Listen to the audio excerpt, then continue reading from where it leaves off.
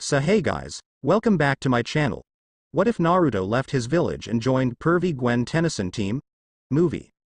Life for Nami no Uzumaki Naruto in the village of Konoha has been nothing short of horrible, and it all had to do with the fact that he had the yang chakra of the Kyuubi no Yoko in him, sealed by the diseased Hiruzen Sarutobi. As if that wasn't bad enough, his ability to use chakra was all but lost. His father, the man who gave birth to him, never paid attention to him. All the attention from his parents was given to his twin sister, the supposed hero of the leaf, for keeping the yin part of the Cubist chakra and having as much chakra as her mother and father. Because of that, she was able to do everything they taught her. They doted on her and left him in the dark like an unused piece of paper. He tried to ask his parents to learn the basics of sealing, but the answer was always negative. "No, Naruto, sealing is dangerous for you," his father said. "Why don't you help encourage your sister in completing her new skill?" his mother said. To top it all off, his sister was being a bitch of the entire situation because all the attention she was getting from their parents and godfather, the Toad Sannin, Jiraiya, and their god brother, Kakashi. Added to the fact that the village abuse him every corner, call him names, and form mobs to attack him. Today was their 8th birthday, and they, including Jiraiya, all went out, leaving him behind in the house, and with nothing left to do, he went to the Forest of Death to train, wishing himself a happy birthday, hoping something good will happen in his life to him for once.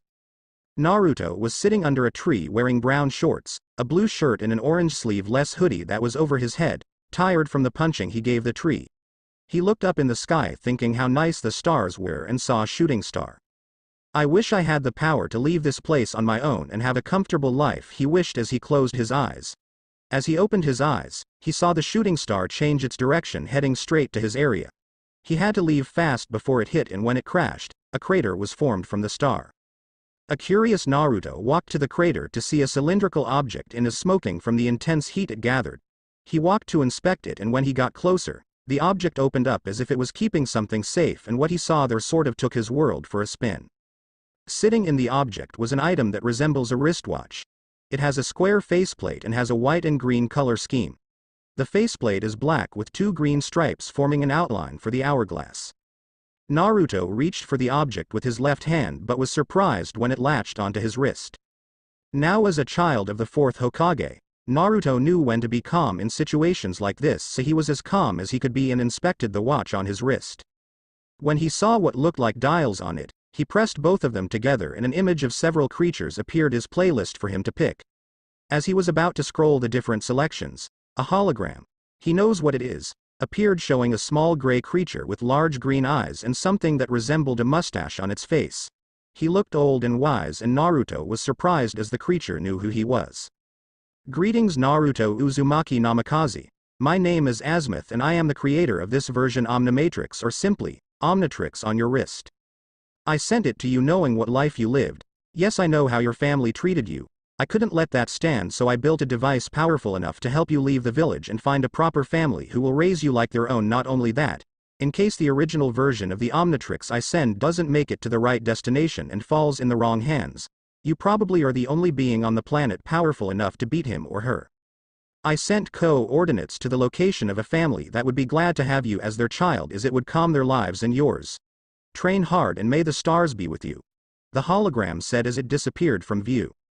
Naruto was intrigued at what just happened, but he knew that he had to get home because someone had to have noticed the crash site. He just didn't know it, but his wish was just granted indirectly. 2 years later. It's been 2 years since a 7-year-old Naruto found the Omnitrix in the Forest of Death, 1 year since he had gained mastery of his forms, and with the help of Gray Matter, an alien that was from the same clan as Azimuth, he was able to unlock the master control of the Omnitrix. Now he can transform into all 15 different species at any given time, but he knew that he was still weak to fight on his own, so in the year that just passed, he was able to master 8 15th species. Of the different species he had, his most favorite was Chitrax, ultimate alien, fast track, an alien based on speed and strength, but the downside was the streaks it left behind. His other favorite alien was Wrath. He was a 9 feet tall and resembles an orange and white bipedal tiger with 1 claw coming out of each wrist and no tail. He had a very interesting way of speech, but that wasn't all. He was really strong and had enhanced senses like most other species. He also had a few other favorites like Siberian, Big Chill, Hot Spot, Heat Blast, Ordnance, Forearms, and Elevation Upgrade. His least favorite was Maxilla, Ripjaws, because of the need for water. Today marked another year to Naruto's life as he left his room in black baggy pants and orange short-sleeved shirt with a pair of orange sneakers. He walked down the stairs with a scowl on his face as he heard the party being thrown for his sister. "Happy birthday, Nami," his father said. "That's right, today is your 9th birthday," his father said. "And I think it's time to see what we got you," his god brother said.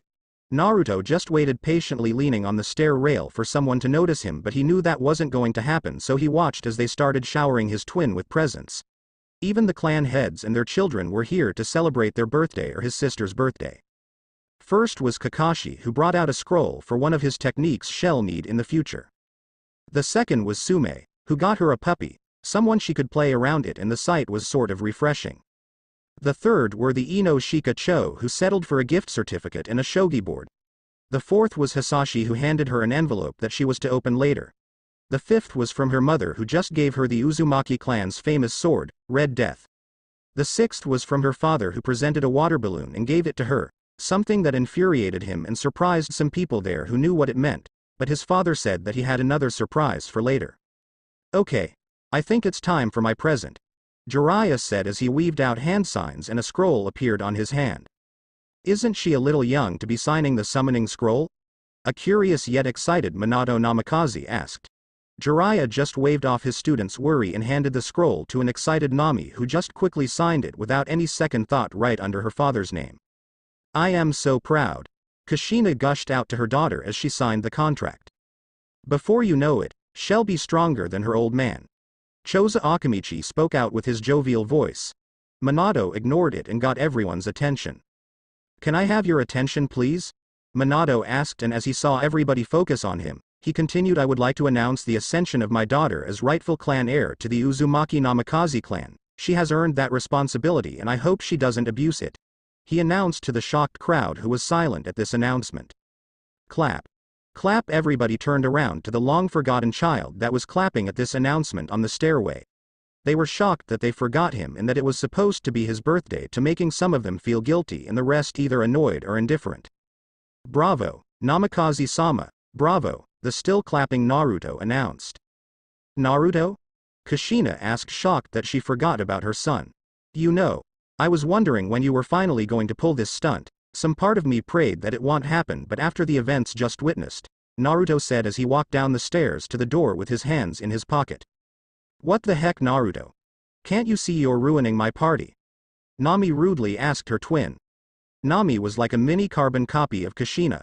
She had on blue trousers and an orange long-sleeved blouse with a pair of blue shinobi sandals. "Yeah, loser, leave us alone," an 8-year-old Ino shouted. That actually hurt a bit, coming from her of all people. Ino was a small girl with blonde hair and pale blue eyes. She wore a simple orange shirt and black trousers and brown trousers. She used to be his only friend in the village when he was 4 years old after his parents left him in the ramen stand.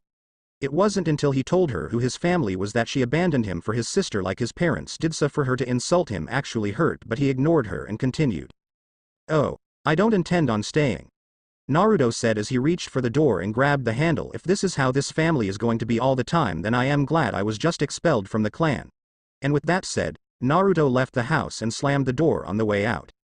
With the shocked family slap, Minato Namikaze held his red cheek as it was slapped by his wife, who was currently glaring at him with her purple eyes.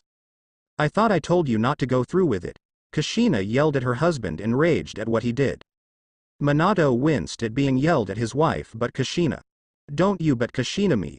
When Naruto gets home, you'll retract the ascension I understood."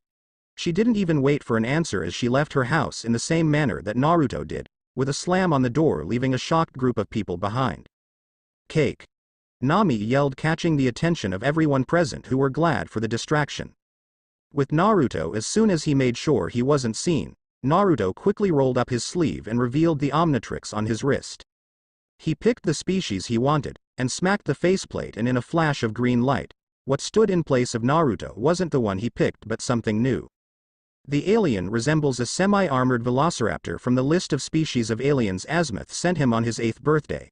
He has black balls on his feet and wears a helmet with a visor, leaving the other features of his head unknown. One can see that he has a blue face, green eyes, and black lips and stripes. He wears the Omnitrix on his chest. He has 5 blue stripes on his tail. The creature inspected himself and blinked. Not what I was going for, but it does have about the same ability as Chitrax. I think I'll call this one Rush. With that, he got into a ready stance and a visor covered his face. Sweet. Rush said. Then in a burst of impressive speed, he left the area to his destination in full sprint. One short run later, Naruto was in the forest of death in his human appearance, and what he saw shocked him. There laid in front of him were items addressed to him, 2 scrolls and a sword that was sheathed completely. The grip of the sword was decorated in blue and white stripes, and the guard was designed as a 4-pointed star. He went to pick it up and felt the sword vibrate on his hand as if accepting his touch. He slung it over his shoulder and went to inspect the 2 scrolls. The first was a scroll on a certain type of taijutsu, the Goken. He could only guess where this had come from. Thanks Lee Guy, he thought as he placed the scroll in his pocket. He looked at the other. It was a scroll for Kenjutsu beginners with a note written at the bottom. Happy birthday from Yugo. Lee and Guy. He was glad that at least some people remembered his birthday, but was sad when he knew that he'd have to leave them, and gladly pocketed the scroll in his other pocket. He got up and saw that the day was still bright, so he left to a scheduled part of the forest to start practice on his taijutsu skill till daybreak, when he knew he would leave this place. With Kushina, she had gotten a tongue lashing. Oh, how she treated her soon from her best friend. She wouldn't have believed it if it weren't true. Come to think of it. As she got home, she tried to remember the fun activities all 4 of them did together, but could think up with nothing. She was even ashamed of herself when she realized that after 2, they stopped caring about celebrating Naruto's birthday with Nami's. She prided herself on being a good mother and an Uzumaki that follows the family code, but she was sure her grandfather would be ashamed with her actions. She got up from hers and Minato's bed with a new determination. From now on, I will do as much as I can to be there for my son, she thought as she left the room, going to prepare a big bowl of ramen for the entire family. With Minato being the cage of a village and having a family meant one thing: either pick the village or the family, so don't blame him if he wanted to keep the village safe by having his children as the Jinchuruki of the Kyuubi no Yoko. He knew he was alienating his son, but it had to be done for the greater good of the village, and his daughter was the child of the prophecy, something him and Jiraiya knew of because of the details. Someday, you will take on a pupil. This student will become the harbinger of a great revolution in the world of the ninja. They will finally bring peace to the world, or utterly destroy it, so the result of their revolution will be one or the other. The great Toad Sage said to Jiraiya. Minato was sure that his daughter was the prophecy child, since she had the power and the chakra and the lineage to back it up, and Naruto had nothing, just the yang of the Cubist chakra. He knew that in order for the prophecy to come true, they had to focus on his daughter, and Jiraiya knew that, so he believed himself to be justified. Lose 1,000 to save 1,000,000, he thought as he looked at his family picture. He frowned, trying to remember if he made the right decision with his son, but was interrupted when his door was slammed open and Kushina stormed in with a note on her hand, and was surprised when she slammed it on his desk. He looked at her wife, who had a distraught look on her face. Read, she said as she pointed to the letter in front of them. He picked it up and opened it. Dear Namikaze-sama, since the 4th Hokage in all his glory decided to expel me from the clan, I decided that it would be pointless to live in a village that doesn't want you. I always figured that Nami would be the one who both of you would love. I will be leaving the village to find a family that would not put me in the back for their own pleasure. I will show the world that what an old toad says should not be dictated as law. No matter what you try to do, I will not come back into a family that will sacrifice their family for the betterment of the village. Since I am a civilian and clanless, the Hokage will have to break a few laws to drag me back to the village. If you come for me, remember this: I will fight. I wonder, Namikaze-sama, will you put your own ex-son into the bingo book and send out hunter nins? From Naruto, no name. Minato dropped the sheet of paper in shock at this. He was expecting his son to be angry and try to beg his way back into the family, but this was extreme. He looked to his wife, who was about to start crying, and snapped his fingers, signaling for his personal guards. Anbu. 4 Anbu guards immediately appeared in front of the Hokage on their knees. He looked at each of them and ordered, "Get me Hitaki Kakashi. I want him in my office yesterday." "Hi Hokage-sama," the Anbu captain said, and they left with a soundless shushin. Moments later, Kakashi appeared reading his orange novel, Icha Icha or Come Come Paradise, published by Jiraiya. He looked at his sensei and greeted casually. "Yo." Minato sighed at his student's antics and handed him the letter. Kakashi looked confused at first but read it. As he read further and further, he was shocked at what was written. He looked at Minato, who was serious. "What do you need me to do?" he asked the Hokage in a business-like manner. "Track his scent while these Anbu follow and bring him back alive. If you have any difficulties, call me," Minato said as he got up and walked to his distraught wife and looked back at them. "But I don't expect you to have any, since he practically is a civilian." With that, he left his office and his student ordered the Anbu guard to meet him at the gate in 10 minutes. With Naruto was running in a pair of black pants with red stripes at the side of his hips trailing down to the feet where he wore dark red sneakers. On the upper part of his body, he had on a black long-sleeve shirt and an orange short-sleeve jacket with a hood. Underneath the sleeve of his shirt on his wrist was the Omnitrix, and on his back was an orange backpack with a sword and the 2 scrolls he got as a birthday gift from his only friends in the village. Naruto was running as fast as he looked back to see no one gaining on him. He was about to enter the border of Nami no Kuni to head for the port when he heard a voice. "Namikaze Naruto, you are hereby ordered to stop what you're doing and head home." Shit. Naruto looked to where the voice was spoken and saw an Anbu agent standing in front of him, preventing him from moving further. He looked around and noticed the appearance of 3 other Anbu and cursed his luck before drawing back the sleeve on his left arm, revealing an active Omnitrix. "Let's see what you say when I freeze you up," he declared as he pressed the dial and smashed the faceplate after selecting the alien he wanted, and in a flash of green light, what they were seeing wasn't Naruto. Instead, they saw a humanoid, moth-like creature whose wings and antennae folded up into a hooded robe, giving him the appearance of a phantom. "Siberian," the creature announced in a cold voice. The Anbu were surprised at this development, giving Naruto the opening to cloak himself before inhaling and exhaling cold air in front of the Anbu captain, and it was only due to his active Sharingan eye that he was able to substitute with the nearest log on time, freezing it in his place. "Don't let that fog hit you," the captain ordered, and they all got into place looking for the blue insect-like creature who was still in his cloak mode. If that won't work, he aimed for the dial on his chest plate. "How about a little speed?" He then smacked the dial on his chest, and in a flash of green, he was not the alien he picked Rambai. He asked in confusion, seeing the diamond on his skin. He was a silicon-based life form. His body is composed of durable green crystals. He sports 4 green crystal shards on his back and has a sharp head. His outfit consisted of the color scheme, orange and black. He had on black sneakers and with a belt on his hip revealing the Omnitrix symbol. For the top, wore a sleeveless V-neck shirt that had an orange stripe on the middle and black stripe on the 2 sides. Naruto looked at his hand as it shape-shifted nice. He then aimed at the Anbu and shot from the already downloaded knowledge based on his skills. Green diamonds shot at the Anbu in his sight, firing fast enough to hit the off-guard Anbu. Naruto then aimed at the others and was firing timed shots, but he knew one was missing, so he wasn't surprised when one tried to attack him from behind, so he used his arm, which shape-shifted into a blade, to block the oncoming sword strike and grabbed the sword before encasing it in its wielder in a large diamond.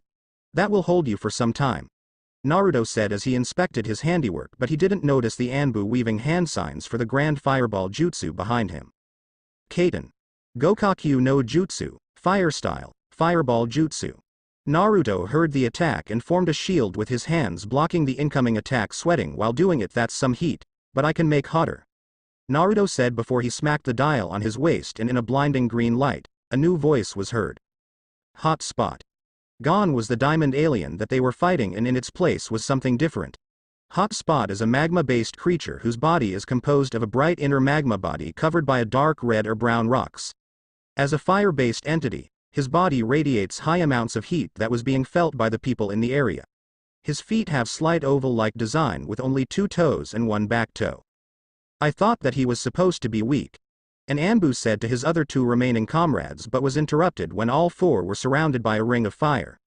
Naruto flew out and aimed, placed both arms on the ground, igniting the heat more, increasing the height and temperature of the heat, completely suffocating every Anbu in the ring.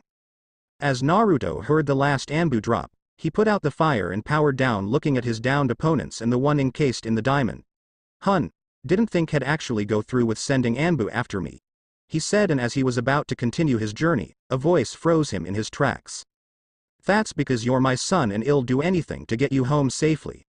As Naruto turned back and he saw Minato Namikaze in full Hokage battle robes with his cloak and kunai ready. Beside him was Hatake Kakashi reading the porn novel in his hand. Naruto just glared. "What do you want?" he asked. Minato sighed. Naruto, I am sorry for the way I treated you, but this has to stop, he said. You're sorry? Naruto calmly asked. You're sorry? He shouted, angry at what was said. Then he calmed down and took deep breaths. You had 9 years to treat me right, 9 years to get your act straight, 9 years. And you think you can redeem your words by saying you're sorry? He pressed the dial in his Omnitrix and the playlist came up, and before Kakashi tried to stop him, Naruto had selected the alien he wanted. Smash the faceplate, and in a flash of green light, he picked his most favorite alien. Chitrax, he shouted, and what Minato and Kakashi saw was a cat feline-like creature with a black suit-like color scheme. His hands, legs, part of his head and chest are colored blue. He has spikes on his hands and legs. He also has a black Wolverine mask-like fins around his green eyes. He has a triangle-shaped nose, and a thunderbolt-like design down his chest. He had the Omnitrix symbol on his chest. What's this one supposed to do? Kakashi asked with an eyebrow raised. Naruto raised an unexisting eyebrow and smirked. You think you're standing beside the fastest man in the nations? He then took the sprinting stance. Think again. And in a burst of speed he was in front of Kakashi and gave him a punch, sending the masked Junin flying away. Naruto looked beside him to see a shocked Minato recovering quickly, gripping his kunai. I am sorry I have to do this, Naruto, but with powers like that, there's no way I am letting you leave the village. Minato said, so he threw his kunai at his transformed son, who scowled at the act. Time slowed down as he turned around, giving the reappearing Minato a heavy punch to the gut, surprising the Hokage at how fast his son had gotten before he saw his son grab his special kunai and crushed it to dust. Time resumed at its normal speed and Minato was on the floor holding his hurt stomach with a wince as he got up on one knee, reaching into his pocket to get another kunai, but before he could do that, his eyes rolled to the back of his head, falling face first on the ground. Naruto was standing behind his so-called father with his hand in the chopping motion before he picked up the body and dropped it on the pile of knocked-out Anbu bodies in a burst of speed. He dashed to Kakashi's body and did the same thing before stepping back, tapping the dial on his chest, turning to Siberia. He opened up his wings as he inhaled cold air before blowing it all over the pile of bodies in the still crystallized Anbu, creating an ice dome almost hard to break before he turned back into Chitrax and spat at the dome in disgust. Try to get out of that. He then turned around and left the area, arriving at the shipping port of Wave Country. He inhaled and exhaled, sending the coordinates to a specific group of family azimuth recommended to his head before speaking out in expiration. This is gonna be a long run. And with a burst of speed, he dashed over the water, heading out of the elemental nations with a smile on his face, thinking of how it was worth it all. The announcer in the bus spoke as each individual listened on. One certain individual was glad to be home, so he could see his family, and he wondered how big his little rascal of a brother had grown. This certain individual in thought had blonde spiky hair and bright blue eyes. He wore a red long-sleeve button-less hood with black stripes at the side of each arm going from its shoulder to its wrist. He was wearing black trousers and a pair of black and white sneakers. For accessories, he had a noise-canceller, headphones, and a unique kind of watch on his wrist. This was Naruto Uzumaki, and he was currently listening to music as he thought about the events that lead him here. He thought back to the past 4 years of his life, from how he saved his future adoptive guardian from a hostage situation to how the tearful goodbye he received from his real family. Flashback 4 years ago as Chitrax, Naruto was running across the continent with one destination in mind as per recommendations, Bellwood, and as he got there, it was midday and apparently something interesting was happening in the news from what he saw on the display versus. On other news, police still haven't made leeway at the hostage situation in Bellwood National Bank. It appears that the bands are armed to their teeth as any wrong move would force drastic measures to be taken on their prisoners, the reporter announced. Naruto got a look at what the bank looked like. He knew it would be wrong to leave the people to their devices, so he dashed to an alley nearby, and in a flash of green light, he revealed his normal form coming out from it. He looked to the right and saw a passerby and asked kindly. "Excuse me, ma'am. I am new here and I was wondering if you could point me to the nearest bank," Naruto said, and the lady smiled at how this young boy was polite and couldn't help but ask.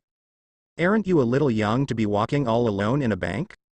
Naruto scratched his head in embracement. "My parents and I were going for a tour of the town and I happened to separate from them a few minutes ago, but before the separation, we were heading to the bank as the next stop," Naruto lied casually. The female scowled. "What type of parents leave their child unattended for?"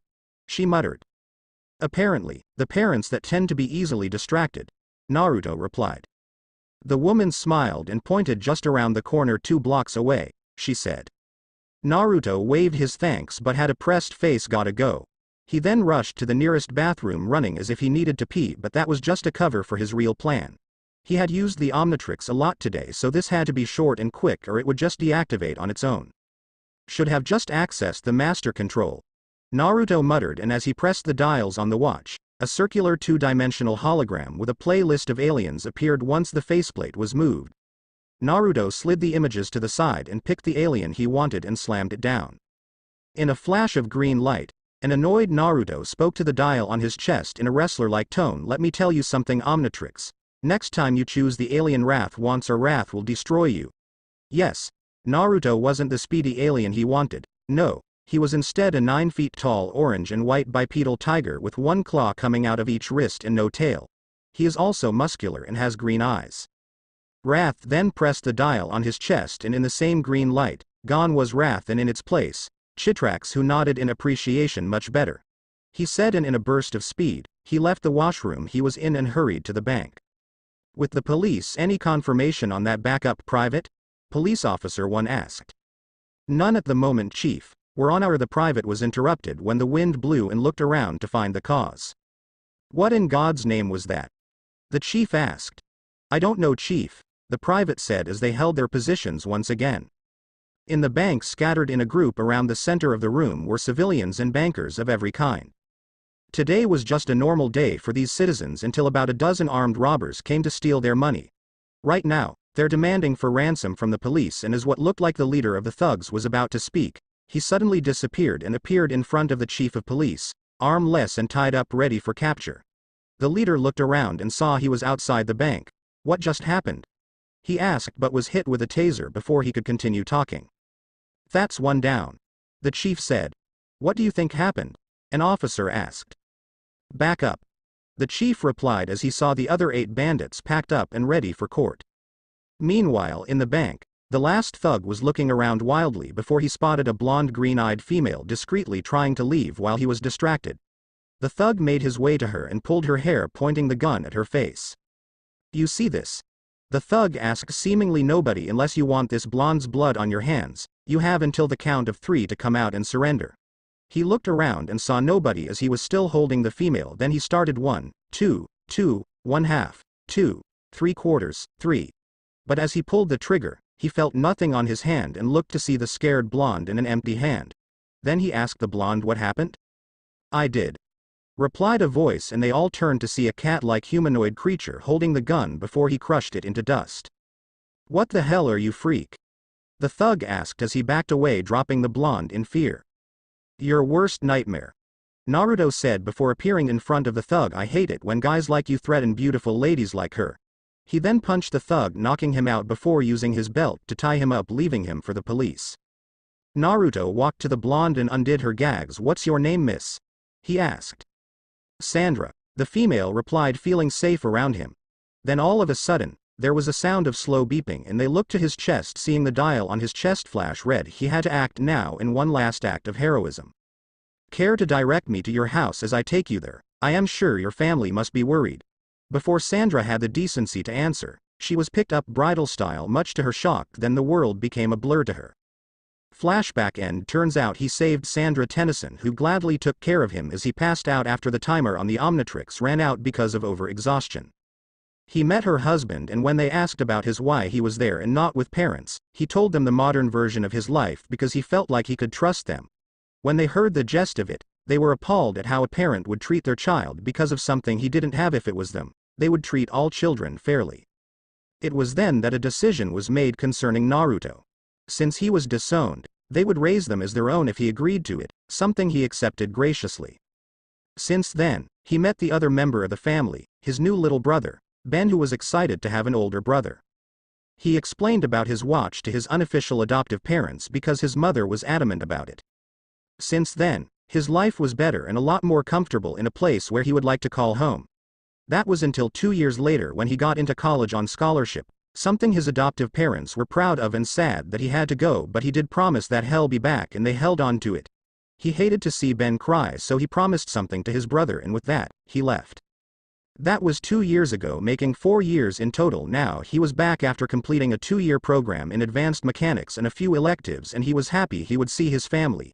He got down from the bus and thanked the bus driver before he picked up his bike from the front of the bus and got on it and rode to his house. It was good to be home. In Bellwood, hiring students were running home from school at the sound of the bell signaling the start of summer vacation, but that wasn't the immediate plan for two bullies in the school. They decided to torment someone before they got home, and they cornered a defenseless boy in the corner. Looky here, Cash, little hotshot here, decided that he could run home without saying goodbye to his two best friends. The taller one looked to his partner, Cash, who smirked. Let's show him how much we'll miss him, JT, Cash said to his partner JT, with his fist meeting his hands as they both crept to the defenseless boy. Hey, leave him alone, shouted a voice from behind them, and they turned around to see the resident loser, Ben Tennyson, who unknown to them was acting the part of the loser due to an advice his big brother gave him years ago. If you have the skills, don't hesitate to show them, but mess with your enemies first, deceive them till the point they believe you to be nothing, then strike with a vengeance when ready, his brother said to him during one of his teachings. Ben Tennyson was a 10-year-old boy with brown hair and green eyes. He wore a white round neck t-shirt that had a thick black vertical stripe in the middle of the shirt starting from its neck to the waist. He had on a pair of green cameo baggy trousers and a pair of white and black striped sneakers. He was looking at the bullies with a look of anger, ready to trash them as he took his fighting stance, the one of the go Ken. Look, Cash, Bruce Lee Jr. thinks he can beat us. JT laughed at his taunt. Why don't we have some fun with him and show him taught to mess with his betters? Cash asked as they both stalked Ben, forgetting about the boy they were tormenting. Ben smirked as they both charged him. Moments later, hey, get us down, JT yelled from a tree to Ben, who was laughing at the bully that was hanging on his underwear with his partner. Ben just walked over to the boy who they were bullying and helped him up. The kid thanked him for his help. You're welcome, Ben said. How did you learn how to move like that? The boy asked. I taught him. A voice spoke from behind them, making Ben scratch his head in fear at who he knew was behind him. Until he felt a hand on his head, and what was said after made him blush in embracement. But you did good, lil bro. Ben looked up and saw his big brother smiling at him with his eyes closed.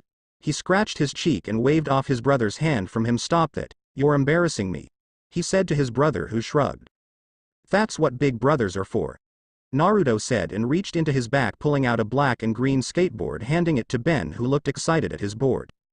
Wow, awesome, Ben exclaimed and followed his brother to his bike, and as he got on, they both rode home, completely ignoring the bullies' cries for help with smiles on their face.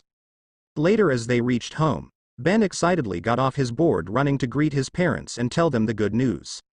Mom, Dad, you won't believe who just picked me up from school, he shouted as he entered the living room, seeing his mother there, who turned and smiled at him. Your big brother?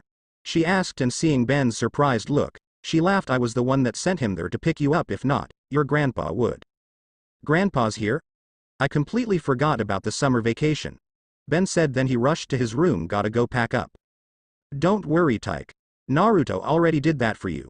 Your things are in the R versus a voice said, and Ben turned around to see a fairly overweight man in his late 60s with a keen sense for adventure in the tone of his voice. His grandpa wore a white shirt, covered by a red button-up shirt with a floral design. He has gray hair and blue pants as well as black shoes. Grandpa. Ben greeted and gave his grandfather a hug, which he returned before he ran outside to the R versus. This is gonna be so awesome, Ben said. Naruto sighed at his brother's cheerfulness and walked down from their room with a smile, seeing his grandfather, Max, who smiled at him. Ready to go? Max asked. Naruto nodded, but before he left, his mother called out. Are you going to tell him? She asked. Naruto scratched his chin and thought of how this was going to happen, if it was going to happen. He looked back at his Omnitrix on his wrist and the expectant look on his grandfather's and mother's face and sighed. I'll tell him tonight, he said, creating smiles on both grown-ups' faces. Good choice, his mother said, and his grandpa agreed with her. Well, we should get going, Max said. Don't want to burn daylight. He walked out of the house and Naruto gave his mother a hug before following him. Outside, Grandpa. What's taking so long? I already have second thoughts on coming along for this vacation because I can't spend another minute with this dweeb here, a female voice shouted as she walked out of the R versus with an annoyed scowl on her face. This female had short red hair held by a blue hair clip and green eyes. She wore a blue shirt with a cat logo on her chest and white capris. She wears a blue hair clip in her bangs. The sighed in relief as she saw her grandfather finally. What took you? She never got to finish as she saw what she thought was the most handsome male in her life. Is something wrong? Max asked as he looked at Gwen, who was looking like a love-struck teen at seeing Naruto behind him. Here he had to suppress a smirk and tapped Naruto's shoulder, who looked at his grandfather in confusion. Hey, kid. Looks like you got a crush, he said to Naruto, who was confused and looked to where his grandfather was pointing and had to suppress a groan at the love-struck girl in front of him. Naruto had foregone his red hood and put on a dark blue round neck shirt under an orange long-sleeve jacket that had the collars pointing upwards. He also wore brown cameo trousers and still had the same pair of sneakers on, with his headphones on his neck connected to an iPod in his pocket. He smiled and walked to the girl in front of him. Hi. I am Naruto, Ben's adoptive big brother. What's your name? He politely asked. Gwen. My name is Gwendolyn, my friends call me Gwen. She quickly corrected, embarrassed at the mistake she made in front of him. Naruto just smiled at how cute that was. Can I call you Gwen? Naruto asked. You can call me anything you want. Gwen sighed in a dream-like trance but quickly shook her head. Sure, you can. I think I am gonna enjoy being friends with you, Naruto said before he walked to the R-verses and waited patiently for her to enter before he did. Gwen blushed at the gesture and entered the van, thanking Naruto before rushing inside quickly. Naruto smiled and entered the R-verses before shutting the door, and minutes later, the R-verses left the Tennyson Manor. 8 p.m. Campsite. The R-verses was parked in the woods as the Tree Kids were preparing, waiting for what their grandpa had to offer for dinner. Max came out with a bowl of what looked like pasta, but once he got closer, what they saw disgusted them. What the heck is that? Naruto asked, disgusted at the dish in front of him. Marinated mealworms. Max said, hard to find them fresh in the States. They're considered a delicacy in some countries, and completely grotesque in others. Gwen said, disgusted at the amount of worms in front of her but glad to be sitting beside Naruto. If these don't sound good, I've got some smoked sheep dung in the fridge, Max said. Ah. Ben was disgusted from the other side of the table. Can't we have a burger or something? He asked his grandpa, and Gwen agreed with him but were disappointed when he disagreed. Nonsense. This summer's gonna be an adventure for your taste buds, Max said. I'll grab the tongue. With that, he left to the RV. Ben, Gwen and Naruto huddled together, coming up with a plan. I've got 3 Rice Krispie bars in my bag. What about you guys? Naruto asked. Some rice cakes, Gwen said. Half-eaten bag of corn chips. Ben finished and looked to his brother. Think it can last? Naruto asked, and they all gave a depressed sigh at this. Meanwhile, in the outskirts of space, a smaller transport ship was moving as fast as it could, avoiding the beams sent its way by a larger battleship, but one beam hit the ship, causing a minor malfunction. In the battleship, droids were on the control panel firing the beam at the ship that was holding their current object of interest, the prototype Omnitrix. As the beam hit, a droid looked into the darkness of the ship where their master was residing, seeing a pair of red eyes in the shadows. It spoke to its master. Their propulsion systems have been hit. Prepare to board, their master said in a raspy voice. I want the Omnitrix now. Suddenly, they were hit by a beam from the ship below them. Angered, their master ordered a powerful blast sent to the transport ship's way, destroying 3/4 of it. You could see a small sparkle as a pod detached from the ship, heading to its current destination, Earth. On Earth, Ben was on his big brother's computer playing video games while Gwen was browsing. Naruto was nowhere to be seen at the moment. Max came out asking a question after looking at his grandkids. Who wants to roast marshmallows? Can't, busy. They both replied, and Max sighed and walked inside, a bit dejected. Ben paused his game. I need to go for a walk. And he closed Naruto's PC, rushing into the woods while Gwen shook her head. With Ben was walking in the forest after taking a leak, sighing at how boring he thought that this summer was going to be. This is starting to turn out to be the worst vacation ever, he said, walking with his hands in his pockets until he noticed a spark in the sky. Whoa, a shooting star. He exclaimed in awe until that awe turned to fright as the star changed its direction, heading for him. He gasped in surprise before diving out of the way as the shooting star made contact with the earth, causing a minor explosion.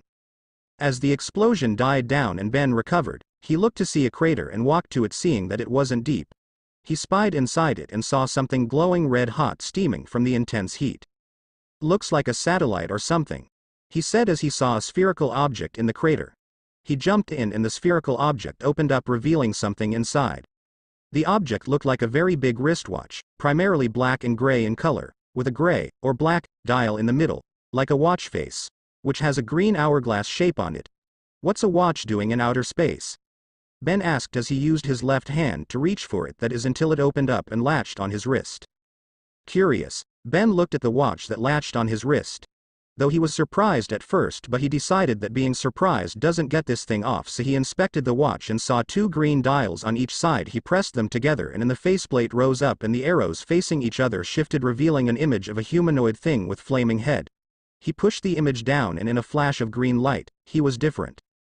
He looked at his hands. I am on fire, but I don't feel anything, he said, and noticed his voice was raspy and deeper. Whoa, my voice changed. He then scratched his chin and thought, I wonder. He charged up a fireball and aimed at a branch at the tree in front of him. He fired a perfect shot and smirked. Sweet. And in a moment of stupidity, Ben started to launch fireballs ranging from small to medium all over the forest, unintentionally creating a forest fire. Ben noticed this a minute later. Uh-oh, he said, worried that the fire will expand, reaching the campsite, so he tried to put it out the old-fashioned way without water. Campsite. While Ben was having his own issues, Gwen was on her computer using her Wi-Fi to check for something. She didn't notice the figure creeping up behind her until he spoke from behind her. How to impress guys, the figure said in humor, and was amused at her reaction. You don't need to go to the net to find out how to impress me. Gwen blushed and closed her PC, turning around to face Naruto, who had that certain mirth in his eyes, something that made her blush even further. It wasn't for you, she said, and she quickly got up, picking her computer, rushing into the R-verses. That was until Naruto, who was looking for his brother, noticed something. Who's dumb enough to start a forest fire? He asked. Then not only did his eyes widen in realization, Gwen's did, and they replied at the same time. Ben. I'll get the fire extinguisher, Naruto said, and Gwen hurried to drop her PC and followed Naruto as he went to search for Ben in the woods. Burning forest. Ben was a nervous wreck when he couldn't put out the fire. His brother would be so disappointed in him when he finds out about this, but hearing footsteps behind him, he might as well take the punishment now. As he turned around, Gwen screamed in fright at the falling being before her, whereas Naruto stood firm and brave, standing in front of Gwen, taking the Goken stance with a serious expression on his face. What are you? He calmly asked, unaware of what the girl behind him was thinking. He's so brave, protecting me from that flaming monster. Gwen thought, admiration overriding her fear, and that admiration was turning into something deeper. I wish I could be as brave as him. Guys, calm down, it's me, Ben, the creature said, and before it knew it, he was sent flying backwards from a roundhouse kick. Naruto sent to his front, and if you saw the look on Naruto's face, even the scariest of monsters would be intimidated. It's one thing for you to start a forest fire that was intended to harm others, Naruto said in a scary tone. Then out of nowhere, he brought out a pair of silver nunchaku and started spinning them in an impressive show of skill before ending it with a slam on the ground. It's another to go impersonating my little brother. That is something that I cannot take lightly, Naruto said, then moved to attack the creature, unaware of the effect it was having on a certain redhead. The creature had to think fast because he knew that Naruto could beat him if he wanted. Then he had an idea that froze Naruto in his tracks. Those who break the rules are trash, but those that abandon their comrades are worse. You told me that before you started to train me in martial arts, and you gave me another advice: if you have the skills, don't hesitate to show them, but mess with your enemies first. Deceive them till the point they believe you to be nothing, then strike with a vengeance when ready. What makes you think I am not following it now, Ben? Naruto asked, uncertain what happened. Ben went into a tale of what happened minutes prior to his brother and cousin. Gwen was a bit surprised that this happened and that his brother taught him martial arts while Naruto was in thought. Why don't we get rid of this fire with a counterfire first before we come up with any decision, Naruto suggested, and motioned for Ben to do his work that he did graciously like an expert already. Naruto was impressed at what he did before he heard beeping and saw the symbol on Ben's chest flash red before it died down, and in a flash, Ben was back to normal. That's some funky watch, Naruto said as he inspected the Omnitrix on Ben's hand, while Gwen agreed with him.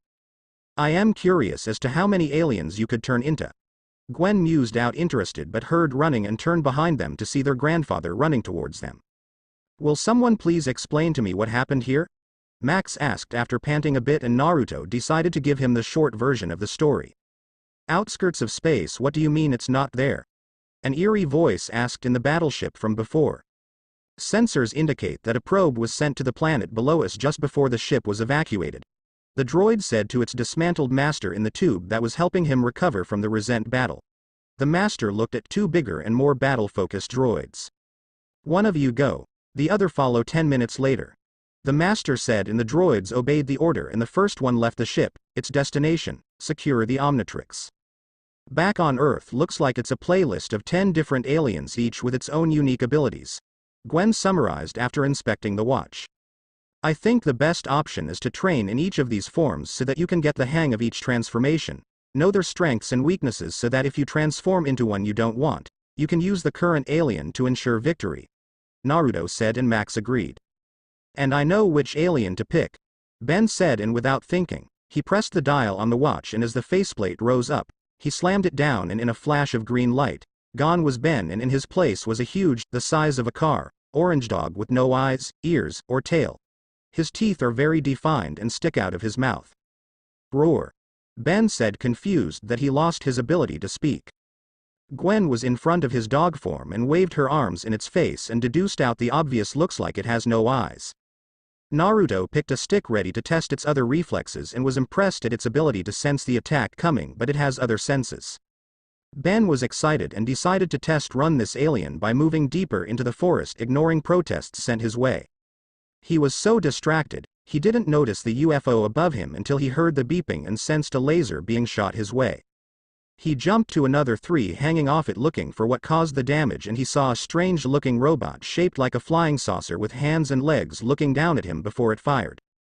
Ben was evading all its shots and hid from the robot's sight as it was searching for where Ben might be, but it was taken by surprise when Ben jumped at him and ripped off its head, and before Ben could go further, the Omnitrix symbol on his shoulder was beeping red, so he jumped off the robot as it was heading for a collision course to a wall. Ben was back to normal as he landed, and he inspected the explosion, giving it a 10 out of 10. That was until he heard beeping and saw another robot floating above him. Uh-oh. He said that was until its head was kicked off by his big brother, who landed and whacked his head. Don't do that next time. Naruto yelled at Ben. Ouch. I am sorry, alright.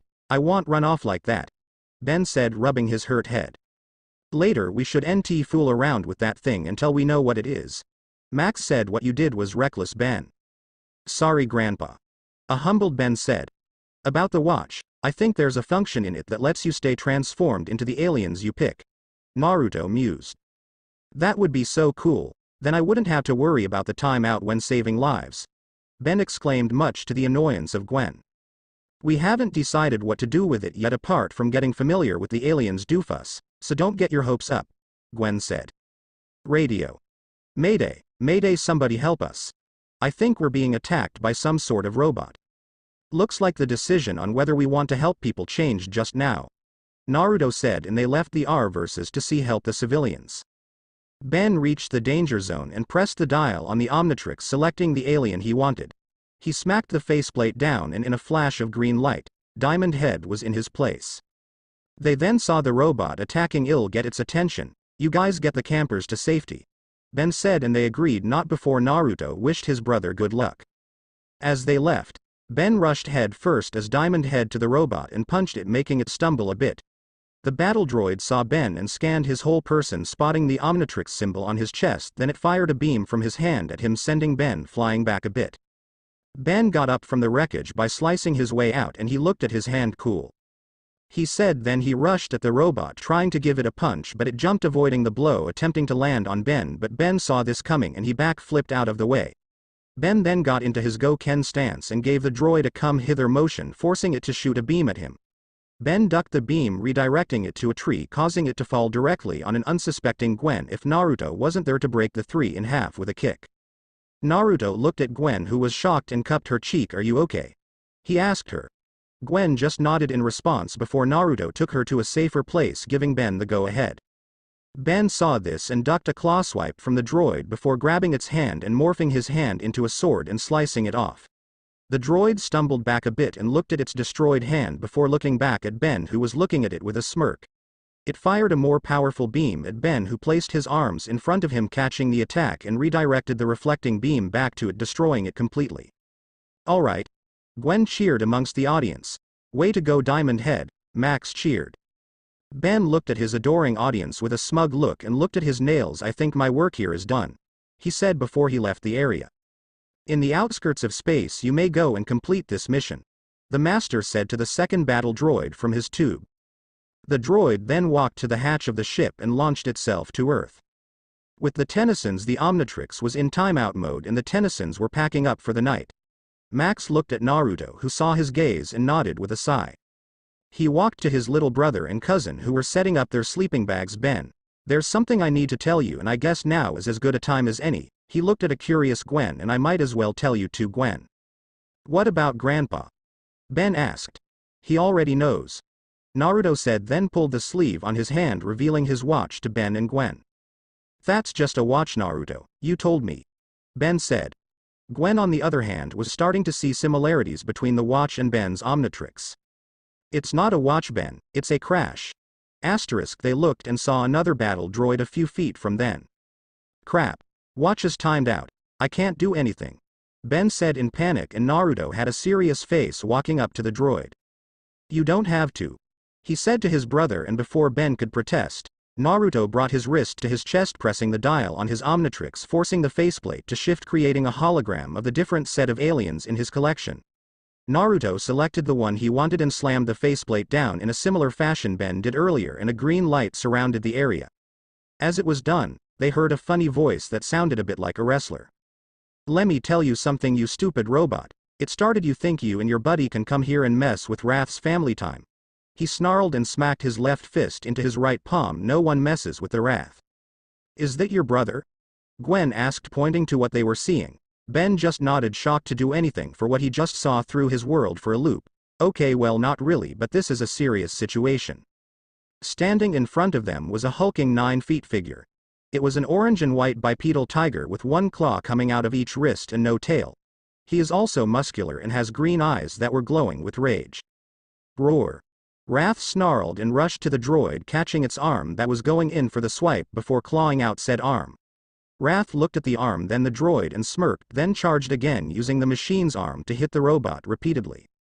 Stop hitting yourself, Wrath said each time he was smashing the droid with his arm, destroying it pretty easily.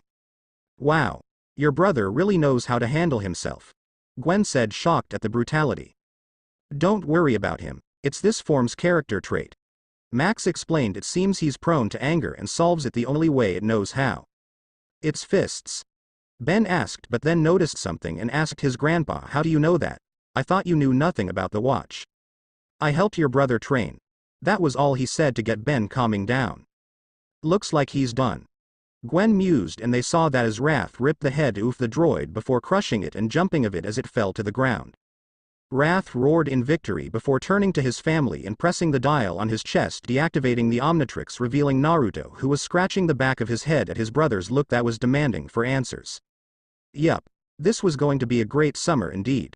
As Naruto explained to Ben about how he got his watch and what the watch was, at first Ben was excited, then he was upset that Naruto kept this from him, so Naruto cheered him up by helping him figure out how to work his Omnitrix, but not as well as he himself, because that would be an unfair advantage and Ben needs the experience to be able to master it as good as him.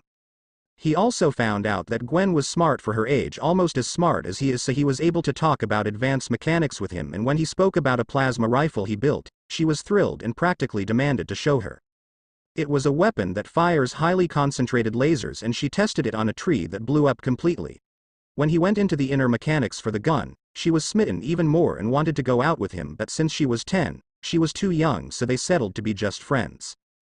Meanwhile, Ben was on his way to mastering his version of Hot Spot that he decided to name Heat Blast, and he was making fine progress for someone who recently got the device, but he wasn't able to complete the training as the radio signal picked up a police transmission complaining of a burning house not far from where they currently were, so they got in the R-verses and left the area to help the police. In the burning house, the house inside was burning with an intense heat. 2 civilians were trapped underneath a burning house. The roof was about to fall on them, but it was caught by a heroic Ben that arrived on time as Heat Blast looking down on his rescue, who were looking at him with awe. Who are you? The boy asked, being protected by his mother, seeing Heat Blast hold on the piles of wood that was about to fall on them. Don't worry. I am here to help, Ben said, then he scorched the wood he was holding before sucking the fire around them, creating a path for them to follow once a door was seen. As Ben mentioned the okay, the kid rushed to the door and reached the stairway leading down and out of the house, but as they were about to move further, it collapsed, freezing them in tracks. Ben looked around and spotted a window this way, he said, and they were escorted to the window, where Ben created a vortex of fire surrounding them, safely transporting them and himself out of the building to safety. I am sure you all want to thank me, but really it's all in a day's work, for Ben spoke to the odd crowd in front of him, that is, until he saw something that caught his attention. No way. A gold sumo slammer card. He exclaimed in awe at the golden cards. He saw the boy he saved earlier and immediately went to his side. Where did you get it? He asked. I found it in a box of sumo slammer cereals, the kid said to the fire monster beside him, confused as to why it would want one of these. Yo, Heat Blast. Stop messing around, Naruto said as the rust bucket pulled up with Max and Gwen in tow. That was a distraction, the robbers are on the run. Ben got up on it, he said, and with arms aimed on the ground, he took flight and followed the R versus as it was on the move, leaving a confused group of civilians behind. Later, they were trailing behind the robber's car, with Ben flying above and the R versus directly below him and behind the other car. Ben then flew over to the other car and landed on the roof of it with a thud, startling the drivers in it. What the hell was that? Robber 1 asked his partner, who looked outside to see a rust bucket chasing them. I don't know, man, but there's an R versus chasing us, Robber 2 said to 1. His partner just sped on, trying to lose the van behind them, unaware of the fire being above them, that is, until the roof of the car was ripped open and Robber 2 was dragged off his seat, causing his partner to forcibly stop the car, sending Ben flying at the unexpected stop, crashing hard to the fence in front of him with Robber 2 on his hand. Ouch, now that was not what I was going for, Ben said as he got out of the rubble, holding the knocked out robber on his hand before setting him down. He heard a click and saw the driver out of the car holding an AK-47 aiming at his face. You gotta be pretty stupid to think that'll stop me, Ben said, and he aimed a small fire at the gun that melted it, forcing the robber to drop it on the ground because of the heat. Now I am gonna have to ask you to get on your knees with your arms behind your back. And the robber, seeing no other alternative, just followed the order, but then as he got on his knees, he heard a beeping noise over some police sirens and saw a red flash. Hey, you're just a kid, the robber said as he saw a transformed Ben behind him, seemingly ignoring the fact that the Omnitrix disappeared. Ben got into the go Ken fighting stance, and I can still whoop your butt, he said to the robber, who growled, and as he was about to get up and attack the kid, he heard cars pulling over and felt tased before he was knocked out cold. Secure the other one, tie them up and take them to the cars, the chief police said, and looked at Ben, who sighed in relief. It's safe to go home, kid, by the way. Love the way you held your own on a superior opponent. Thanks, Ben said, and with that he went to the corner of the street to enter the R versus with his family waiting for him, telling Max to stop at Mega Mart to get some cereal in there. Meanwhile, in an apartment block, the door was opened and a person walked inside the apartment, pisses that the owner of this apartment hadn't paid his dues. That's been over 6 months. As he walked in, the apartment looked creepy, filled with animals of different kind, all in a protective glass. Phew. Smells like a zoo in here, the man said as he continued to walk to the person he was looking for. That was until he walked into an empty cage that caught his attention. He was examining it until a frog came out of the log that startled him a bit. As this was going, he didn't notice the shadow that was creeping up behind him until the owner spoke.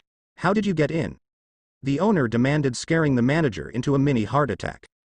Pasky, the manager said, fixing his tie. I am still your landlord, remember? Maybe not, since your rent is 6 months past due, he ended. All my funds go into my research, the scientist said. Now get out, you're disturbing me, he yelled, pointing to the door.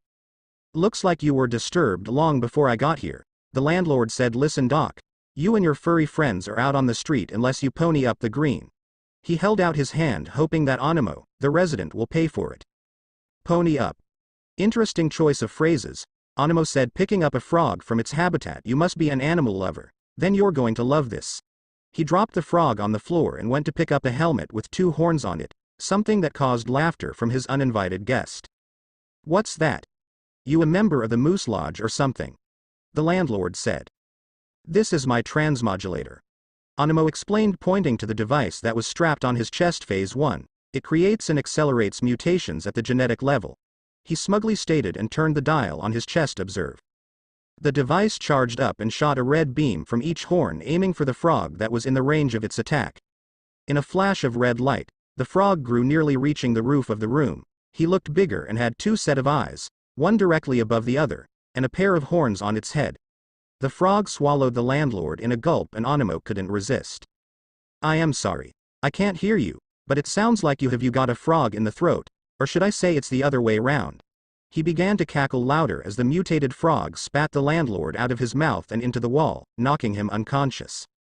Picking up a bit of an old newspaper clipping, Animo said, I am so close to getting what is rightfully mine. All I need is a few lousy components and I'll be able to finish my work. So whether your need from hairspray to electronics, Animo suddenly heard a peppy commercial on the TV, where it explained about the new megamart that opened up. Seeing this, Dr. Animo said, just what the doctor ordered. With the Tennysons, Naruto, Ben, Gwen and Max were walking in a superstore with Max pushing the trolley and Ben looking left and right, excited at the items he was seeing. Ben spotted the aisle he was looking for, the cereal aisle, and he then rushed to pick up the first box of Sumo Slammer cereal he found. Sumo Slammer cards, cool. Ben exclaimed as he saw it on the prize section of the box. He had a mischievous smirk on his face as he saw Max and Gwen were busy looking for food while Naruto was in the electronics section. He looked at his Omnitrix and a plan formed in his head. With Naruto was just browsing through the electronics section wondering on how far Ben had progressed in his training. He was impressed at how Ben was able to improvise with Heat Blast, and when he mastered how to control his flames, he was proud. Now he was thinking of what alien he should train next and what alien he should unlock as a gift should Ben master 5 of his aliens. Gray Matter. No, he doesn't need any familiarization with him. How about Ghost Freak? No, I just get this odd feeling whenever Ben turns into that alien. And what was it that Azimuth said about ectonorites? I'll think about it when I have the time. Now who should I train next? He was forced out of thought when Gwen asked his grandfather a question. No offense, Grandpa, but can we have a normal dinner for once? That now got him to remember that he needed to buy some real food and hide it from his grandfather, so he went to the pasta section of the store and quickly selected pasta and then trailed off to the canned food section to pick up some spices for the sauce he was going to use. He paid for the item and sealed it in a scroll, pocketing it, and when he passed the cereal section, he saw Gwen holding a small gray toy that moved on her arms hidden at her back, talking to the store manager. He walked over to them and asked, is something the matter? Yes. The store manager said this young lady over here thought that it would be a good idea to open these boxes of cereal spread all over the place. He motioned to the mess around them and Naruto knew instantly it was Ben that did it and sighed. I'll handle it from here and pay for the boxes, Naruto said, and the manager smiled in appreciation before he left. They heard a beeping noise and Gwen decided it was time to have payback, so she let Ben fall to the ground as Gray Matter. Why did you have to do that?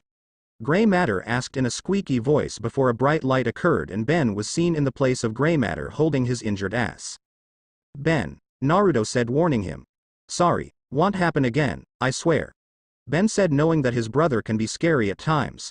Naruto sighed and motioned for them to gather the boxes while he went for Grandpa. Later, by the cash register, Naruto was just bringing out his wallet, irritated that he had to pay for what his idiot of a brother did. Ben was scowling that he didn't get what he wanted and Gwen was beside Naruto, annoyed at Ben also. Max was just confused as to how this happened. As they were about to pay for the items, they started to feel mini quakes and the store started to shake, forcing the manager to hide under the table in panic. Crash! The wall beside them exploded, and as the smoke cleared, it revealed Dr. Animo on Hit Frog entering the store. Whoa, an odd, Ben said while Gwen and Max looked surprised. Naruto, not so much. Animo ignored them and looked to the electronics section. He jumped down his frog because he found what he wanted and went to claim it, but Ben wasn't standing for any of that. Hey! What are you doing? He asked the doctor as he stole the items while the rest of his family tried to shut him up. Don't be a hero, kid, Animo said as he walked to Ben. Just run along and play. Ben looked at his powered-down Omnitrix and on instinct, dodged a tongue sent his way by the frog. Animo walked to his frog and sat on it, but as he was about to make a getaway, he was halted by 2 mall cops. Freeze. Officer 1 ordered, get down of that giant frog and put your hands up. Animo smirked and hopped over the officers, heading to the animal section of the store to find some new experiments as the officer tried to call for backup. As he reached the aisle he was looking for, Animo turned the dial on his chest and aimed the rays that shot out at the pets, 2 in particular, a hamster and a bird. Both animals mutated into a bigger, nastier version of themselves and Animo ordered them. Arise to your full potential, my pets. Meanwhile, Ben and the rest of his family just arrived to see the mutated animals grow big, and Ben had to make a comment. Whoa. What kind of pet foods are they serving around here? I know I wouldn't want to buy it, Naruto said, and Gwen and Max agreed. Behold, the genius of Dr. Aloysius James Animo, he announced to his odd audience. Nothing can stop me from getting what I deserve. Mark my words, today it'll make history, or should it be prehistory? Ben? Gwen asked. The Omnitrix is out, I can't help. Ben explained, and they all turned to Naruto, who was looking at them confused. What? He asked. Aren't you going to help? Ben asked. Think of it as experience, Naruto explained. What would you do if the Omnitrix wasn't available? The giant hamster roared at them, and they all stepped back along with Naruto, who didn't really want to hurt the animals, but with the way the hamster has started chasing them, he had to reconsider. It wasn't until he leapt over him and Ben and cornered Max and Gwen that he decided to end it. He spotted a ball and threw it at the hamster, telling Ben to take cover. Hey ugly, come and get it, Naruto said as he got into the Go-Ken stance, giving the hamster a come hither motion, to which it obliged by charging angrily at Naruto, who were ignoring the yells of Gwen and Max as he waited for the hamster to reach him before he ducked under the charge and gave it a kick on its stomach, sending it flying up before he used the shelves as support to help him leap higher than the hamster, and unconsciously added his chakra to his leg, adding more power to its blow before flipping and giving it a dropkick, sending it crashing down heavily to the ground, knocking it out completely. That was awesome. Gwen cheered from her spot. Thanks for the save, kiddo, Max said, still reeling from the brief run he had, something that Ben noticed from his spot. Are you okay, Grandpa? He asked, and Max waved his worry away. That was until the ground shook, signaling the return of Animo, who was pissed. You fool, you cannot stop me, Animo said. I will turn Washington, D.C. into Washington, B.C. With that, he got off his frog and leapt on the mutated bird that came to pick him up, and they both left the store with the frog following behind. You saved the store, the store manager said, coming to see the monsters leave. If there's anything I can do to repay you, anything you want. Ben suddenly got a devious idea and smirked. Well, he would have continued. That was until Max dragged him of the store with Gwen and Naruto in tow. On the road, the R-Versus was on the road chasing the giant bird with Animo on top of it, with Max behind the wheels trailing the bird. Ah, this reminds me of the good old day, Max said to Ben, who was at the front seat sulking for his loss of his sumo slammer cards. Before I retired. Gwen noticed something wrong here and asked, so what kind of plumber were you? Max stuttered a bit and answered, a darn good one. Ben, stop sulking in front, Naruto said from the other side of the back seat where Gwen was sitting. You'll get the cards next time. Fine, Ben said after he sighed, making Naruto sigh in relief until they heard ringing from Gwen's computer. Bingo, Gwen said, catching everyone's attention. 5 years ago, Animo was a promising researcher in veterinary science, but it turns out, he was mutating animals, and when he didn't win some big prize, well, he threw a tantrum like a baby and vowed revenge? Naruto asked, and Gwen nodded. Didn't he say he wanted to make prehistory? Max asked while driving. That's it. I know where he's going, Ben exclaimed, much to the surprise of Gwen, and as he told them his idea, they drove to the one place they knew he would be from what they just realized, the Natural History Museum. As they packed the RV, Ben, Max and Gwen came out of the vehicle, rushing inside the museum with Naruto staying behind, something that Gwen noticed. Why aren't you coming? She asked, catching the attention of the other two. Yeah, we could use the help, Ben said. You guys go on, there's something I want to check out first, Naruto said, and Ben and Max headed to the door with Gwen waiting behind, voicing her curiosity. What do you want to do that made you stay behind? She asked. Something that I've been working on that I want to give a test run, Naruto said. It's just a prototype though. Can I see? She eagerly asked. In due time. Now head in after those two and be careful out there, Naruto said, waving off her curiosity. I don't want to lose one of the first real friends I have. Here, Gwen blushed and left Naruto to his devices, something he was glad for. He went back into the R-Versus and picked up his bag and brought out a box, opening it, revealing a black ninja face Max with red outlines around the edges. He went to the washroom and looked in the mirror, seeing himself before putting on the mask over his head. Red seals appeared all over his body, and seconds later, he was wearing a full-body black ninja spandex that fit him perfectly with red outlines around all the edges of the feet, arms, and he had on a red scarf and red martial arts belt on his hips. Only his bright blue eyes could be seen through the eyeholes as he was inspecting the suit he made on his own. Not bad, Naruto said as he looked himself in the mirror. Now to take this for a test run. He then brought out 3 smoke bombs and dropped them on the floor, forcing them to explode, and as they cleared, he was gone as well. With the others, Max, Gwen and Ben were in the museum following the trail of feathers and destruction left by the insane doctor. Wow, never thought I'd spend my summer vacation visiting a history museum, Ben said. Even a dweeb like you needs to learn a thing or two before school resumes. Gwen insulted, causing Ben to pout at the jab. Now kids, we're not here to argue, we're looking for the mad doctor, Max said as they turned into a corner. And I think we've found him, Ben said, spotting Animo working. Animo heard the noise and looked up from his work. You're too persistent, I hate persistent, he said before he aimed his rays on the dead bone of a mammoth displayed in the museum. Now time for step 2 of my plan, he said, and activated his transmodulator, firing at the bones, and before the very eyes of the Tennysons, the mammoth was alive with all its flesh intact, and it seemed angry if the red eyes on its face was anything to go by. Behold the genus that is Animo, Animo announced before he left the mammoth to deal with these pests. Ben, Gwen said. On it, Ben said, and he turned into 4 arms as he pressed the dial on his chest. Let's wrestle.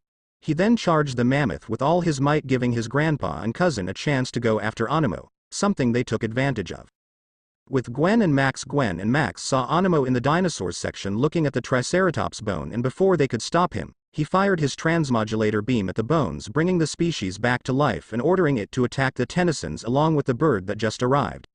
As Animo saw they were distracted, he fired the beam at the bones of a Tyrannosaurus Rex, bringing it back to life before jumping on it. No one will stop me from getting what is rightfully mine, he yelled out before he left his pets to deal with the Tennysons that were doing all they could to evade the monsters in front of them. That is until something was thrown at said monsters, distracting them, and a voice spoke out to them. Hey ugly, get ready to be extinct, again. When Gwen and Max looked, they saw a figure about the same height as Naruto in a black ninja jumpsuit with a red vertical line along the front of the outfit from its neck to its hip that was wrapped up in a red GI belt that fit with the outfit. His mask had a vertical red outline from its head to its eyes, and he wore a dark red scarf.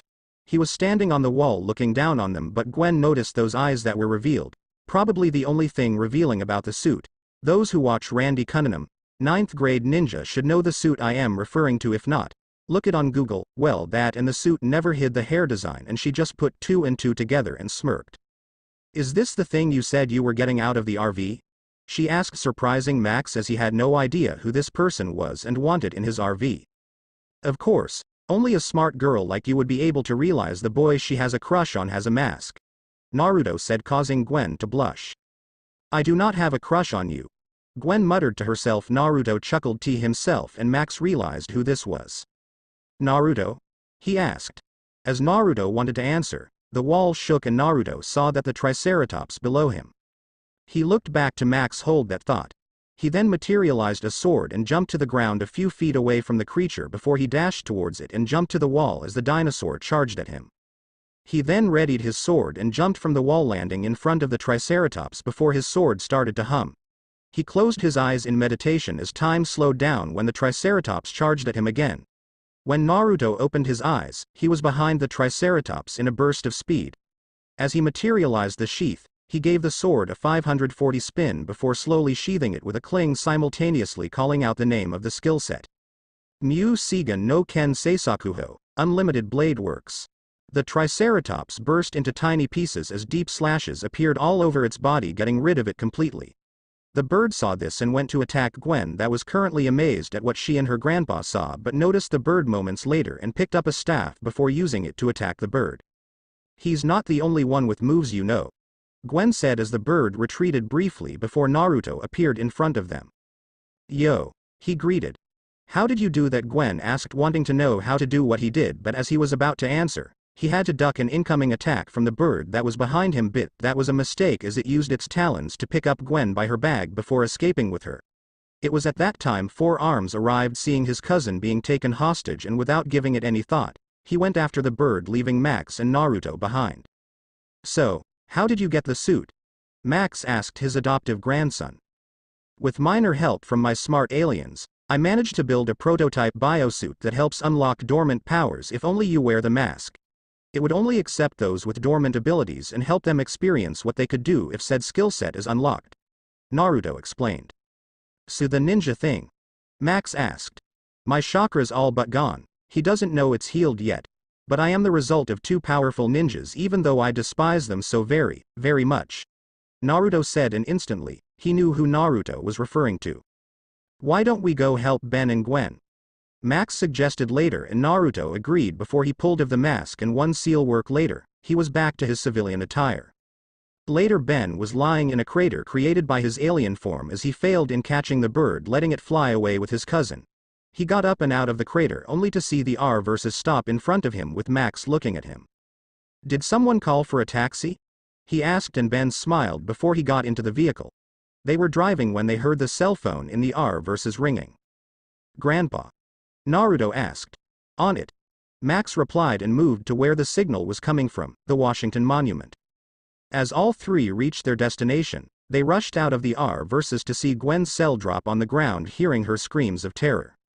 It's hero time, Ben said, and he dialed up an alien he wanted, and moments later, Ben was Stinkfly. He fluttered his wings and took off to save his cousin, whose grip slipped, but was grateful for the save that was until Ben had to evade the bird heading his way. I think I am gonna puke, Gwen said from her cousin's back. Spew on me and you better learn to fly fast, Stinkfly said as he kept on evading the bird. Max and Naruto saw the trouble that both were having, and Naruto decided. I am helping, he said as he dialed up the alien he wanted. He smacked the faceplate on his watch, and in a flash of green light later, he was Chitrax. Gotta run. And with a dash of speed, he ran to the monument. Ben saw the green light and knew his brother had transformed. You're gonna have to trust me, he said to Gwen, who nodded, and he was heading to the monument where he saw a blue-black streak running on the walls, and as he reached it, he threw Gwen, who screamed in terror but was calmed down as the blur caught her and landed her on the ground safely. You okay? Naruto asked, and Gwen nodded after muttering her thanks. He looked at Ben, who was floating above them. Let's go get Animo, he said, and one good luck later, both left to deal with the insane doctor once and for all. With Animo, and here is my Verities Award. It was an honor to be nominated with a distinguished group of scientists, Kelly Reed said, chuckling at the last part, which was until a crash was heard followed by a wall coming down. The scientists were granted the strange sight of a green man riding on a T-Rex. Kelly.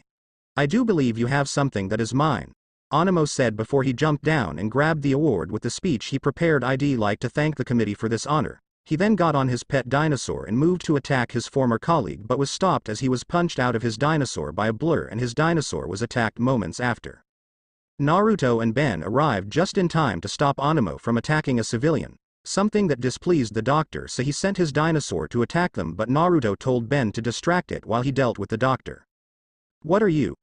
Animo said, scared, as Chitrax picked him up from his collar. Your one-way ticket to defeat, Naruto said before he knocked Animo out and grabbed the transmodulator from his head and crushed it with his hand, sending a shockwave of energy around a 250-mile radius. The mutated animals returned to their original form, and Animo was captured by the police, currently on his way to jail, all the way screaming his revenge on the one that stopped him.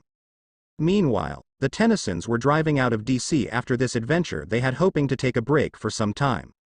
I didn't get that gold sumo slammer card, but at least I got a souvenir, Ben said, holding the crushed transmodulator on his hand before placing it in the box in front of him and his cousin. Plus, I guess saving the city is his own reward. Don't forget, you and Naruto saved me, Gwen said. Thanks, both of you.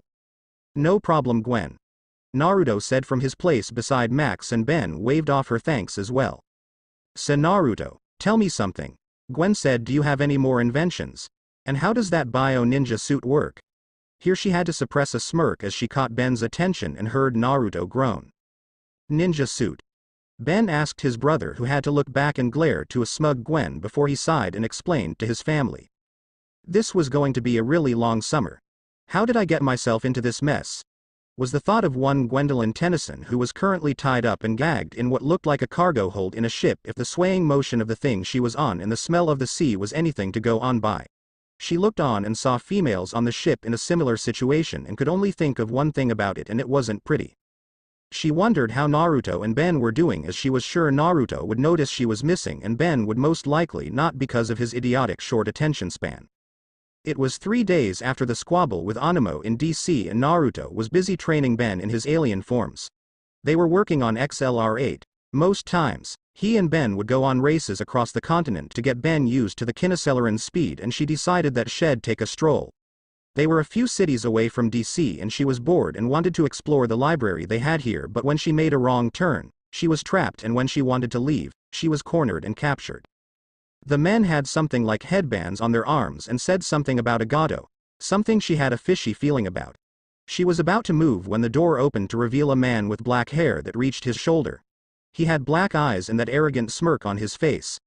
On his back was a sword in its sheath over a black short-sleeve shirt, and wore blue-black trousers and a pair of dark blue sandals. He crouched down at her and sneered, picking up her chin with his finger. "Looks like Gado's going to have a field time with you guys, and it'll be swimming in the best things money could buy once we sell off you sluts," he said, and violently let go of her head to hit the solid ground below. He stood up and looked around the room to the women who were cowering at the mere sight of him. "Well, be arriving the port soon, so if I were you, I'd put on my best makeup to impress your buyers, but wait, you can't because you're tied up, ha ha ha ha ha." He was chuckled as he left the room, and Gwen prayed that someone would come save her from this horror. Meanwhile, as Gwen was being held hostage, in the office of Minato Namikaze, the 4th Hokage, he was looking at the ninja team of Team 7 with current team members, Uchiha Sasuke, the last member of the Uchiha clan since his mother was in a coma, in the current Rookie of the Year, Haruno Sakura, his #1 fangirl, and Nami Uzumaki Namikaze, the current heir to the Uzumaki clan and the holder of the yin part of the Kyuubi no Yoko's chakra. Ever since Naruto left Konoha, word got out on what happened and how he treated his own son. The daimyo of Fire Country heard about it and decided to come to the village to not only give a piece of his mind but also draw back some of the funds handed to Konoha, because he was disappointed in how a village would treat the boy, and the villagers were not happy when it was announced, saying the demon deserved it.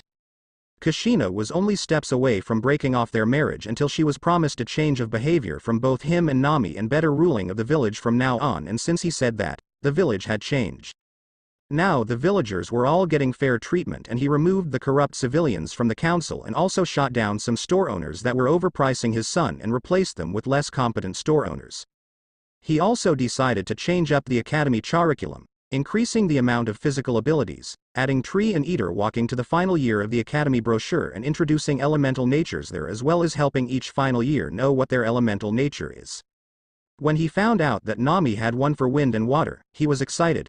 He knew he would have to now up her training if she wants to be the Hokage of their village and protect it like her father before her, and if possible, apologize to her brother for the way she treated him. Nami was another thing that surprised him with the change of her character, but he was willing to bet Kushina's punishment had something to do with it. She was a spoiled brat, and it pained him that it took Naruto leaving for him to realize it, and he was even more ashamed when he found out he was part of what spoiled her in the first place. That was when Kushina and he decided that she would be leaving on her own for 6 months just to give her a taste of what her life would be like without her parents, and he gave his daughter another special assignment: henge into Naruto and find out what his life was and the villagers that made it unbearable so that he can do something about it. At first, she refused it, but then relented after she was told the reward, so she had to henge into her brother, not knowing the disadvantages it would bring to her. Nami's first half of the punishment, according to her, was unbearable: no body to support you, living on your own after your friends abandon you for the lack of fame, and so on. It was even worse when she had to henge into Naruto, but then she had an epiphany after seeing the way he was treated and decided that from then on, she would change from the better, and if she could, apologize to her brother for the way she treated him in the past, and had a serious talking to her friends, that had gotten back with her after their release from their parents, about the way they treat her brother. He himself knew he had a lot of making up to do once Naruto's been returned. Besides, that power he used to defeat Kakashi, and the rest of the Anbu, it would be useful in the village, so he needed to know where he got that from. He looked at Sasuke and was disappointed in how he had changed from the sweet little boy they all knew into the arrogant prick before them. Ever since the death of his clan and the hospitalization of his mother, he seemed to shut himself up and was on a one-way path to revenge that Minato knew won't end well. It also didn't help that he had fangirls that helped boosted his ego too, and he had no real idea why the elders placed Sakura on the same team with him. Now he and the rest of his team were standing before him and Minato started to talk. Team 7, It is with great honor I assign to you your first C rank mission. Given your track records on how well you complete the D ranks assigned to you, I have high expectations that you will complete this mission with the utmost efficiency," he said, and the team puffed their chest in pride, and the Hokage continued, "I think it's time I sent in the mission." He then pressed a button on his desk. "Please send in the guest." "Hi Hokage-sama," the secretary said from her workspace, and the door opened to reveal Tizuna, a drunken old man who smelt of liquor and bad breath. "What is this, a children's party?" Tizuna insulted as he saw the place reek with children, or more like the meeting of the clowns with the variety of hair colors and style around here. Team 7 started to get pissed off. "We have the duck butt hairstyle. As if that's not freaky enough, then there's the one with the tomato head and the one with the wide forehead that I am sure inside it is a very tiny brain." It took all of the Anbu in the room to hold down a vengeful Nami and Sakura that were calling out for blood at the audacity of this man. Minato meanwhile sighed at the display that his ninja were showing, but he can't blame them. After all, they are just kids. Kids that are made to kill. "This is Tizuna, the man that you're supposed to escort in this C-rank mission. Your duty is to protect the bridge builder from any outside threats that may interfere with his journey back," Minato explained. "But what threats could a bridge builder pose to anyone?" Nami asked. "Let me give you an example," Kakashi said, not knowing that he was about to give out the entire mission specs. "Say a tyrant took over a small country that runs a shipping industry. Said tyrant wouldn't want anything blocking the ships from its paths. Ships that carry in them illegal items, of course, and say someone like Tizuna here were to build a bridge for whatever reason. Maybe to allow access for trade to other countries near his village. I don't know." Kakashi explained. "The tyrant gets word of this and sends mercenaries to end the life of the builder that wants to block his trading route," Kakashi explained, not taking note of the slight twitching coming from Tizuna as he was giving his example, but Minato noticed it. "Oh, I get it," Nami said, then looked to Tizuna. "Looks like we have a mission that needs to be dealt with in the utmost proficiency." "HN. Sasuke said, not caring for anything else except for power to kill his brother." "When you put it that way, it does make sense," Sakura said. "Good. Meet me tomorrow at the front gate at exactly 7 a.m. Kakashi said, and he left with a shushin, leaving the others in the room to leave the office except Nami, who suddenly had a sad expression on her face. "Do you think we'll find him?" Nami asked in a hopeful tone, knowing her father knew who he was referring to. "I don't know, Nami. What are the chances that we'll encounter Naruto in this mission?" Minato asked, looking at the only picture they had of Naruto. "I just hope he's okay wherever he is. I just want to tell him how sorry for how much a bitch to him I've been, but we can all hope," Nami said, sighing in the end of that statement, wishing she knew where Naruto was so that he could come home and they can be a whole family once more. Unknown to them, it would be a long day in hell before that happens. "With the Tennysons, that's it," Naruto said, startling Ben, who was browsing through his list of aliens. "What's wrong?" Ben asked his big brother. "Gwen hasn't been here all day and it's already dawn. Nighttime, we need to search for her," Naruto said. "Who cares, she's just a dweeb that gets on my back," Ben said. "She'll be fine. I for one do love the peace and quiet." Naruto just stared shocked at what his brother was saying. He then slapped his brother on the back of his head painfully hard. "Ow. You idiot, she's your family, and family should always be there for each other," he said. "Now turn into wild mutt so you can track her scent." Naruto walked into the R-verses to pick up something of Gwen as Ben transformed, and as he got back, he held a pair of her shirt to his face, to which Ben took a whiff off and gave Naruto a thumbs up. "Lead the way," Naruto said, and he hopped on Ben's back as they both left to the area Gwen was seen last. One journey later, Ben and Naruto ended in what looked like a narrow alley that can be used to easily mug someone if they aren't careful. Naruto got of Ben and tapped the Omnitrix symbol on his brother's shoulder, transforming him back to Ben, who looked around. "This is where her scent is strongest, the rest was just mixed with others," Ben said, and looked to his brother, who was browsing through his own playlist of aliens. "How are you going to find her with no leads?" he asked. "Naruto got the alien he wanted with this," he said as he smacked the faceplate, and in a flash of green light, he was replaced with a large yellow alien with lines on his body and a copper skin. On his chest, where the Omnitrix symbol was seen, was a transparent glass 3 times the diameter of the Omnitrix. You could see gears twisting and turning, and on his head was a key that was stable. "What does this guy do?" Ben asked. "Chronos is my name and time is my game." Naruto, Chronos, clockwork, said in a robotic voice. He then stepped forward and activated its past viewing powers. To Ben, he was amazed at seeing everything around them rewind to the beginning. At first, he was surprised, but then he adapted, wanting to know what happened to his cousin. Naruto was busy rewinding time till he got to where he wanted. "Look, Jin." The little girlie wandered off on her own, a man said as they cornered Gwen on the alley. "Well, Haru, what do you suppose we do?"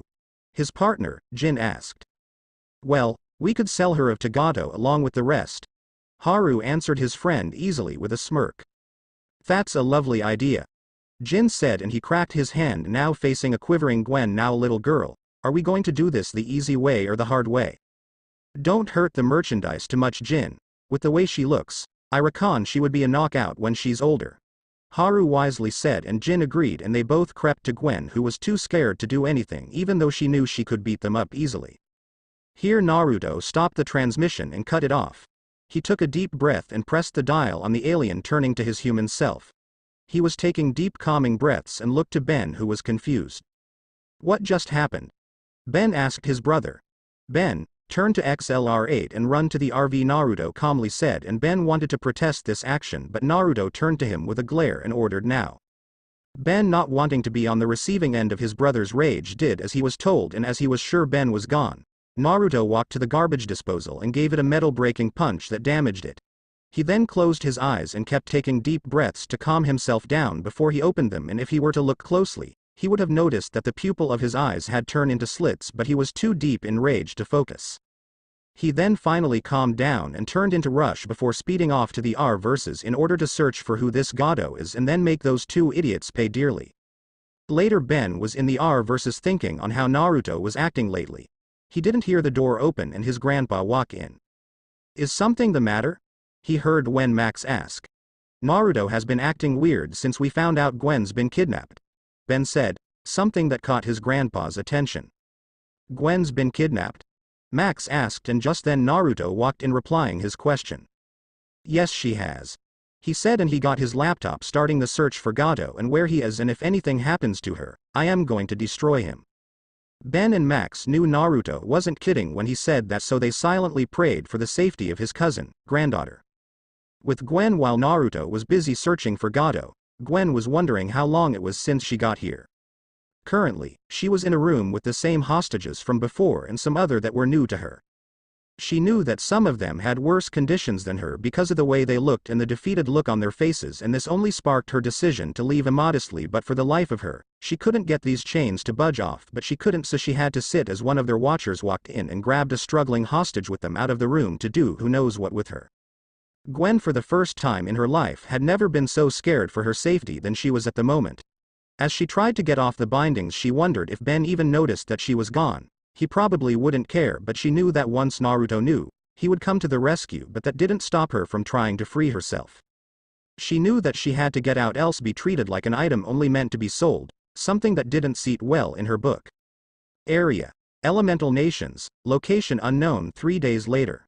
It's been a week since the mission for Team 7 was assigned, and things were surprising to say the least.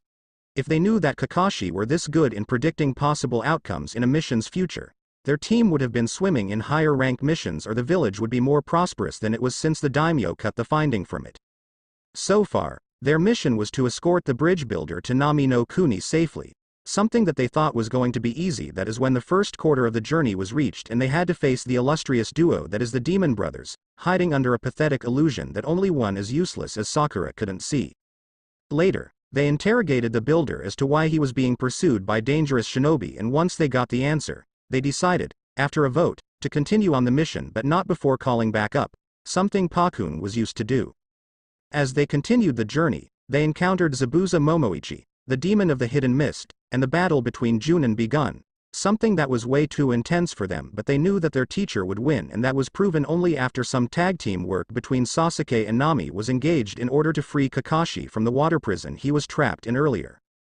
The fight was neck and neck, with their sensei copying his opponent's move down to every last detail, but it was only after Zabuza was placed in an illusion that Kakashi was able to win, and just as he was about to end it, a hunter nin appeared claiming to collecting Zabuza's bounty. It wasn't until after they left that the team realized that they'd been had, and just as they were about to go after them, Kakashi collapsed and they took him for medical checkup in the builder's house. They estimated that it would be 1 week before Zabuza was able to move on his feet again in the builder's house after they introduced themselves to the rest of Tezuna's family, Inari, his grandson, and Tsunami, his daughter. Right now, Sakura and Tsunami were preparing for dinner once a knock was heard on the door. Tsunami excused herself and went to open the door, and she was face to face with the most disturbing specimen of a man the world has to offer. What a youthful evening it is. I am Might Guy, Konoha's sublime green beast of prey, and I along with my team of youthful genin are here to assist my eternal rival and his team of genin in this most youthful C-ranked mission. A booming voice that sent chills down the crippled Kakashi's spine said from the door, and as he turned, he nearly had a heart attack from who was standing. Sure, he had heard the name before, but he just wanted to make sure that it was not who he thought it was, but he was surely mistaken as he saw the person on the door. Guy was a tall man that had a bowl head haircut and a wide smile on his face. He had on a green jumpsuit with his headband on his waist and a pair of orange leg warmers on each leg. He also had on the traditional Junin vest, opened completely. Behind him were his genin. The one that stood out the most was his mini-me, a kid that dressed exactly like him except the jacket. The other two were okay in terms of dressing. The female member of the team was wearing a simple pink Chinese dress with green trousers that showed her figure. She had her hair tied in buns and had a pair of round brown eyes, and she had her toolkit strapped on her right leg like most shinobi do, and she wore her headband on her head. The other male member of the team was a Hyuga. He had the traditional hairstyle of the male family along with their white eyes. He had on a brown long-sleeve shirt with straps and a pair of brown shorts. He had his headband strapped to his forehead and wore the normal blue shinobi sandals that all shinobi wore. Trio of genin were Rock Lee, Tenten Fujin, and Neji Hyuga, the students of his self-appointed eternal rival. Of all the people they had to send, Kakashi muttered, but unfortunately, Guy heard and looked over Tsunami's shoulder. "Hello, my youthful rival. How are you on this glorious evening?" he greeted, earning a wince from how loud he was. Kakashi just ignored him and started reading his book, something that got twitches on the females' faces before he finally said, "Huh, did you say something? Curse you and your hip cool attitude, my eternal rival," Guy said as he started ranting of the unyouthfulness of his rival. Lee was watching his sensei in awe, marveling at how his sensei was, but Tenten and Neji just shook their head in annoyance at the display before apologizing for their sensei's act. "Sorry, our sensei can get eccentric sometimes, I hope it's no bother to you," the female, Tenten, said to Tsunami, who waved it off. "No worries, I can deal with it," Tsunami said with a smile. "Fate decided to let our current mission quickly come to an end in order to help the team of pathetic weaklings currently guarding you," the white-eyed Hyuga said, which earned him a smack at the back of his head from his female comrade. "What Neji is trying to say is that we were sent as backup to help Team 7 in their current mission. Hope that we're not imposing too much," Tenten said in place of her teammate, and Tsunami had to thank the gods that there was at least one sane person on the team. "Please, do come in, we were just preparing for dinner," Tsunami said, and she moved herself out of the way and allowed Tenten and her team to enter the house. The team stepped in after they thanked Tsunami for her hospitality. Luckily, Sakura left earlier to go fetch her teammates from their training, unknowingly avoiding the weirdness that is Team Guy, but Kakashi wasn't so lucky. Later, Sakura, Nami and Sasuke just came back with Sakura dragging the other two from an intense sparring session. Their clothes were messed up to continue, so they had to go back to get changed and get something to eat before heading to sleep. They encountered Team Guy, something that was a weird experience for them, especially for Sakura because of the weird boy that declared her love for her and demanded that they go out, something she refuted immodestly because of how ridiculous it sounded. Dejected, the boy decided to try again until his teammates put a stop to it, apologizing for his attitude. Something Sakura greatly appreciated, and once they settled down, they all had dinner and had to turn in for the night, but not before meeting the brooding Inari, who snapped at the way they were acting. Something that Neji didn't appreciate, so he decided to give the boy a piece of his mind and comment on how useless he was being at the moment. Lee didn't appreciate the put down, so he scolded his teammate while Tenten had to console the young boy. Seeing the young boy reminded Nami of her older twin brother. That's why she left the room quickly, so as to avoid the pain it brought her, and she didn't want her teammates to see her cry. Sasuke also had to leave because of how annoying the brat was being, and seeing Sasuke leave fueled Sakura's desire to leave as well. The others noticed Team 7's imminent departure and decided that it was time to leave for the night, so they bid everybody there good night. With Nami, The following morning Nami was waking up from her sleep in this area that she found, an area filled with white flowers and trees. It was very beautiful to the naked eye at sunrise. She looked to her left and saw a very pretty boy walking into the field with a basket of flowers. "Good morning," the boy said as he saw the field was occupied already. "Good morning, my name is Nami, what's yours?" Nami asked. "I am Haku." Haku introduced. "What are you doing here early in the morning?" he asked. "Just needed to cool off from something that depressed me last night," Nami said. "Are you a shinobi?" Haku asked, seeing her headband tied on her head. "Yup," she replied cheerfully. "I want to be strong to be the Hokage of my village," Nami said. "Why do you want to be Hokage?" Haku said. "Because by then, I would have had the power to help look for something," Nami explained, thinking of how her father won't allow her to go on her own to search for her brother, how she was stopped time and time again from leaving. "Why settle with that?" Haku asked, and Nami looked confused. "Why not use the power you have to protect those precious to you? That is the way to become strong, because the emotion needed would help strengthen your resolve," Haku explained. Nami just looked dumbfounded. "I never thought of it that way," Nami said as she walked to him and both started to pick herbs. During the exercise, they both exposed some of their secrets to each other, comfortable with the setting that was provided, and by the time they finished talking, they were done. "Thanks for the advice, I'll be sure to follow it," Nami said as they got up, helping Haku prepare to leave. Haku turned around, waving the thanks away, but before he made the fourth step, he turned around. "By the way, I am a girl," Haku said as he left a dumbfounded Nami behind. "There's no way," Nami thought as she saw Haku walk with a sway of her hips as if to enforce her point. That was just borderline creepy, with the Tennysons. By the time Naruto decided to start searching for Gado, Ben was secretly twinkling with his Omnitrix, twisting and turning it from side to side trying to find out its secrets. Naruto told Ben to leave if he couldn't stay quiet, so he did, leaving Naruto in peace. By the time Ben left, Naruto was close to finding about Gado using his computer. He got the general area on where he should be located because of the businesses he's been doing, and his computer pointed out that most trade under his name originated from the Bermuda Lake. As he searched further, he got a satellite view of what was called the Bermuda Triangle. It was surrounded by a strange magnetic field with mythical properties that seemed to cause ships and other vessels disappear. Naruto closed his computer and thought that he should go inspect it, unaware of the spy that was looking in on him, but he decided to do it in the morning, hoping Gwen will be alright, and called Ben back in, who had a mysterious grin on his face. That was the night before. Currently, Naruto was standing in a port looking at the sea, coordinates of his destination locked in his head. He knew where he was going and didn't like it one bit. That's why he left before Ben woke up, because the place he was currently heading off to was really dangerous for him. He was dressed in brown long-sleeve pants and a black short-sleeve shirt with an orange short-sleeve jacket with a hood over it. He also wore a pair of white and orange sneakers. He brought his wrist to his chest, revealing his Omnitrix scrolling through the alien he wanted, and once he picked it, he slammed it down, and in a flash of green light, he was Rush, the Kinnysellerian. He put on his visor and dashed across the sea, running to his destination as quick as he can. Not a minute later, a green flash was seen, and Ben, who was gray matter before, was now XLR8, his own Kinnysellerian. He put on his own visor and said to himself, "If you think I can let you get away that easy, think again," he said, and in a dash of speed, XLR8 followed his big brother's trail, wanting to see what he was hiding from him and planning on having a little fun as well. Area: Elemental Nations. Location: Bermuda Triangle.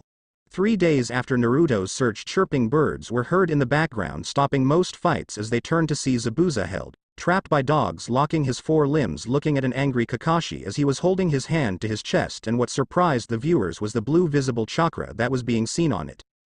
Team Kakashi and Team Guy was currently fighting on the bridge with Team Zabuza. Current members: Zabuza, the Kiri Hunter Nin, and a boy that could grow bones from his body, a really hard combination. The current formation was Nami and Sasuke versus the Hunter Nin, Ninjutsu, Taijutsu battle, Lee and Neji versus the Bone Boy, Taijutsu battle, while the rest guard the bridge builder. What surprised them a bit was the sudden appearance of Kisame, something Guy took care of while Kakashi had to face Zabuza again. Like before, the fight was intense, but in the end, Kakashi had the upper hand, and was about to give the final strike to the trapped Zabuza by shoving his fist on his chest. That is until the Bone Boy, tired from his battle with Lee and Neji, intercepted the blow, taking it instead. something that shocked the people in the area. As Kakashi was about to finish Zabuza again, he heard clapping and they all turned to see a smirking Gato walk with his cane and an army of about 500 mercs behind him. Well, if it isn't the baby demon too weak to deal with his job, Gato said. Gato. Zabuza growled. Look kid, it seems that business has become demanding so I decided to cut my losses, Gato said, but look on the bright side, I was never going to pay you. What kind of bright side is that? Ten asked from her position guarding Tazuna. Gato shrugged. You're right, it was a bright side for me, not for you, he said, and he waved to the people behind him. Get rid of them now that they're too tired to defend themselves, he ordered after examining the exhausted senseis and genin in front of him. The mercs agreed to the order, moving in to attack the ninja who were too weak to defend themselves right now, but as they were about to advance further, they heard the sound of footsteps along the bridge, followed by what sounded like iron scraping metal, and it was then they heard the creepiest song of their life. Youthful slaughter, I won't leave a single man alive. La da da da die, genocide. La da da da dud, an ocean of blood, let us begin the killing time, the voice said, and this had certain reactions from the listeners. Guy and Lee were screaming about youth.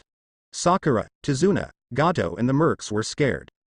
Ten and Nami, who just knocked out Haku and exited from the ice dome, were confused. Sasuke and Neji were scowling at the pathetic attempt to scare them. Zabuza was grinning at the song and knew he'd get along with the owner of the voice quite well. Kakashi just ignored it, but he knew he heard that song before, just couldn't place out where. They were looking to the source of the singing and saw a silhouette of a humanoid creature, and once the shadow got closer and closer, Kakashi's eyes widened in recognition of the diamond-shaped figure. And Naruto? He tentatively asked, catching the attention of Nami, who was confused as she didn't see her brother any there. Naruto, Rambai, stopped walking and started a sprint along the bridge, his two hands shape-shifting into blades, heading for the mercs with only one goal in mind, since had seen the state of this city as he inspected it as Chitrax, kill all the mercs in front of him until Gato was left, and thus the bloodbath started. The audience except for Zabuza turned green at seeing so many kills in one place, slices all over and large diamonds encasing their victims, preventing any harm from escaping. Gato saw this and started to stealthily escape from here as quietly as he could. Unfortunately, once he got into his speedboat, a fish-like creature grabbed him just as Naruto, Rambai, finished the last of the mercs. Where do you think you're going? The fish-like creature asked the shaking man in front of him, seemingly ignoring the fact that his brother just killed all those mercs. Please let me go, I'll give you anything. Gato stuttered out in fear of being killed by this monster. The fish humanoid thought about it. Nah, he said, and threw the midget to Rambai, who was walking towards their direction with a scowl on his face as he caught the midget. Then in a flash of green light, he was Uzumaki Naruto, who proceeded to pop out an unsheathed sword, surprising those who knew that he couldn't use skills like that. And Nissan? Nami stuttered in hope as she saw her big brother for the first time in 4 years. Who's that? Sakura asked. Guy-sensei, isn't that Naruto-kun? Lee asked his sensei. I see that the flames of youth have guided him well, Guy said, impressed at how strong his one-time student, if he could call him that, was alive as well. I thought he didn't have chakra, like Lee. Ten said, confused about the whole ordeal. How did he get that power? Sasuke stuttered to himself. This is my one chance to capture him and bring him back to the Hokage. Kakashi thought, I want everyone to surround him and capture him at all cost. Kakashi ordered, be careful. He was able to take down 4 Anbu, me and the 4th Hokage at the age of 9. If he was able to do that, then how are we supposed to beat him? Ten asked. That's an order, Kakashi said, and they all got up and moved to where Naruto was as he threw the scared body of Gato away.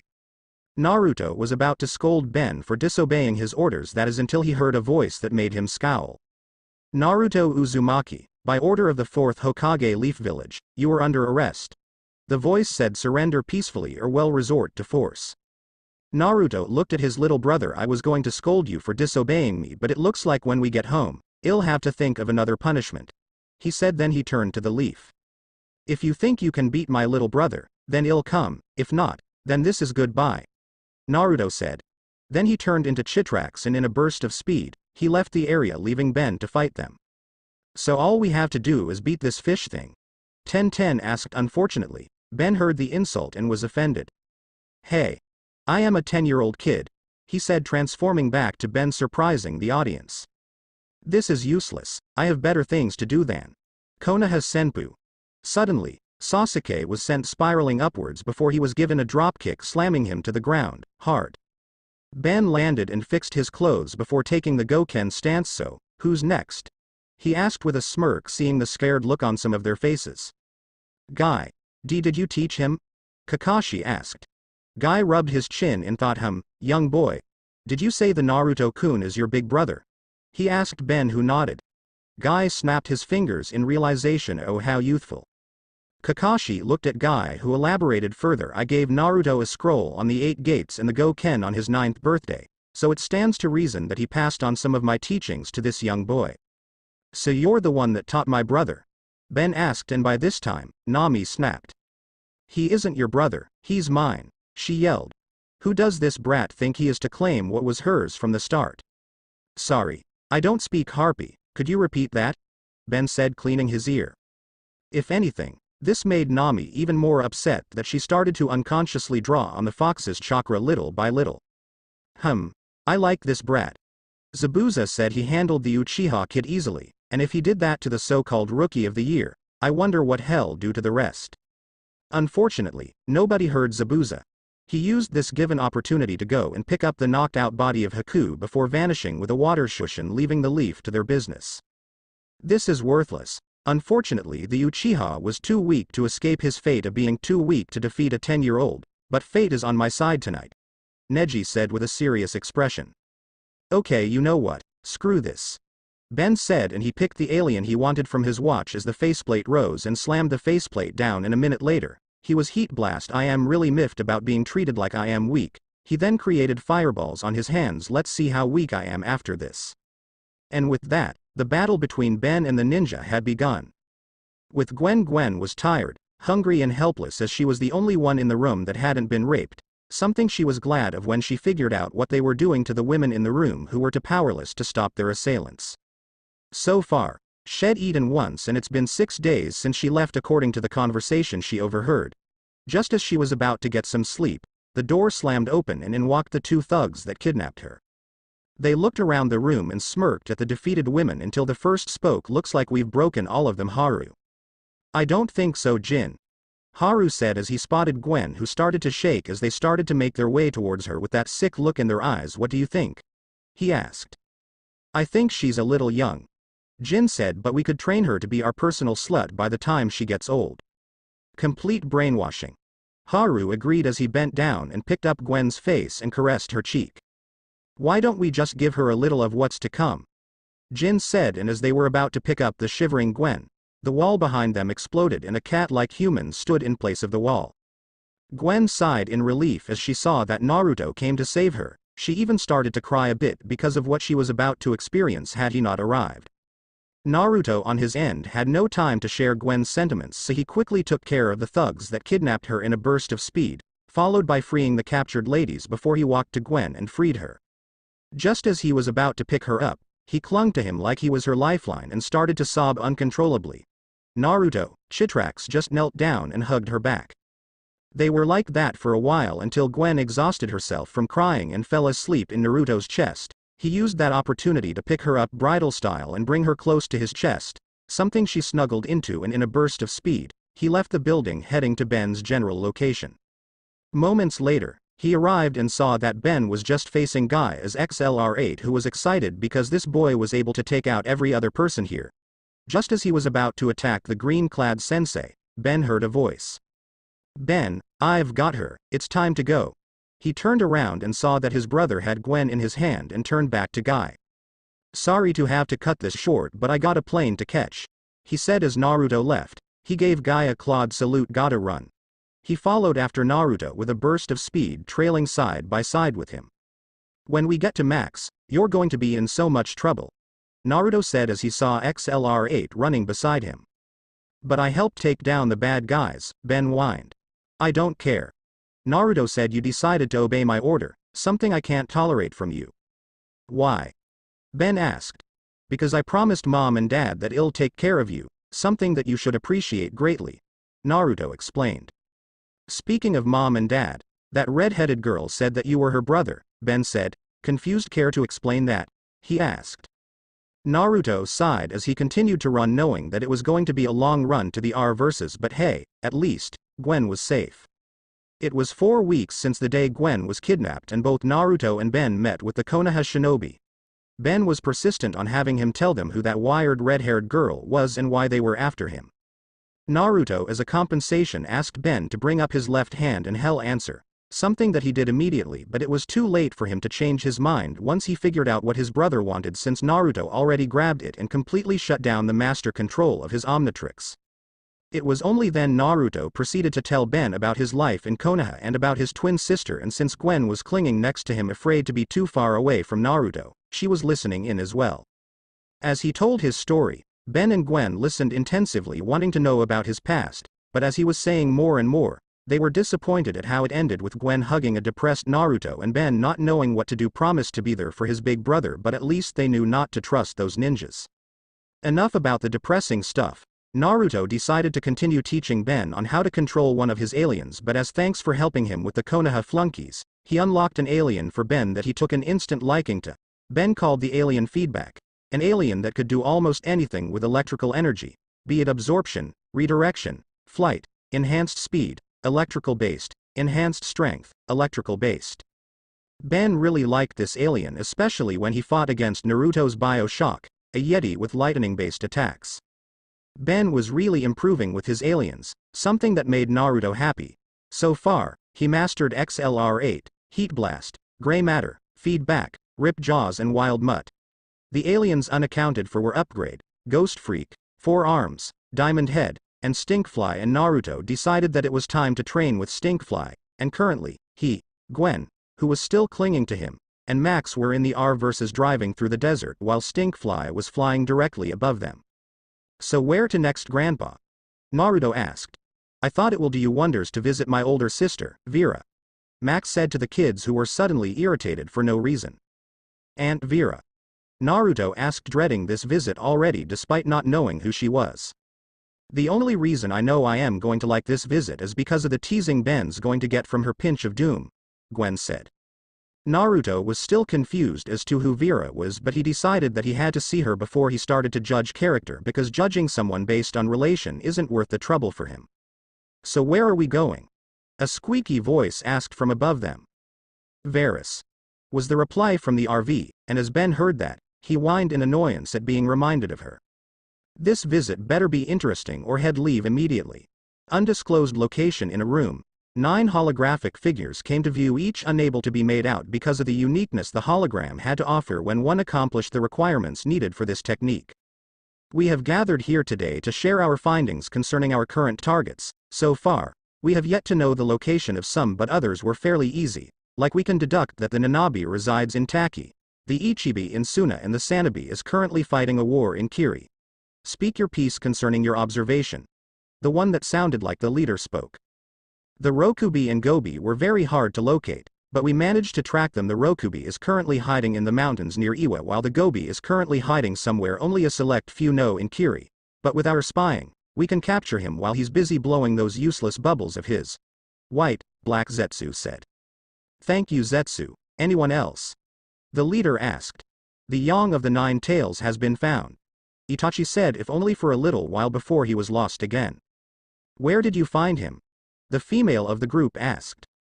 He was at Nami no Kuni, the hologram of Kisame spoke. I managed to spot him after my fight with Taijutsu specialist, Might Guy. It seems that the 9 Tails has evaded us yet again, the leader said. Why don't we just kidnap the fucking shit's brat of a sister? An image holding a scythe asked. Because, you idiot, she is heavily protected by her village, being the Hokage's daughter. I thought that serving that useless god would grant you a brain, the image to his left said. Hey you asshole, don't you dare insult Jashin-sama, the image from before said. Hidan. Kakuzu. Stop bickering like children, it is unbefitting for you, the leader said. But what Kakuzu said does bring merit. We need to be stronger before we can start our operation. He then looked around the room. In 3 years, we start the extraction of the Jinchuruki while evaluating their skills and progress as shinobi. Failure is unacceptable. Hi. Everybody said. Konoha, 4 weeks after Wave. Ever since the Wave mission, Nami had been in a depressed mode, and once her father tried to get information out of her, he was ignored, so he had to get from his one-time student, Kakashi. Shock was the expression on his face as Kakashi told him what happened during the mission, and as he went to the part where they met Naruto and it was pointed out that he had a little brother, Minato now saw the reason why his daughter was depressed. His son all but abandoned his family, but who could blame him? After the way he was treated, Minato was surprised that he didn't leave quicker. Still, he was impressed with how Kakashi handled the situation nicely, that is until he got to the part where Naruto appeared. He decided to leave Naruto alone for now as they had more pressing issues to deal with. With Ino as of lately was a depressed girl. Why? Because of one reason, Naruto. Yes, she was aware that she was his first friend and vice versa. They were very comfortable around each other, that is until Naruto had to go and tell her his full name, something that made her ignore him once she knew who his family was. Till this day, she regretted making that decision because it was part of what drove Naruto away and she couldn't help but feel guilty. Just as she was about to continue sulking, the door to her flower shop opened and in walked the one that shattered her friendship and possible boyfriend in Naruto. A small part of her despises Nami for that and it still does, but the rest ignored it, willing to be her friend. Hey, what's wrong? Ino asked. My mission to Nami no Kuni 4 weeks ago. Nami replied. Why, what happened? She asked Nami, who just stood and relaxed on the counter. I met Naruto. Well, if you call that a meeting. Nami explained. You met Naruto and didn't tell me? Ino demanded, asked. You never asked. Nami said. Anyways, as it turns out, he all but cut ties with his family here since he has a younger brother that has the same powers as he does, and I am quite sure that the family has treated him better than we ever did. Well, I say that you deserve it, because of what he had to experience when he was younger. Ino said, ignoring the fact that that statement caused a sting of regret to her friend's heart. Next time you'll know not to ignore any member of your family again, but I don't know how that feels since I am an only child. You know that you also added to the hurt that was already in Naruto's heart, Nami said. I know and I regret it terribly. I couldn't help but think that if we continued our friendship, could we be something more? Ino asked. Anyways, what are your plans? Nami asked her friend after deciding to change the topic. I want to get strong enough to be able to face Naruto on my own since I heard that he fought for Anbu and the Hokage in Won, Ino said. I still don't know how he did that at the age of 9, but yeah, I want to do the same thing, so and we know that by then, we would be able to apologize for the way he was treated, Nami said. Both could only hope in what the future could bring, wishing that it will go well for them and their family. With the Tennysons, Max, a voice said, and they turned to see Aunt Vera walking to them. Vera. Max greeted as he walked and gave his sister a warm hug. I can't believe you're finally here, Vera said as she hugged her grandchildren, but as she saw Naruto, she was confused and looked to Max to explain. This is Naruto. He's Ben's big brother who was in school by the time they visited you last, so I thought it might be nice for him to finally meet you, Max explained to his older sister. Isn't that lovely? I didn't know Ben had an older brother, Vera said as she went to hug Naruto and pinched both his cheeks. Hello, I am Vera. It's lovely to finally meet you. The pleasure is all mine, Naruto said as he was released from the death pinch of Vera. Come on in. I can't wait to chew the fat with all of you, Vera said as she invited them all into her house, unaware of her neighbor watching her from his window blinds. Sniff. Why do old people's houses always smell like somebody's cooking socks? Ben asked after he whiffed the insides of his auntie's house, that is until Naruto smacked the back of his head. Manners, Naruto chided to his subdued little brother, much to Gwen's delight and Vera's approval. Later, Vera, this is delicious. What are these brown chunks in the mold? Max asked as he complimented his sister's wonderful cooking, well in his books at least. Pork chops, a happy Vera answered, glad that someone liked her cooking, and the white parts are flowers, she said. And that was all Ben needed to stop himself from eating, that is until a conversation between he and his auntie started. So Benjamin, what have you been up to this summer? Vera asked her nephew, who was poking the food in his tray. Kicking alien butt, Ben replied to his auntie. Oh, you, Vera chuckled and waved it off as if it were a joke. That is until Gwen got her attention by asking about the birds in the shelf and making weird noises with her auntie, further increasing Ben's decision to leave the area, so he excused himself and went to the bathroom just as Naruto entered the room and sat on his seat. With Ben as he closed the bathroom door, Ben was panting in fright. I gotta get out of here. he said. Then he grinned as he remembered the watch on his hand. He pressed both dials and a flash of green light later, Ghost Freak was standing in his place. Meanwhile, Gwen, Naruto and Max were in the living room with Vera as she was presenting her seashells to them. Gwen herself was too excited at what she was seeing. "And this one is a valet Tiana. Can you hear the ocean?" Vera asked as she gave Gwen a seashell. Gwen placed the open end of the shell in her ear, trying to listen to the ocean as her aunt advised, but she heard something else. "Loser, loser." The voice from the shell said in a creepy tone that startled Gwen a bit, especially the chuckles that followed after, but then she saw the shady outline of her cousin as one of his aliens. "Ben?" she hissed, loud enough to catch Naruto's attention, who just snuck out of the living room. "See ya. Wouldn't wanna be ya," Ghost Freak said as Gwen was looking at him fading through the wall, leaving an annoyed Gwen in the company of her aunt and grandpa. With Ben as Ben faded out of the house, he was looking around the estate he was in. "There has to be something fun to do around here," he said, and he spotted a golf cart not long after. "Sweet." Ben then turned invisible as he was driving in the golf cart, spooking the citizens around him. As he was driving, his nose caught an intoxicating smell and proceeded to check what it was, unaware of the figure trailing him. He snuck up on a window blind, spying a freshly baked apple pie cooling off, but as he was about to take a taste of the sweetness of the first fresh meal had in months, he spotted an old lady through the window trying to kill a fly with a swatter. As it stuck on the ceiling, the old lady dropped the swatter on the ground and jumped on the ceiling, stuck on it with her 4 limbs and chomped the fly. "Ninja old people," a surprised Ben said. Then he quickly left the area, but unfortunately bumped into another figure that seemed to be using his intangibility as well. "And where do you think you're going?" a raspy cold voice asked, and Ben saw an alien that was half human, half insect. He had a red body with black and white spots on his arms and legs that resemble ice chunks, a light red torso and large green eyes. He also had 3 pointed fingers and a thumb on each hand and 2 toes on each foot and a third toe-like extension on his ankles. Ben would have attacked this alien had it not been for the Omnitrix symbol on his chest. "Naruto?" he asked. "I asked you a question," his older brother said, arms folded over his chest, but as Ghost Freak was about to answer, he spotted an old man in a golf cart with a rug in the boot driving by, heading for a puddle of water that he could just drive across, but instead, he avoided it as quickly as he could, even avoided the sprinkles that were followed after. "Did you see that?" Ben asked as he flew past his brother to follow the old man. Naruto's eyes followed his brother as he was moving before he sighed and spread his red wings to fly after his brother, both still intangible to the naked eye. Ben followed the old man to what looked like a gate with Naruto hot on his trails. He saw the old man enter through the gate as it was opened, and he followed. As he was about to follow the old man, as the old man pushed away a garbage bin that was hiding a set of floor doors underneath, his Omnitrix symbol started to beep, something that Naruto noticed as he was inspecting what the old man was doing.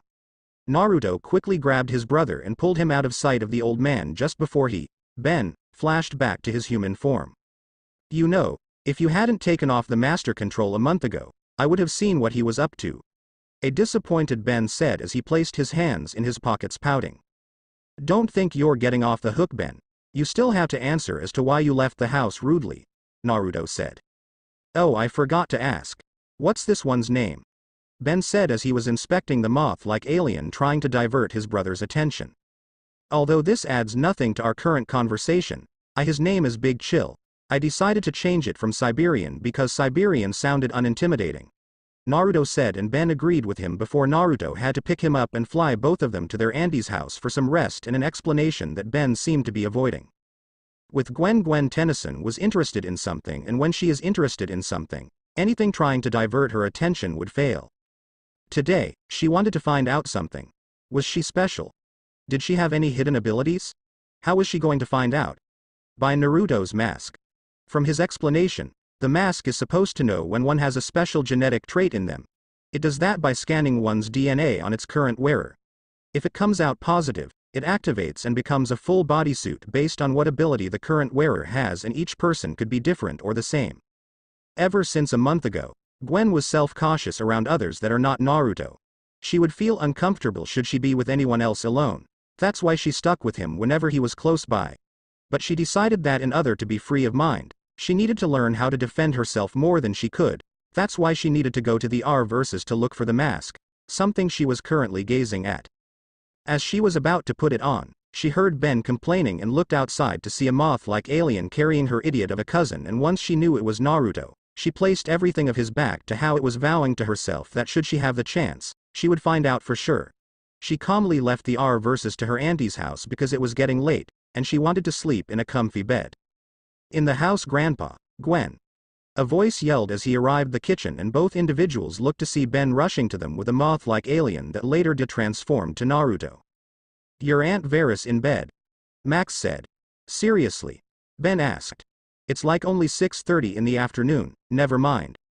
Listen, this whole place is creepier than I thought. First, this old lady scales up a wall and munches a fly, then that weird next-door neighbor is an ET or something with a face at the back of his head, and Ben, you snuck out. Aunt Vera was hurt, Gwen said, scolding her cousin. Shell, forget it, she's old. Ben waved off. Okay. I say I go 4 arms and check out Marty's apartment. Maybe we should do some investigating, Naruto reasoned. But you stay as you are. Max completed. We old folks don't forget as much as you think, Max said before winking at Ben and leaving the room. Ever since you've had that watch, you're like a magnet for weirdness, Gwen insulted. Shut up, dweeb, Ben said before heading inside to sleep, leaving Naruto and Gwen alone. You okay? Naruto asked as he walked to Gwen and put his hand on her shoulder. Gwen, being as smart as she is, knew what he was talking about a little bit. She relied and moved closer to him. I still feel uncomfortable around others that aren't you since the incident, she said, looking down at her feet. Naruto hugged her close to his chest to calm her down. Take it easy, all right. If you need help, just call and I'll be there, Naruto declared, making Gwen to blush against his chest. She pulled back and gave him a peck on the cheek. Thanks, she said, smiling at him, and Naruto smiled back at his friend before they both retired to the night, unaware of each other's intentions. Later, it was early in the night where the creak of a door was heard and footsteps followed moments after. Naruto was inspecting the neighbor's house for anything that was out of place and saw it to be empty. Nothing out of the ordinary, Naruto said as he was in the living room, except should someone like him be at home sleeping? He mused. He then moved around inspecting everything in here. Something feels different, he said, finally noticing, and he looked down on the wooden floor, seeing that an area was cleaner than the rest and the area seemed to be underneath a table. I am guessing that the carpet was supposed to be here, Naruto thought aloud and rubbed his chin. I wonder why he was taking it down the cellar door. He then activated his Omnitrix and turned into Big Chill.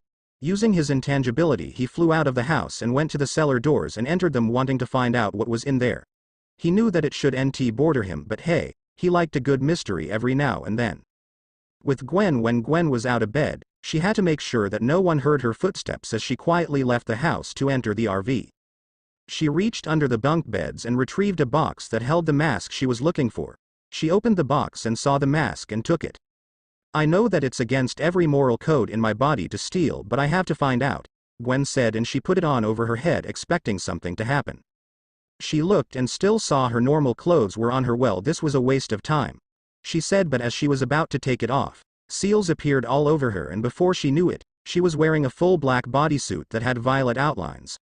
On her chest, lines appeared, and a purple scarf that was made out to be a cape appeared on her neck. What is this? She stuttered out, and she looked at her hand as they had some sort of energy surrounding them, blue in color. She smirked.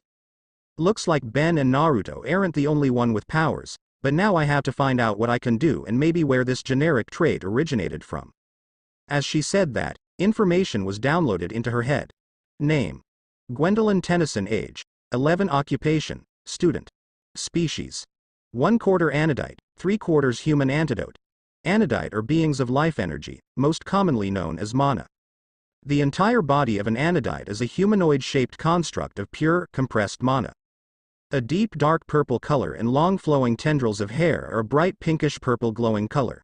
The color of their mana is bright, light blue and many different shades of pink, magenta and fuchsia, and, with occasional shades of violet purple mixed together. They are free-spirited race and don't take life seriously as most humans do. They are one of the most dangerous beings in the galaxy. If angered, tread carefully if you are unlucky enough to meet one. So awesome, Gwen said in awe of her newfound abilities. She was eager to test them but decided against it, so she quickly took off the mask and returned it to its rightful place and went to bed, knowing that she was strong enough to beat her stupid cousin and his stupid watch. though she couldn't help but wonder who she got the 1/4 part of the generic trait from. The next morning, prune juice, and oh what a surprise, more prune juice. Ben said as he was inspecting what was in the fridge. He closed it and looked at his cousin who just took a glass of water. Why does it seem like old people were always old? Ben asked his cousin. Good morning, Aunt Vera. Gwen said as she greeted her auntie that just walked in the house with a strange look on her face. How'd you sleep? Just fine. Her auntie replied as she reached to squeeze a frightening Ben who just later accepted it, while Gwen walked to her aunt with a tray. I made you some coffee, Aunt Vera, she said, but then slipped a bit and the tray dropped to the ground, breaking the glass and spilling the water and coffee on the ground, something that Vera reacted harshly to. She did a full split as the coffee was moving towards her. Clean it up right now, she ordered her nephews rather harshly, something that startled Gwen as she apologized and cleaned the spill. Vera jumped down and looked to the open room. Where's your grandfather? She asked her niece and nephew. Early morning run, a voice replied, and she turned to see Naruto leaning on the door with his arms crossed over his chest and eyes closed. Okay, now behave yourselves, she said, and she walked out of the room. That's not Vera, Naruto said after moments of silence, startling Ben and Gwen. What do you mean? Ben asked. Did you not notice the way she spoke? Naruto asked. Now that you mention it, it did lack that certain cheerfulness to it, Gwen pointed out. Ben agreed with her in that issue. She's one of whatever's possessing these old people, Ben said, and Gwen was confused. Ben thinks that someone or something has been possessing these old people since we got here, Naruto elaborated. Well, are we going to find out what it is? Gwen asked Naruto. Sure, why not? Naruto replied. They all left the house wanting to find out what was wrong with this estate. Later, boom, lemme tell you something, you disgusting aliens that smells as bad as my lil brother's socks, a voice said as a car that was heading towards the three was destroyed by a punch. Either you tell Wrath where you are holding the retirees or Wrath will destroy you, Wrath said. Ben and Gwen that were standing behind the alien were suddenly glad that Naruto was with them because he had better control over his Omnitrix than Ben did, though Gwen did chuckle a bit. I'll never get tired of seeing this alien, she said. My socks don't smell that bad, Ben muttered. Roar. The alien snarled as they took the form of their grandpa, slowly creeping towards them, that is until he was punched. Wrath then jumped to where he saw two cars and grabbed them, lifted and slammed both on the incoming threat. That didn't do anything to quell them, however, as the aliens just regenerated and started to advance towards him again. Your brother's in trouble, Gwen called out to her cousin. On it, he said, and in a flash of green light, Wild Mutt was in Ben's place. Wrath must have heard the Omnitrix being used, so he turned and saw Wild Mutt was about to help him. Lemme tell you something, Wild Mutt, Naruto said, you take Gwen Tennyson down that cellar. Roar. Wild Mutt protested, but Wrath wasn't having any of it. Now, Wild Mutt was subdued and Gwen led him to the cellar door. He used his head to push the garbage away and she opened the doors. He picked her up and dropped to the bottom of the hole that they were in. They saw a path and he followed it with Gwen on his back until they reached a two-way intersection. They took the one on the left and Wild Mutt was moving as fast as he can to what his scent picked up. Wild Mutt transformed back into Ben after they crashed through a wall. Hey doofus, what do I look like, a crash test dummy? Gwen asked as she was wiping herself clean. I don't know what it is, but Wild Mutt picked up something in here, Ben said, looking down the tunnel they were in, and both he and Gwen walked there. As they reached the end of the tunnel, they saw an alien spaceship with green pods surrounding them. It's like everyone in Retirement Village has been podded up, Gwen said as she saw the pods and walked towards it. Grandpa, Ben exclaimed as he saw his grandfather in the pod in front of him. Ben quickly freed his grandfather, who was waking up from the temporary stasis he was placed in. I was going out for a walk and then, I don't know what happened, Max said as he tried to get his bearings with his grandkids. Ben was about to go free the other people of the village, but a voice stopped him in his tracks. I wouldn't do that if I were you. Ben looked and saw three retirees walking towards him, but he knew that they were aliens. Well, you're not me, he said, and he started to backpad towards the wall with his grandfather and cousin. Not yet, I am not, another voice said, and all three aliens revealed their true form. The Tennysons were trapped like cornered rats, that is until Gwen touched the wall and a door revealed itself. All three of them ran inside and saw more pods. They found it, we can't let them out, an alien said. Get the pods on board now, the leader ordered. Ben heard a beep and saw that his Omnitrix was activated. He selected the alien he wanted. You guys really burn me up, he said, and he slammed the faceplate, and one green light later, he was Heat Blast. Now I am going to return the favor. Heat Blast fired a fireball at the alien, expecting to see results that will be in their favor, but the results weren't expected. The three aliens morphed into one big alien, more powerful than before. You just made a big mistake, it said. We live for the heat. Why do you think we came to the desert in the summer? Ben wasn't using his head when he went to punch the alien, that's why he was easily smacked around and tossed to the side. Hey ugly, cool off, a cold voice said, and before the monster knew it, he was frozen in solid ice, never to be heard from again. What happened? Heat Blast asked as he was getting up from being trashed.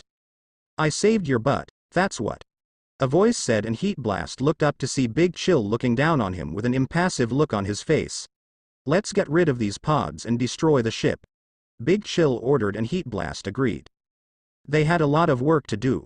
Later, don't be strangers, Vera said as she was hugging her brother goodbye. We want Max said as he hugged her and then left to the RV. Gwen walked after and said her goodbyes along with Naruto. When it came to Ben's turn, I am sorry Ben if there wasn't enough excitement here for you, Vera apologized. Actually, it turned out better than I thought, Ben said honestly. I am glad, Vera said, hugging her nephew. Have fun on the road, and keep up the good work dealing with all those aliens. I will, Ben said as he hugged his auntie and left to the RV, and with that, all four left Aunt Vera standing in front of her house, hoping to get more adventures in the days to come. Meanwhile, Haku, are you sure that you have their location? A voice asked his partner. Hi Zabuza-sama, but they aren't stable, Haku said to her master, whose face was revealed in the dark. Well, I don't like to owe a thing to anybody, so we better get moving in order to catch up with our target, Zabuza said. Hi Zabuza-sama, Haku responded, and they both left in their respective shushin to catch up with a certain verses that they have been tailing for quite some time. What do these two want with the Tennysons? 3 children, 2 with similar abilities, and 1 with a unique spark will save the world from a war that will be of epic proportions, one that ninja cannot equate to. This is the new prophecy, one that is likely to change the balance of the universe, the elder sage said. So here, we see a gloomy Jiraiya walking to the gates of Konoha with a heavy heart, knowing not how to relate this news to his student, Minato Namikaze, and the rest of his family. This change could mean many things, and so far, he could come up with different translations to the prophecy. His answer: a prophecy should never be interfered with in any way or form, because some could be self-fulfilling, you just don't know which. As he was walking on the streets of Konoha, an Anbu agent appeared in front of him.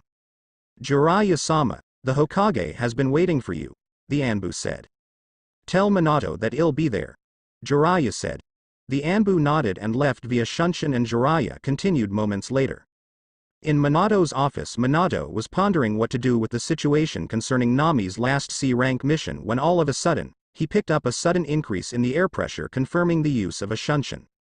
How was your trip, sensei? Minato asked his sensei as he appeared in the office.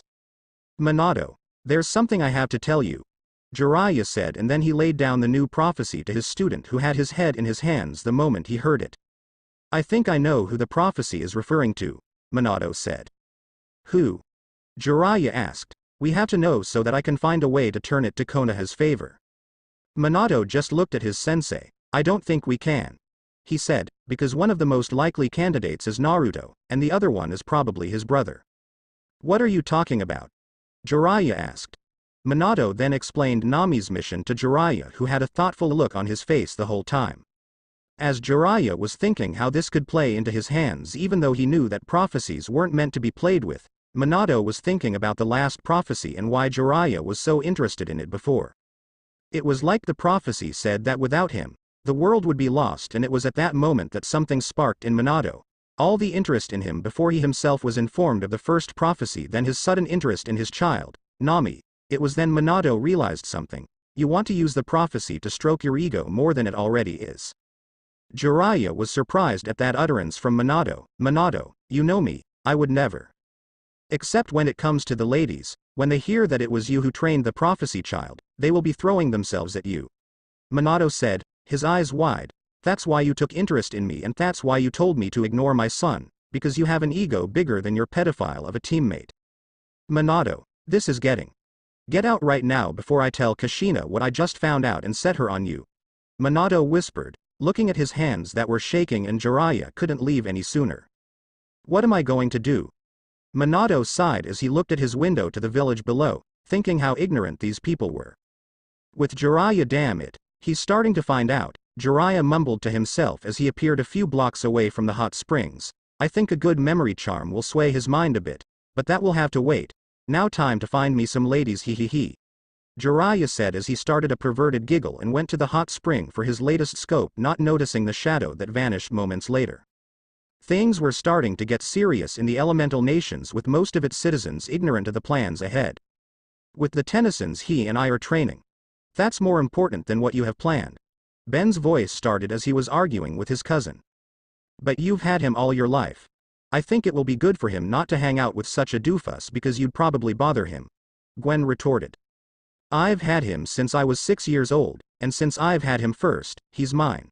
Ben argued in return. And this was the scene Max and Naruto walked into. It's been 2 weeks since their break at Aunt Vera's house, and since then, everything had been quiet and boring. The Tennysons decided to take a 3-day break in New York in a very expensive hotel that Naruto and Max had to pull stops to get.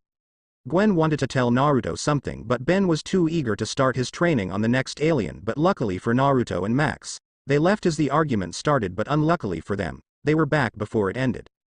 Naruto and Max were snapped out of their thoughts when a slap was heard and Gwen ran from the scene sobbing. Naruto excused himself from his grandfather and went after Gwen while Max stayed with Ben, who was holding his cheek with a confused expression on his face. With Naruto spotted Gwen sitting down by a lake looking at her hands. She heard footsteps and she turned around to see that it was Naruto coming. She hid her face in her knees as he drew closer and sat beside her. Whatcha upset about? Naruto asked. Ben, that's what. Gwen said. Wanna talk about it? He asked, shifting close to her, his hand over her shoulder making her lean her head on his shoulder. She started to explain how Ben was being childish and unfair and started to say what she had planned for the day for both of them. Naruto listened with open ears as a solution started to form in his head. I have an idea. The blonde boy said, and by the silence, he took it as a cue to continue. Why don't I just spend the day with you? He asked her, something that took her by surprise. I mean, it would be a perfect chance to get to properly know you. You could almost consider this a date. Really? Gwen mumbled in her shirt, a blush adorning her features as Naruto nodded affirmatively, something that brightened her day. But then she had a question. But what about Ben? Well, I am sure he can handle himself for 1 day without me, Naruto said, and he got up, helping Gwen up as well. Come on. I am sure that there are places you want to go to here in New York. As soon as he said that, Gwen was hugging Naruto's entire left hand on her developing breasts, something that Naruto noticed but didn't comment about it. There are places I do want to go and you're coming with me. Now that you've made this suggestion, you won't be left out of my sights, Gwen declared, and they both started walking to where she wanted to go around here. Meanwhile, a couple was walking past the Golden Gate Bridge, ignoring the shadow that was following them all the way. So how'd you enjoy our date? The male asked his girlfriend. It was nice. I did like iRobot really much, the girl said. Gotta love Will Smith, he's an awesome actor, the man said, but as he was about to continue, he bumbled into someone. Sorry about that, I didn't watch where I was going, the man said as he tried to help the man that was on the ground that had a cloak over him. Feed me, the cloaked man said. Excuse me? The girl blinked. Feed me, the cloaked man repeated cryptically. I am sorry. I don't have any food to give you, the male said apologetically. Come on Susie, let's get outta here, the man told his girlfriend. I am with you all the way Harry, Susan said, and as they both turned around to leave, they were petrified on the spot. I must feed, the man said as he moved closer to the couple. He touched the girl and inhaled. The frozen girl glowed before the glow was sucked into the arm of the cloaked man that was behind her. Moments later, she turned into dust and was blown away by the wind. The same process was done to her companion, and he turned to dust moments later, and the cloaked figure suddenly dropped to the ground on his knees, sobbing for what had just did. Who was this man and what was his goal? With Ben. Ben left the R verses after a heated discussion with his grandfather. He didn't know what he said to Gwen that made her cry. Okay. Maybe he did bring up the case of her being useless enough to be captured more than a month ago, but how was he supposed to know that that was a touchy matter around her? Sure, he noticed that Gwen had been acting weird around anyone that wasn't his brother, and she'd been clingy towards him lately, but that was it. He was just eager to test out his aliens with Naruto like he always does, even though he had been spending a lot of time with his brother as of late. An arcade. Sweet. Ben said as he spotted the arcade. He rushed inside, forgetting what he was thinking of and also missing both Naruto and Gwen passing by the arcade on their way to their date. In the arcade, game over. But it just started. Ben said, and he saw an attendant who he complained to, but he was ignored. This place is a ripoff, you know that? You're right, the games here stink.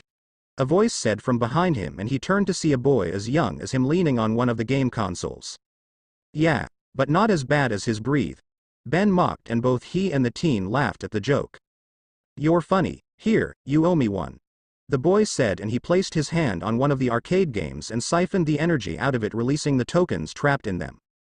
Ben had never seen so many tokens before in one place before. So gratefully, he thanked his friend. Funny, he hadn't really had any of those since the summer started. Well, except for his brother and family, but they didn't count. Besides, he was sure Naruto was angry at him for what he did to Gwen. Thanks, Ben said. I am Ben. And I am Kevin. Kevin introduced himself with his long black hair that fell to his shoulders and onyx-colored eyes hiding a hint of mischievousness in them. His skin was pale as his attire consisted of a tattered tank top with a skull head printed on the front of the top, blue cargo shorts reaching his knees, black boots with white laces, and 2 black bracelets were on his wrists. Kevin gave off the aura of a delinquent boy. "Wanna play some air hockey?" Ben asked, but as Kevin was about to accept, he spotted a group of boys he had been sort of avoiding heading his way. "Nah, gotta bail," Kevin said, and he waved goodbye to Ben before he left with the group of boys following him, but not before bumping into Ben, who looked offended. "Long time no see," said the leader of the group as they cornered Kevin. "Where do you think you're going?" "Home to recharge your batteries." Another boy jeered behind Kevin, causing laughter to erupt among the group. Ben was about to charge in and help Kevin, but he thought about the cons of that action, so he settled for hiding and using his Omnitrix, transforming into XLR8. "Trick or treat," Ben said to the startled the group before he used his speed to get rid of the boys surrounding Kevin. XLR8 waved to Kevin before he left the arcade. Later, Ben was seen standing outside as Kevin came rushing out of the doors of the arcade. "Did you see what that speed guy did to those losers?" Kevin asked Ben, who shrugged in response. "He said his name was XLR8, and that he was just passing by," Ben explained casually. "So, he's a goody two-shoes hero?" Kevin asked, something that slightly offended Ben. "You could say that," Ben said. "Cool." Kevin said, "Hey, want a tour in New York City?" He asked Ben, who accepted the offer, and both left the arcade moments later. With Naruto and Gwen, local authorities are still on the lookout for missing couples, Harry Evans and Susan Bones. They were last reported to be seen coming out of Times Square. A news reporter's voice rang out from the direction of the widescreen television built to stand on top of a 4-story building.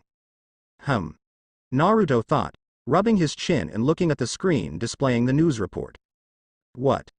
a voice asked, and he saw Gwen walking with 2 cones of cotton candy, offering one to Naruto, who accepted it appreciatively.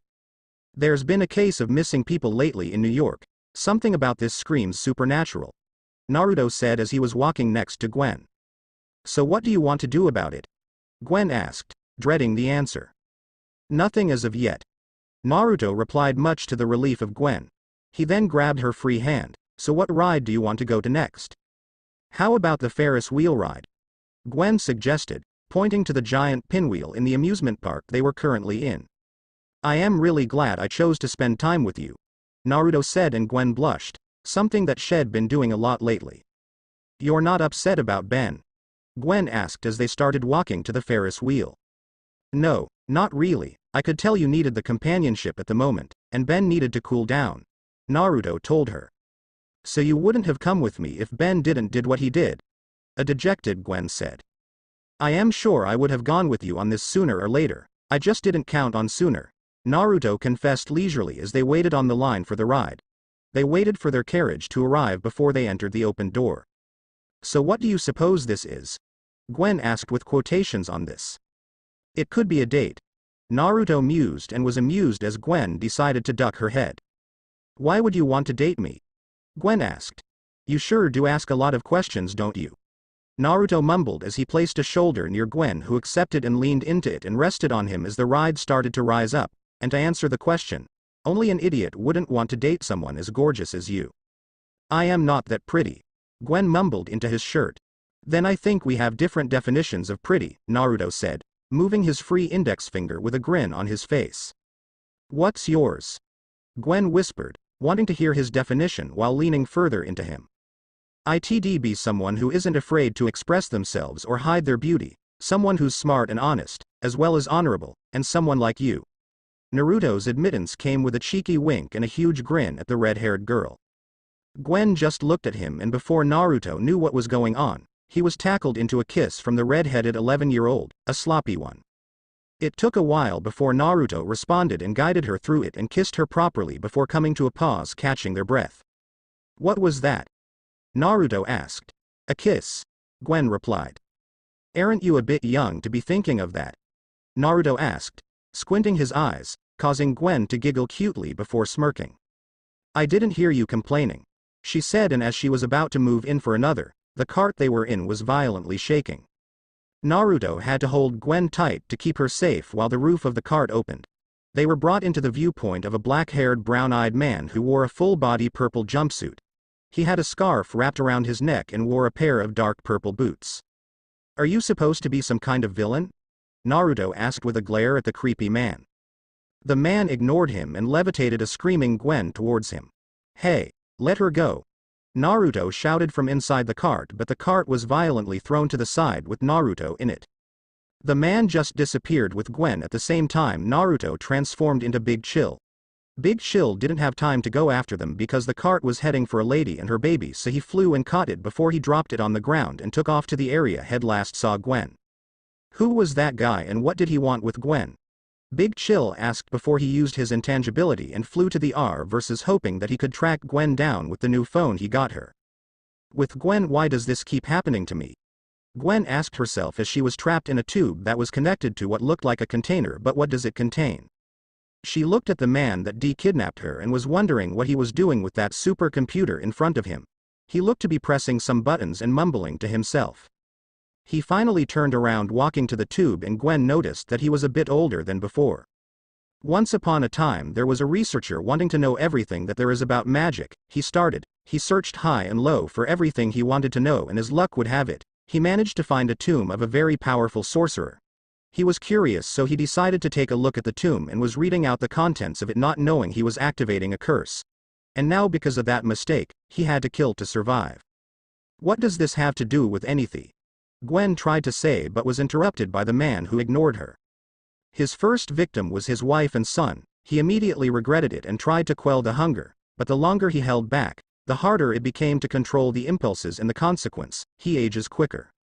It was then he decided that he would have to absorb the life force of anybody he comes across until he's full. Not only that, but also to possibly find someone with a really strong life energy that could help heal and cancel out the curse, and as luck would have it, recently, he sensed the activation of a certain spark that's very rare to find, and thus his quest to find this source and drain the energy so that he can live a happy and peaceful life.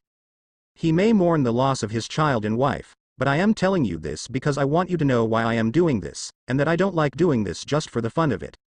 But why would you be interested in me? Gwen tried to ask, but was disgusted by the sudden aging of the man in front of her. Enough questions, time to begin the procedure, the man said, and with that, he left to the supercomputer and turned on the switch, starting to drain the life force from a struggling Gwen. The man just silenced the tube, hoping not to hear her screams because that would just fuel his guilt. With Naruto was on his computer with cords connected to his phone. He called Gwen and it rang. Hello? Gwen, is that you? Naruto asked by the receiver. Naruto, you have to get here quick. This man is trying to kill me, Gwen's panicked voice said on the other line. Try to stay calm, Gwen. Right now, I am tracking you using a more advanced version of the stingray the police officers use right now, Naruto said. How on earth did you get your hands on a stingray? Gwen asked. I built it, genius aliens, remember? Besides, I knew that I would need it sooner or later, so I decided why not sooner, Naruto said. Ha ha, very funny, genius. Look, I need you to describe to me where you are, Naruto said. I am in a tube that's connected to some sort of container.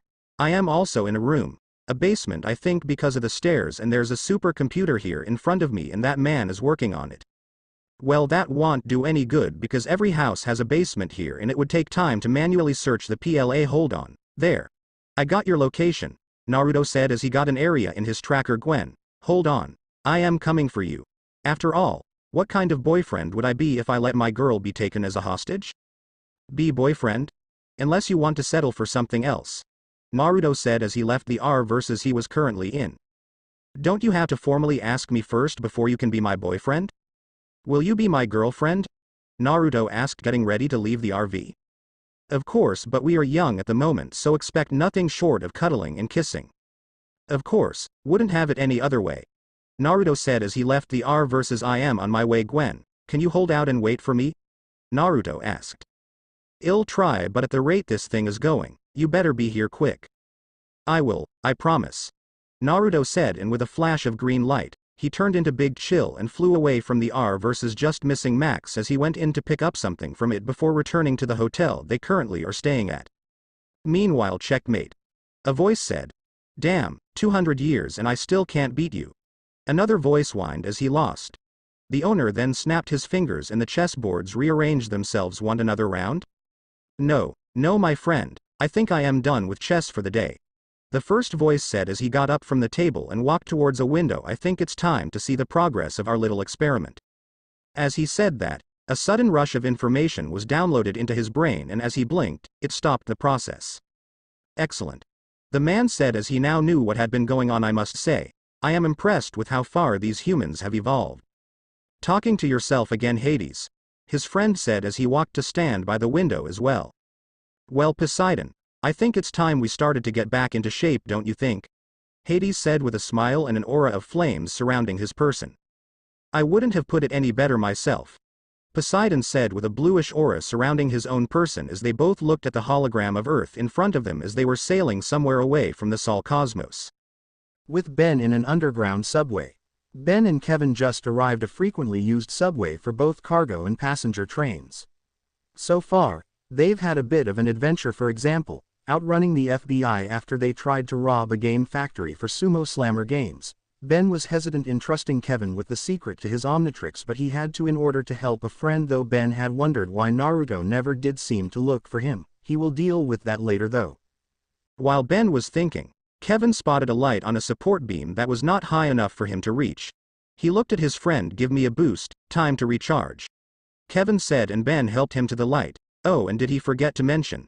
Kevin was like an energy sponge according to him. Kevin. He could drain power from anything and redirect it to anyone and anything he wanted. That was why he was on a streak on his own.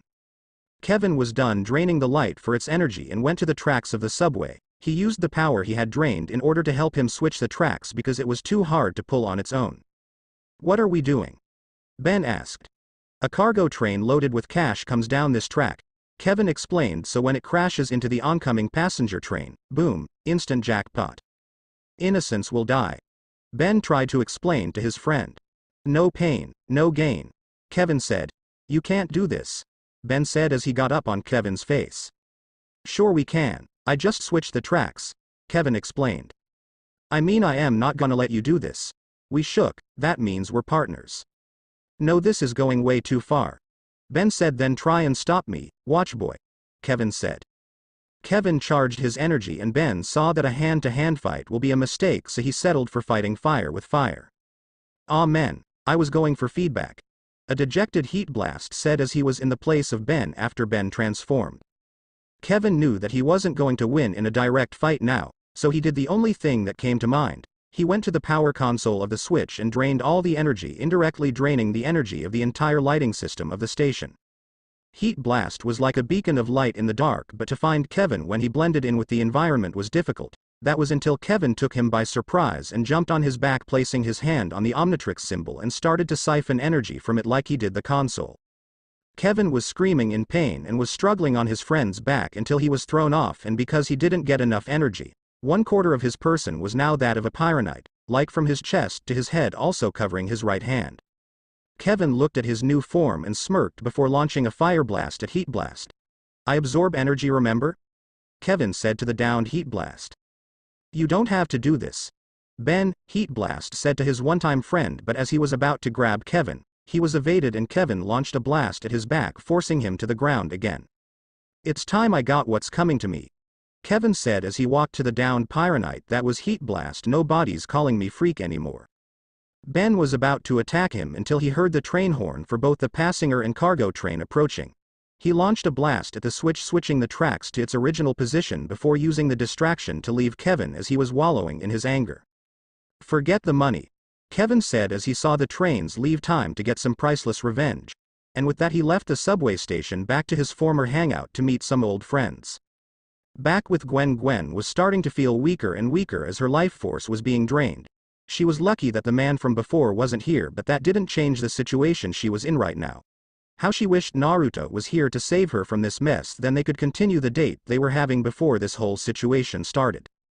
I still can't believe that he's my boyfriend, she said as she was laying down on the ground. I should try to call him to know where he is, she said, but as she was about to call him, the supercomputer was turned off and the draining ceased. What the didn't think I'd let you die now, did you? A voice said, and in front of her appeared the red and black moth. That was Big Chill, and she knew whom it was in the disguise. Naruto, she yelled in excitement and relief seeing her savior here.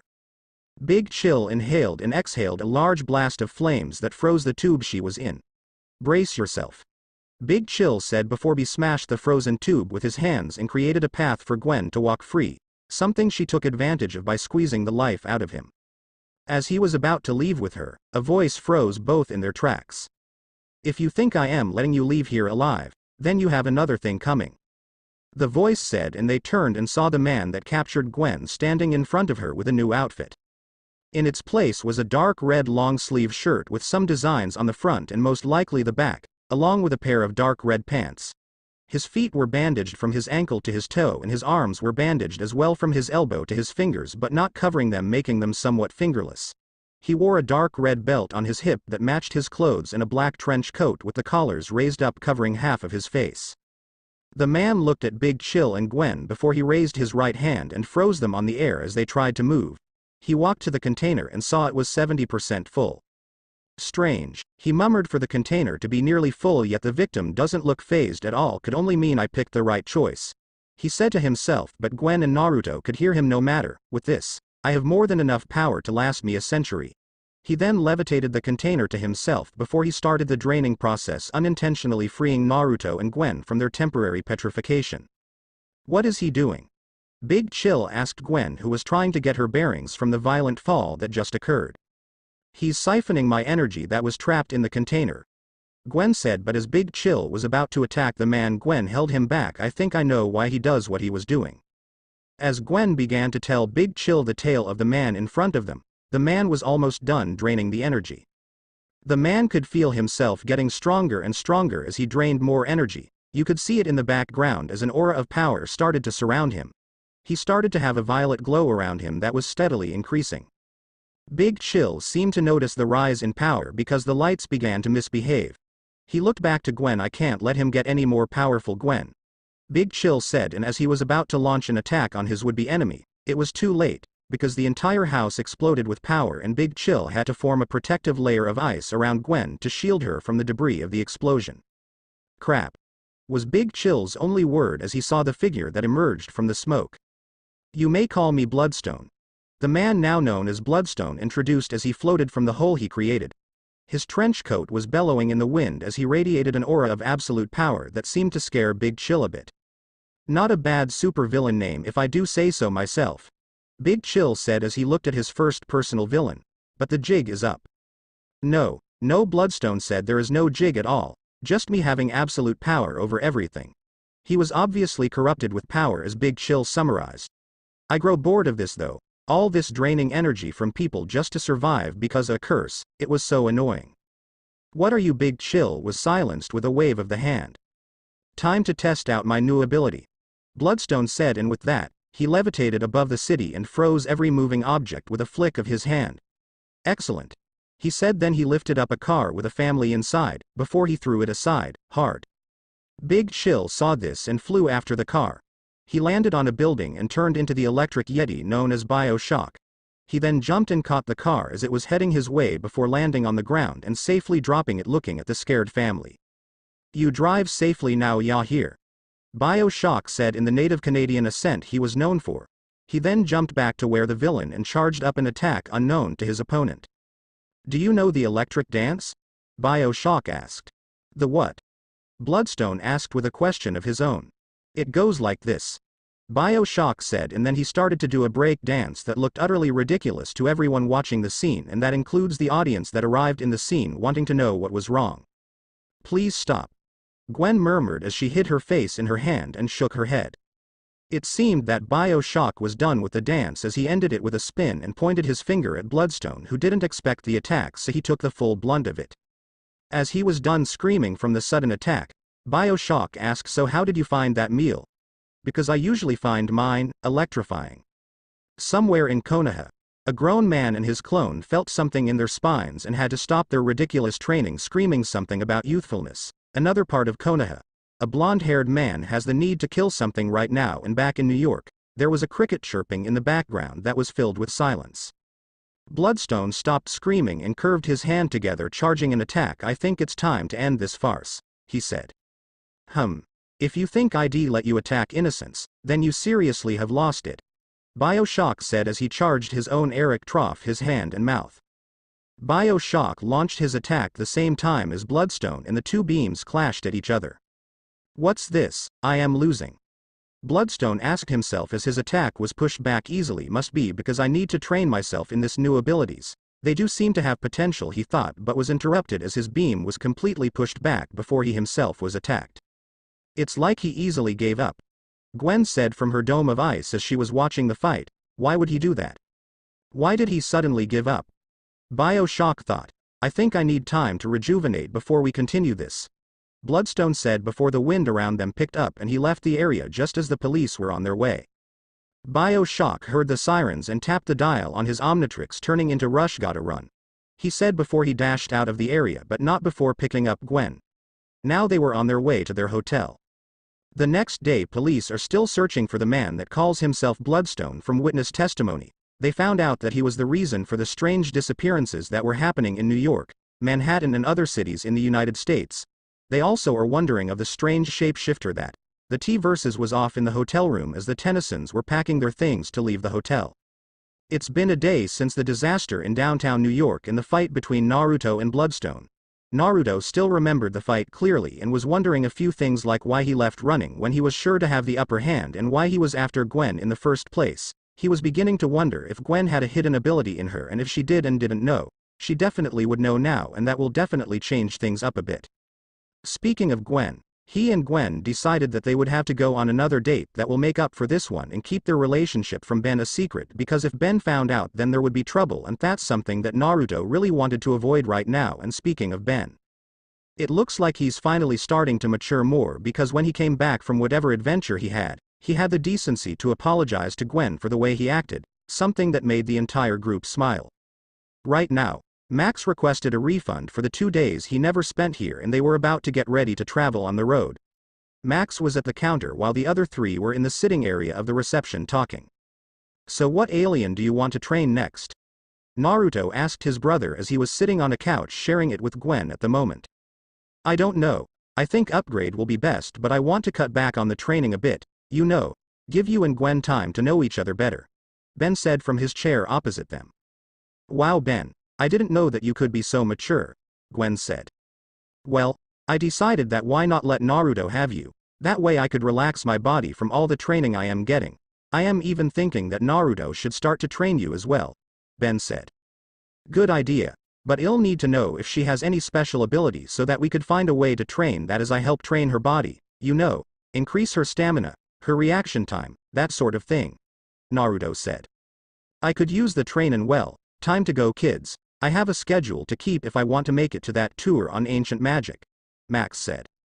"Right when I was beginning to feel comfy in New York," Ben complained. "Sorry, Ben, but time's wasting. Let's get a move on." Max said, and all four headed out of the hotel with Ben and Max taking the lead and Naruto and Gwen following after secretly holding hands on their way out. Next stop, the Arshimada Book of Spells. Meanwhile in the subway. As Kevin was about to experiment with his new-found ability that he absorbed from Ben, he froze at the killer intent that was directed at him.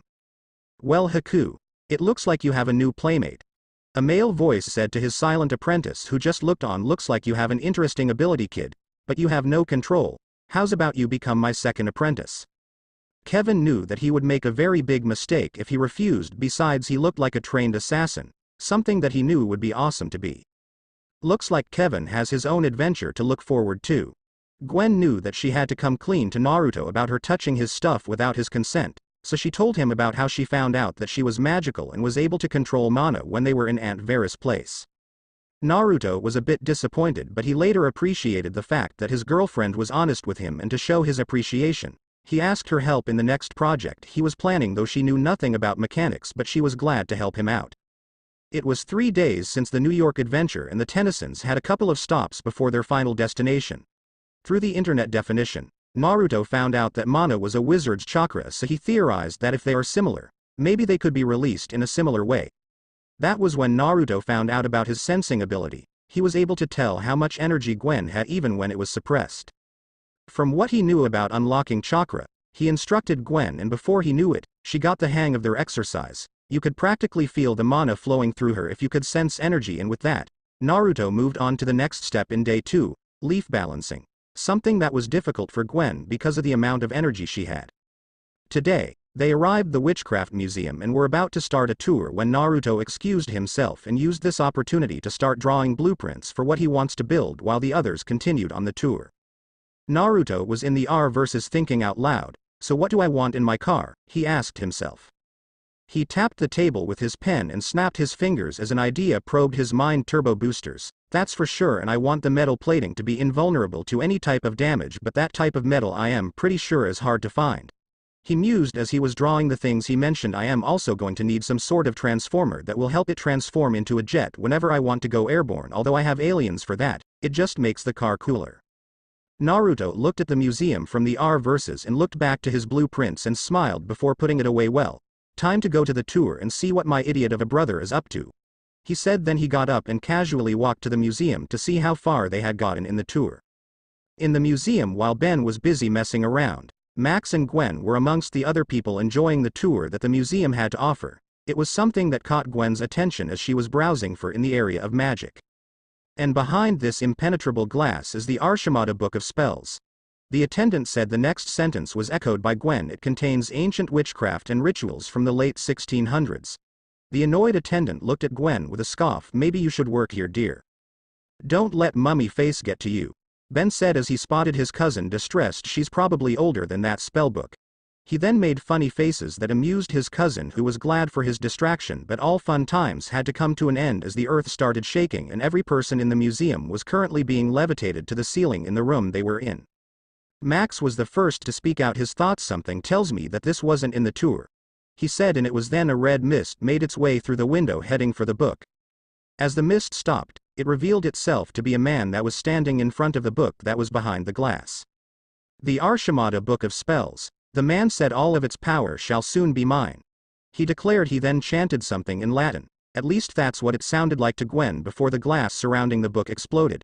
He levitated the book towards him, not noticing the work Ben was doing with his watch. At least that was what Ben thought. Now might be a good time to go Haru, as Ben was about to select the alien he wanted. They were released from the hold they were currently in, falling to the ground screaming in terror, while the mysterious man just watched as these pests were about to get squashed. Meanwhile, as Naruto reached the door to the museum, he tried to open it, but it was locked from the inside. He tried to shoulder his way in, but that didn't work. It wasn't until he noticed the seals that appeared not moments later. What kind of seal is this? He asked himself. If it is a seal to keep people out, then the artist didn't do a good job. Naruto transformed into Big Chill and turned intangible because Big Chill can go through any door. He then was about to go through the door but was froze in the air. Well, we meet again. Naruto turned around and saw that it was Bloodstone that was freezing his movements. Even though I would like to crush you for the trouble you put me through the other day, I am on a schedule and I have a client to protect. So why don't you be a good little teen and leave him? He asked the Necrophrygian, who just looked back at him. If you think that this is enough to stop me, then you have another thing coming. Big Chill said, and he used the slight freedom the villain gave him to launch a very cold fire blast at his opponent through his hand. The attack froze Bloodstone, who was momentarily annoyed, but then he broke free, and Big Chill knew that he needed to be fast to be able to dodge another petrification, so he changed into Chitrax and started to run towards his opponent, who just created obstacles upon obstacles to try to stop him, but it wasn't enough to phase the alien. You've got to try harder than Dewo. Chitrax slipped on ice that suddenly appeared on the ground, something that embarrassed him. I have got to learn to stop taunting my enemies like that, he said, and he began round 2 of the inevitable fight between the two. In the museum, Ben had once again saved the lives of innocents as he turned into XLR8 and created a small raft to help the falling people slide down to safety. He then faced the man that introduced himself as Hex, a wizard that was after eternal youth and power. The fight was pretty much one-sided because he used his speed to outmaneuver Hex in mostly everything except for a blinding charm that stunned him a bit, but as he was about to attack the downed XLR8, Max and Gwen threw 2 barrels on his back, catching his attention. The magician was pissed, and as he was about to attack them, XLR8 came striking back with a vengeance, and he ended it by trapping him in a speed vortex and randomly hitting him, knocking out one of his charms that was on his neck, and it rolled towards a now recovering Gwen, who picked it up and examined it before pocketing it, wanting to study it more. Something that annoyed her was the way XLR8 was milking his victory to his odd audience, and as she was about to wonder where Naruto was, the door smashed open and surprise was clear on her face when she spotted Naruto was the one sailing through the doors with Bloodstone levitating in moments later, and as Ben was about to attack the new arrival, he was petrified in a similar manner that Naruto was and was flung to the side.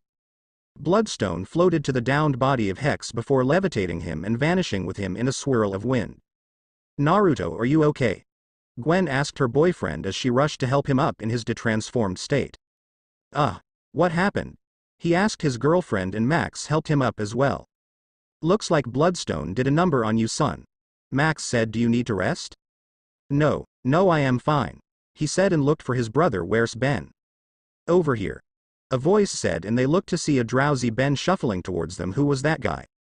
My problem, Naruto said, and he helped his brother. Come on, let's go to the RV, and with that, they left to the RV.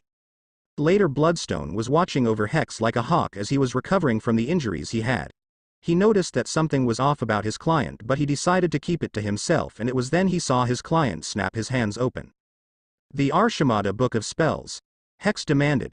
It still is in the museum. Now about my payment, Bloodstone said. You'll get paid when I say you do. Let's not forget that you need help in learning those new abilities you have, help that only I can grant. Hex blackmailed. You know what? You're on your own, Bloodstone said, but know this, if you want an alliance next time, you better be present with results. And with that, he left in a swirl of wind, leaving Hex to stew in his anger. No matter, Hex said, and he sat in a meditative pose on the air before recalling his staff. He then floated to the museum to search for the one thing that will grant him immense power. Later, the Tennysons were recovered shortly after the incident. They decided to go for a little stroll after a weird dinner that had a number of coincidental accidents that ended up as bad luck for Ben when a crawfish crawled up his nose, something that brought laughter to the entire restaurant. They decided that it will be best to walk for some time to help Ben cool off from the little embarrassment from before. As Naruto was about to get Gwen something, they heard a scream. Help! These men stole my purse. They turned to see a group of men heading their way with the stolen purse on their hand. That's enough, kid, Max said as he stood in front of them, halting their movements. Yeah, who's gonna make us, you pops? The leader of the group said. Actually, him and his close personal friend, Diamond Head, Ben said as he went behind the stand to transform into his alien form, but as he was about to do that, the leader was stalking closer to Gwen, who moved back, but Naruto and Max took a protective stance in front of her. As they were about to start the brawl, Gwen slipped and fell backwards, hitting a performer on a unicycle who was juggling pins. The performer lost balance on contact, and one of his pins flew and hit a member of the group of muggers. The unicycle hit the leader, who was stumbling backwards unknowingly to Max, that is, until he was caught in a lockhold by said old man. Gwen got up from her fall and stepped on a mustard container that squeezed its contents on the mustard vendor's face behind her, who was momentarily blind from the shot. He kicked his stand and it rolled to the other member of the group, hitting him hard, sending him to the wall close by. That in turn created vibrations that headed towards a balancing vase on the veranda above the thug that was about to sit up. Unfortunately, the vase fell down from the lack of balance and knocked out the recovering thug. Naruto noticed something that happened in all the excitement that just happened. The charm on Gwen's waist was glowing. Something that happened in the restaurant just as those timely coincidences occurred. Some testing needed to be done. Meanwhile, get up, brat, and don't even think of using that ability of yours to heal, was the voice of one Zabuza Momoichi as he was training his new student, Kevin. He found out that due to a recent scuffle with Ben Tennyson, Kevin had somehow absorbed some each of his alien's ability. Kevin was able to transform into each one of the unlocked alien Ben had to offer, but a side effect was that he was only able to stay human for a short while, something that didn't sit well with Zabuza, so he had to mercilessly train Kevin in. So now, that little side effect was being taken care of. Kevin also found out that he was weak when it came to hand-to-hand combat. He relied on his abilities, and was wondering what would happen should he be in a situation where he had none of them. That's why he was currently training in taijutsu with Haku, the female behind the mask whom was Zabuza's medic, as a sparring partner. Speaking of Haku, he had found out that she was pleasant to stay around with because she had this calm aura and she had this charm when she was speaking to you. She had also began to lecture him on true power, something he wanted, but didn't agree to her theory, but as he tried to prove how wrong she was, he was later on the ground with senbon needles on his body. From there he promised himself that he would not piss of Haku, especially after figuring out that she had the ability to freeze his balls. He knew that he had the strength and speed to take on both of them and win, but he wanted to know how far he will go with this, and he wanted to surprise Tennyson the next time they met. Oh, he could surprise him with his own aliens, but since he was sure that Tennyson knew the weakness of each of them, then there will be no point in the fight, so he had to have the upper hand. Plus, as far as he knows, Tennyson doesn't know how to fight any martial arts style. Kevin stood up as he watched his sensei walk away from him in disappointment. He then saw Haku walking to him with a box of herbs in her hand. "Are you all right?" she asked the boy, who winced in pain as he sat up. "If you call being beaten up with a broadsword by an insane sensei all right, then yeah, I'm all right," Kevin said, and Haku had to giggle, which for some reason Kevin found cute. "Just take it easy with Zabuza-sama, he grows on you," Haku said as she started healing him. "Why do you call him that?" Kevin asked. "I am sorry, I don't know you well enough to tell you that tale. Maybe I will some other time," Haku said, and Kevin accepted and let Haku heal his injuries. He just hoped that the training will ease up later on. In Konoha, teams 7, 8, and 10 were standing in the office of the 4th Hokage, currently being summoned by their senseis. Some of them worried what was happening, others didn't really care. Minato cleared his throat. "All right, I think it's time to state as to why I have brought you all here." He started to the assembled team. "Recently, Jiraiya and his spy networks have spotted where a certain group of people is currently staying. Though they are frequently on the move, it will be hard to track them because of that." He brought out folders and handed them to the Junin senseis, who looked on in shock at what was presented before them. "Hokage-sama, are you sure this is?" Kakashi tried to say but was interrupted. "Your mission is to track them and bring them to the village. They each are special and 2 of them have a weapon in their hands that would no doubt bring the village to prosperity. You have until the Chunin exams to complete them, and remember, this is a capture and detain mission, though it might prove to be difficult. That's why I sent for you all." Dismissed. The teams and sensei left not a moment later, wanting to discuss the plans on how to tackle this mission. A shadow shimmered and revealed itself to be a smirking Jiraiya. "Don't worry, Minato, with those 3 here, I'll make sure to find out the secrets of the device, and when I do, the other villages will think twice before they want to attack us. It will be even better if we enlist them into the ranks," Jiraiya said. "Of course, I am sure you know what you're doing, sensei," Minato said like a good student. That almost made Jiraiya want to smirk evilly. "It's a good thing Danzo agreed to help me catch the brat of guard before I was able to place the memory seal on his neck, else this won't happen. Gotta thank sensei for helping get rid of those pesky Uzumaki. Their knowledge on seals are definitely worth it." Jiraiya thought to himself, "Well, I'll catch you later, Minato. Gotta go research for my books." "You know, if Kushina catches you, you will be in big trouble, right?" Minato asked, and Jiraiya waved him off.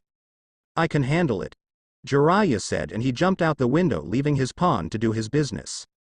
Minato smiled as his sensei left, then he frowned sadly at what he thought was his sensei. "For you to resort to petty things like this, Jiraiya, it almost makes me think if I even knew you at all," Minato said to himself.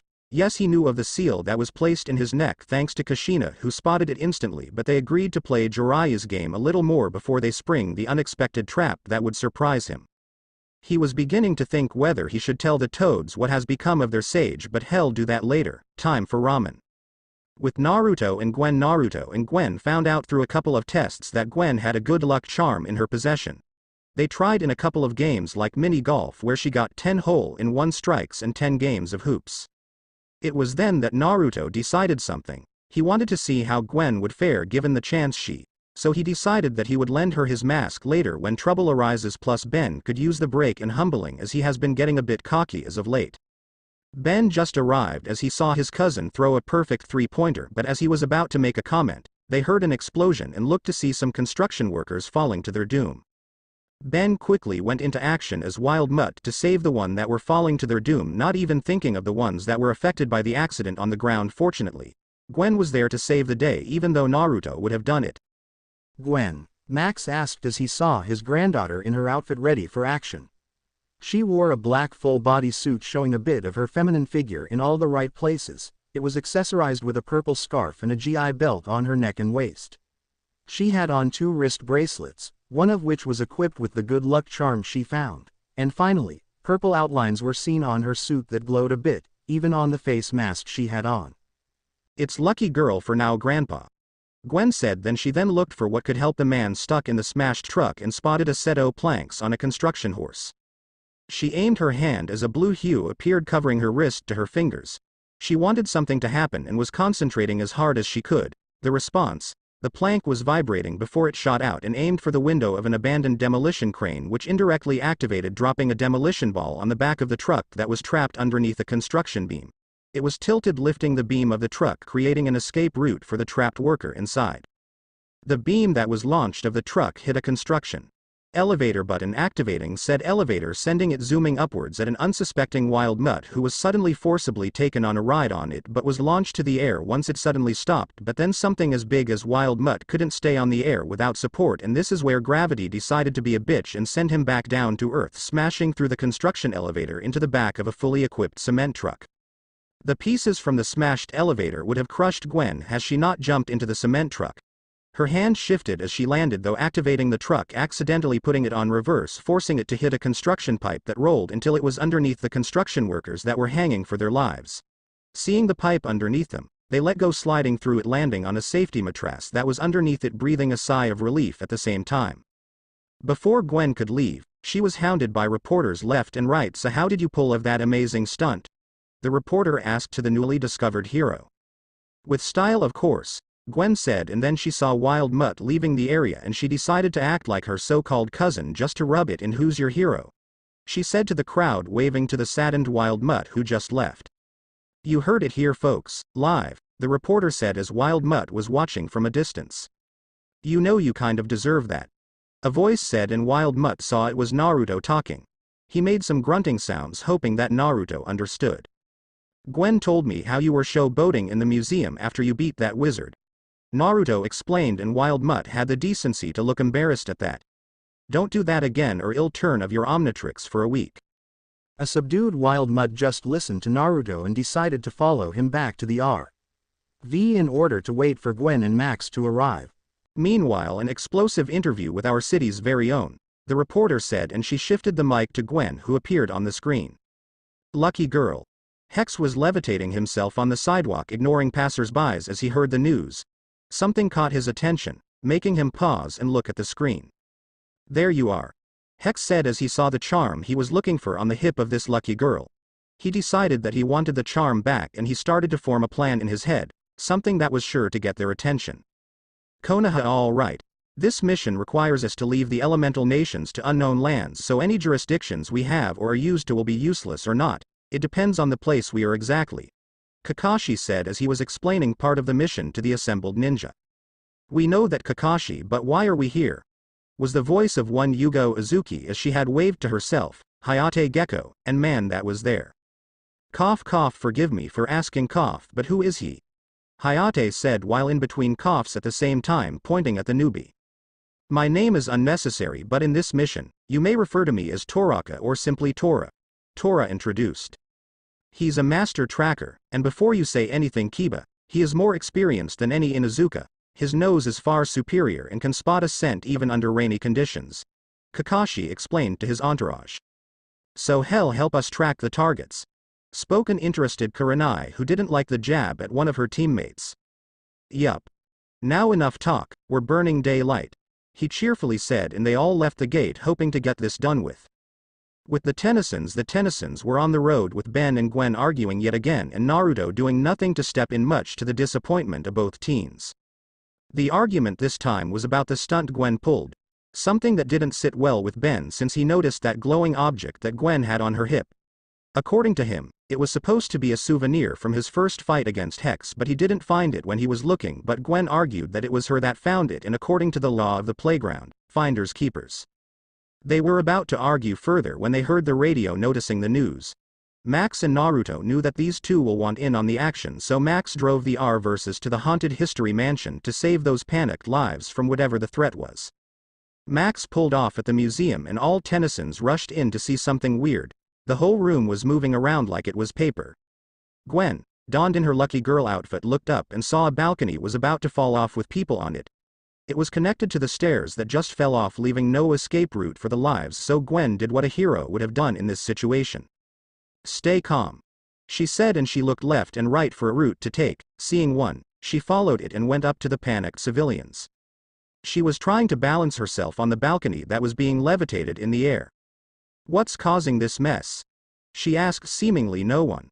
She then sighed as she balanced herself and looked to see a chandelier. She concentrated with a lot of effort and floated the balcony to the chandelier. She grabbed a hold of it and ordered everybody to hold on, something they did immediately, and she let the balcony fall down on an annoyed Four Arms who took the brunt of the hit. What was he doing, you ask? Well, with everything moving as it was difficult for Four Arms to maintain balance while safely showing the grounded civilians out, with Max leaving Gwen to take care of the rest while Naruto was looking left and right for the source of what was causing this mayhem. With the civilians Gwen rescued now safely on the ground due to an immense amount of luck, the mansion was empty, leaving the Tennysons to wonder what caused this, that is until Gwen was forcibly lifted up in the air after she was paralyzed to prevent movement. As Hex was about to go for the attack, Gwen used what she knew of her powers to summon a statue towards her kidnapper, who was surprised at the sudden attack, so he was hit, leaving a free Gwen who was now running from him into a hallway. Hex of course was annoyed, but as he was about to move, he was blindsided by a rush of water and looked to see a red mollusk-like alien pointing his hands at him that was dripping wet.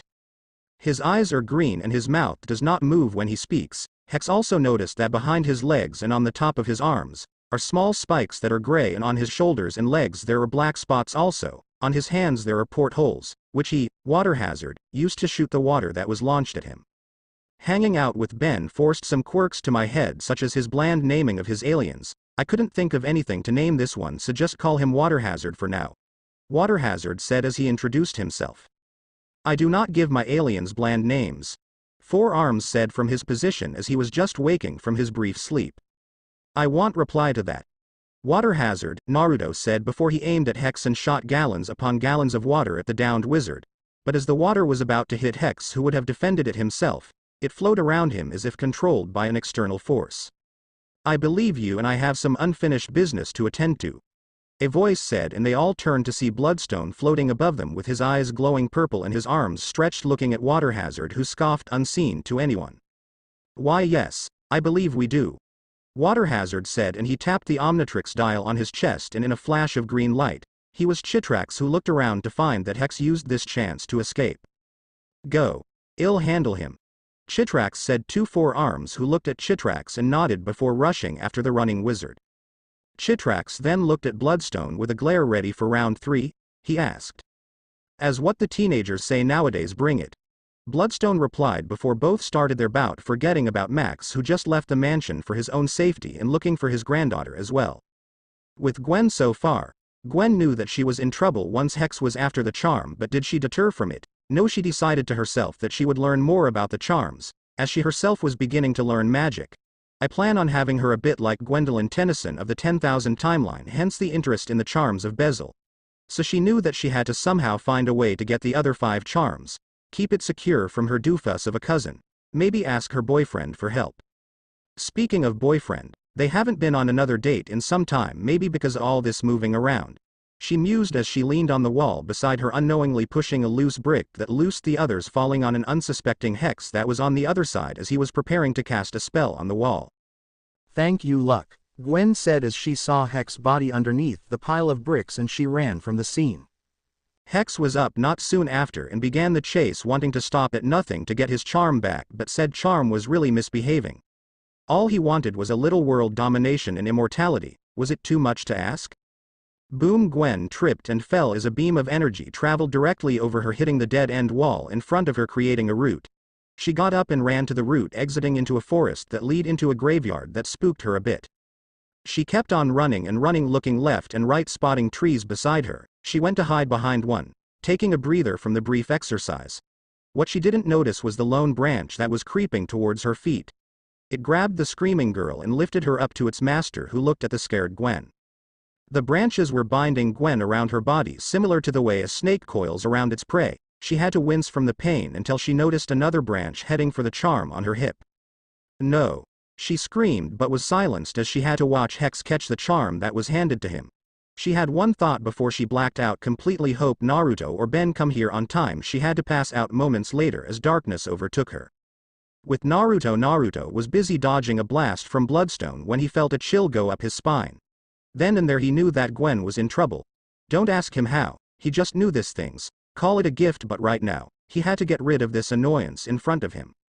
Shit, he said as he felt trapped and saw a beam of energy heading straight to him. I know you can do better than that.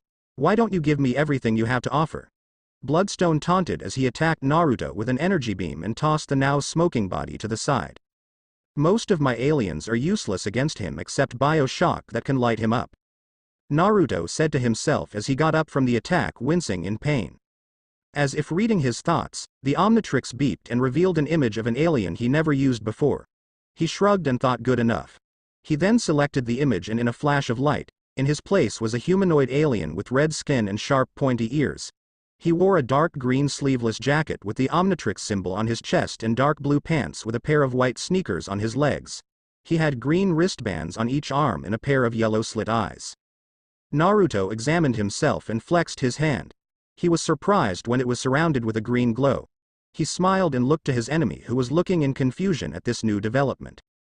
Bloodstone was about to ask a question when he was suddenly sent back with a punch by Naruto, who suddenly was in front of him.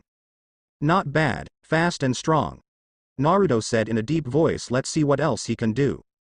Naruto then flew till he was directly over Bloodstone and his arms started to glow. Flight, check, he said, and he aimed the gathered energy at Bloodstone, who tried to absorb it but couldn't as the energy surrounded his person, trapping him in a spherical prison that was made by an artificial construct. If I didn't know any better, I'd say that I was a Green Lantern like those comics, Naruto mused to himself. He then raised up the prison and slammed it to the ground hard before repeating the process over and over again of setting the prisoner inside before he aimed to the moon. Let's see how far I can throw you, he said.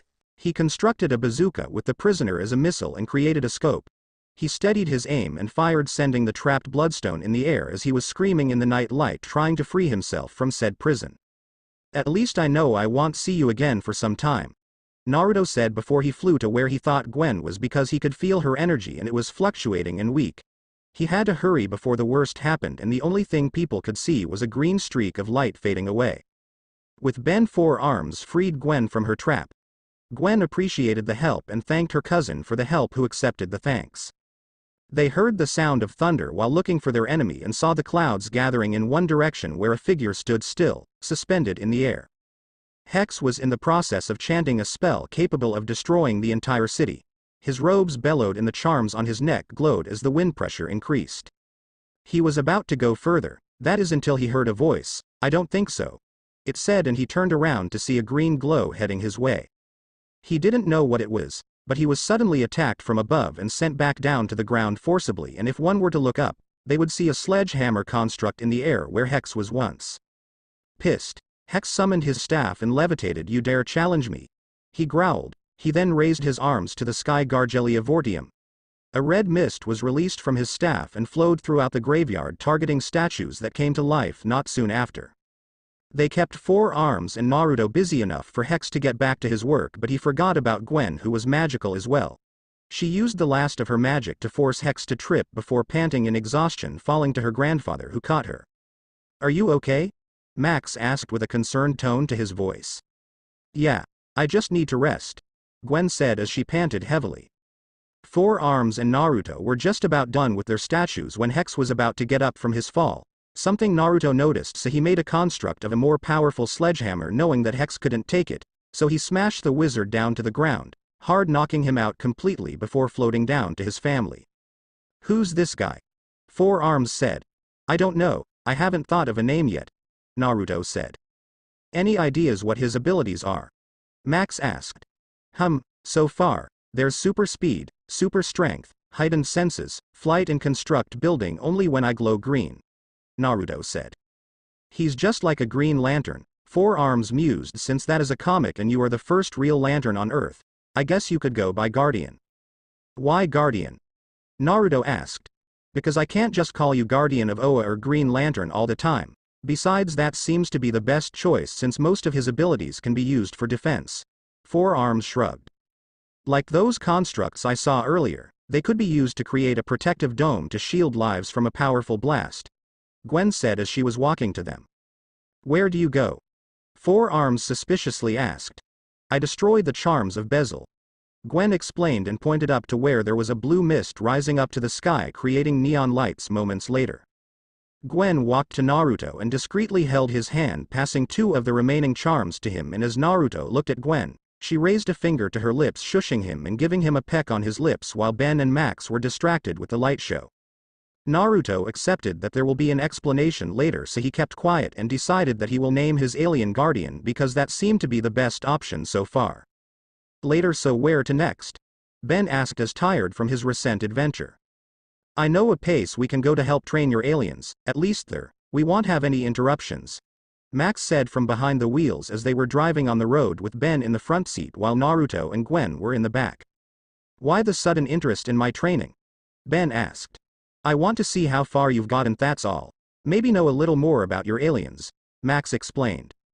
"Sweet, can't wait to beat Naruto in a spar," Ben said as he clapped his hands and relaxed on the front seat.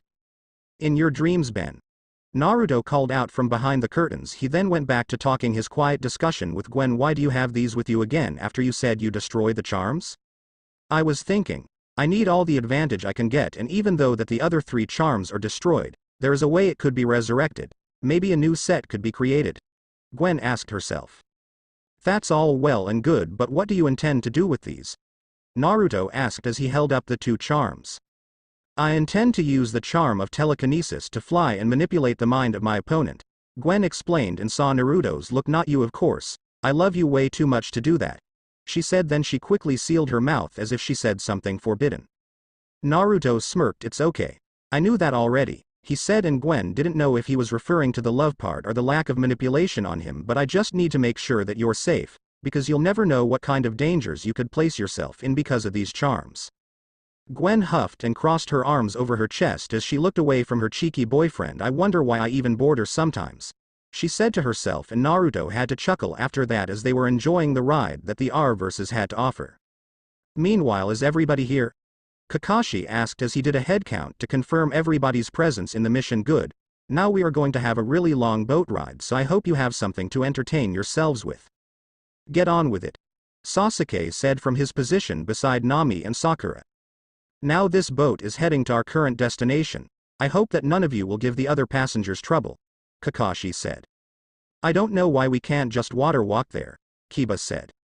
"Because Kiba, the distance will be a problem. Unless you have near limitless chakra, you won't be able to walk across continents. That's why an alternative method of travel is required," Shino explained.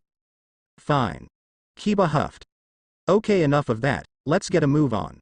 Kakashi clapped and he brought out his orange novel as something that will entertain him throughout the journey, much to the annoyance of the females on the boat. It was going to be a really long ride. "Any lock on their scent yet, Tora?" Kakashi asked his comrade as he was on land. "No, they probably don't even live here. Any idea on where to start?" Tora commented after he sniffed the area. "Will this help?" Yugo asked as she handed Tora a paper on the attack that happened in New York weeks ago. I don't know. Here Kakashi, will this help? Tora asked Kakashi as he handed the silver-haired Junin the paper. Kakashi smiled. Yes it will, he said, and the females couldn't help but blush at his smile. It was a day since they arrived in the United States. They presented their documents with the proper authorities and were free to move, but it was decided that they would have to change from what they wore in order to blend in, but people like Sasuke or Sakura didn't have any problems with that. The rest decided to put on something casual, and Kakashi was advised to take off his mask for security measures, something that was understood, and seeing as there would likely be no one here to recognize him from the nations apart from his team, he agreed, although he did argue a bit. Nami was wearing a simple pair of black skin-tight trousers that shows a bit of her hips, and she wore a blue long-sleeve round neck shirt. Her red hair was tied as a ponytail. Ino wore a purple blouse with a pair of short skimpy jeans and a pair of sandals that went with it. Her hair was in a similar style as Nami. Hinata just wore something simple, a short skirt that stopped at her knees and a white long-sleeve t-shirt that was over a black vest. Her hair was just as it was as she left the nations. The guys except for Sasuke changed their wardrobe. Shino wore a simple pair of black trousers and a cream-colored shirt that was under a knee-length ash trench coat. His afro was relaxed as he let his hair fall down and tied it into a ponytail. He also changed his round sunglasses to a rectangle one. All in all, they couldn't recognize him a bit before he reintroduced himself again. Kiba just wore a simple dark blue hooded jacket and a pair of ankle-length brown pants. Akamaru stood beside him in a collar, panting next to his owner. Choji as of yet wasn't able to find something to fit him because of his brash nature when people called him anything other than big-boned, while Shikamaru just wore a white long-sleeved button shirt and black trousers. Kakashi was reading the newspaper when he spotted the alien on it. He then looked for the time and place and saw that it was dated a few weeks ago in a city called New York, their next destination. This paper was dated a few weeks back, but I have faith in Tora here. He can be able to track any scent no matter how old the trail is, Kakashi said as he tapped Tora on his back. Well then why are we standing around here? Kurenai asked. Let's start moving. Good idea. Asuma spoke for the first time since this mission started. The longer we wait, the more on a lead they have on us. And with that, the hunt begun, with the Tennysons. It was 2 days ago that they faced Hex and his ally, 2 days that Naruto had a new alien, and 2 days that Gwen kept 2 of the 5 charms of Bezel. They were in the middle of the desert with Max setting up the targets while Naruto and Gwen decided to go off on their own. With Naruto and Gwen, the two were in an abandoned town that they recently found, Slatterville, a town that was abandoned due to the discovery of silver in their mines, but they ran out of said resource, and because the area was hot and sunny, they decided to take refuge underneath the shades that was provided for them by the abandoned houses. Gwen was cuddling with Naruto, that is until he pulled her onto his lap, something that she settled on quickly. Comfy? Naruto asked as he held Gwen by her waist and pulled her closer. I am now, she said as she leaned her head on his chest, taking in the sweet scent she had come to like. What are you doing after the summer? Gwen suddenly asked, afraid that she won't see him again for some time. I don't know really. I mean, I just finished high school, so I guess I'll be looking for a college to apply around Bellwood. Why? Naruto asked. We just got together. Gwen said I would be really upset if we were separated by outside sources. Gwen, even if we do, I plan on going to college for only 2 years. Naruto said I have faith that I would be done by then at least. What with my photographic memory and all, I can wait for you so we can enter university together. Gwen kissed Naruto fully on the lips after he said that I appreciate your concern, but I don't want you to stunt your academic growth because of me, she said after she withdrew from the kiss. Babe, it's not like I'll be idle while I wait for you. Naruto explained. I have a car that I am planning to build, and believe me, that should occupy my time then if I am not with you, he said. Does Ben know about this? Gwen asked. No, why? Naruto replied with a question of his own. Because he's your brother, and I am your boyfriend, but on Ben's case, he won't be mature enough to handle the news, Naruto explained. That makes sense, Gwen mused, but have you thought of any plans concerning the internal structure of the car? Why yes I have. Naruto said. You can help come up with ideas. I already planned on placing a turbo booster and a device that can help me transform the car into any other transport vehicle I want. Why not build something that will help it submerge? You know, like a submarine. Gwen added, impressed with Naruto's idea. That's a good idea. So right now I have 3 things to build: a transformer, and a device able to help my car stand the pressure of the waters below when submerged. Naruto said, scratching his chin. That sounds like it would work. Gwen said, then put on her best begging face that Naruto found cute. Are you going to build me something? Nice try, babe, but that won't work. Naruto said, tapping her nose with his finger, and Gwen pouted, but after I build the car, then I'll see what I can do, because the car is a lot of work on its own. Fine. Gwen said, then she got up, pulling Naruto with her. We better head back to the desert to check on Ben and Grandpa. I am sure by now, he's driving Grandpa Max mad. Naruto agreed with Gwen and turned into Guardian. He picked up Gwen bridal style and glowed green. Hang on, he said in his calm, deep voice, and took off in flight, but not before turning invisible as he was halfway to his destination so as to avoid detection from Max and Ben. The invisibility is just that, invisibility, but the major flaw is that he can only hold it for 60 seconds, so he'd have to fly as fast as he can before time ran out. He and Gwen wouldn't want a hassle from Ben if he were to find out of their relationship. Earlier with Ben and Max. Are you ready, son? Max asked Ben, who took a ready position as the targets were set in front of him. Ready as I'll ever be, Ben said, and he turned into Diamond Head, waiting for his grandpa's orders. Remember to think, Ben, Max said. Might isn't always right. I know, Diamond Head said, but it is fun. He then shifted his hands into a projectile launcher ready to shoot the targets. Max saw this and launched the first wave of attack. Diamond Head fired projectiles at the targets, hitting every single one of them dead on. Again targets were launched and bullseye were brought up. Diamond Head launched another set of projectiles at said targets and bullseye, hitting them dead on without missing a bit. Training with Naruto does that to you. Diamond Head blew his finger as if he were blowing smoke from the mouth of a pistol and walked to his grandpa, also just noticing the arrival of Gwen and Naruto, both of whom were walking next to each other without giving the other space to breathe, something Ben found weird. Is it me, or do you guys spend way more time with each other now than before? Diamond Head pointed out. It's just you, Gwen said as she and Naruto stood in front of Diamond Head, but Max wasn't done with the target practice. Something that Diamond Head paid the price for, with a tire swing smashing his side, sending him to the ground, and carelessly launching projectiles at random places. Naruto and Gwen had to take cover as a bunch of projectiles nearly hit them. Oh whoops, Diamond Head said as he recovered from the slight mishap and looked around, noticing the disappointed look his grandfather was sending him and the angry one Gwen was sending him. He didn't even want to look at Naruto's face right now. Meanwhile, this is where the Omnitrix was last activated, a voice said as the owner was looking at the radar in his hand, pressing a button. Over the mountain top, his ally that appeared to be a crab-like droid stood beside his other partner, who looked like a mercenary in arms.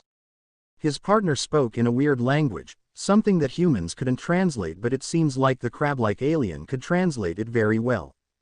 You can say that again, the crab-like alien said. A rock pile like this is better of space dust. The obviously smarter mercenary was walking through the jungle gym of targets that was previously used by the Tennysons just minutes before. He stopped and picked up a soda can that was pierced with a diamond projectile, but as he made to pick it, something picked it up before him. It was the third mercenary, 6-6. He was about to inspect it when it was snatched away from his hand. Get in my way again and I'll teach you how to say dismantled, the first merc said to 6-6, who just insulted his temporary ally before the threat. 6-6 backed up and took flight with his jetpack after some parting words in his mother tongue, while the crab-like merc that was just standing around watching the confrontation burrowed underground. The first merc, I think I am going to be calling him Tetrax from now, because writing the first merc or armored merc all the time is just annoying, and you all know who he is, was walking away from the target gym but nearly tripped over a wire. Targets appeared behind him and he pulled his plasma gun to completely destroy the entire area. Finding this pointless, he himself just flew on his hoverboard away from the resulting explosion. In the outskirts of space, Hades was sitting on his throne next to Poseidon's as he pondered his next decision. What to do with the planet Earth? He could conquer it like had done hundreds across the multiverse, or he could destroy it. He could remember the last planet he destroyed, Pyrrhus. Pyrrhus was a star, not just a planet. It was twice the size of Earth's sun and the temperature was hotter. It wasn't the planet that caught his ire, no, it was its people, the Pyrosapiens. People made of the element fire, much like a pyronite but different.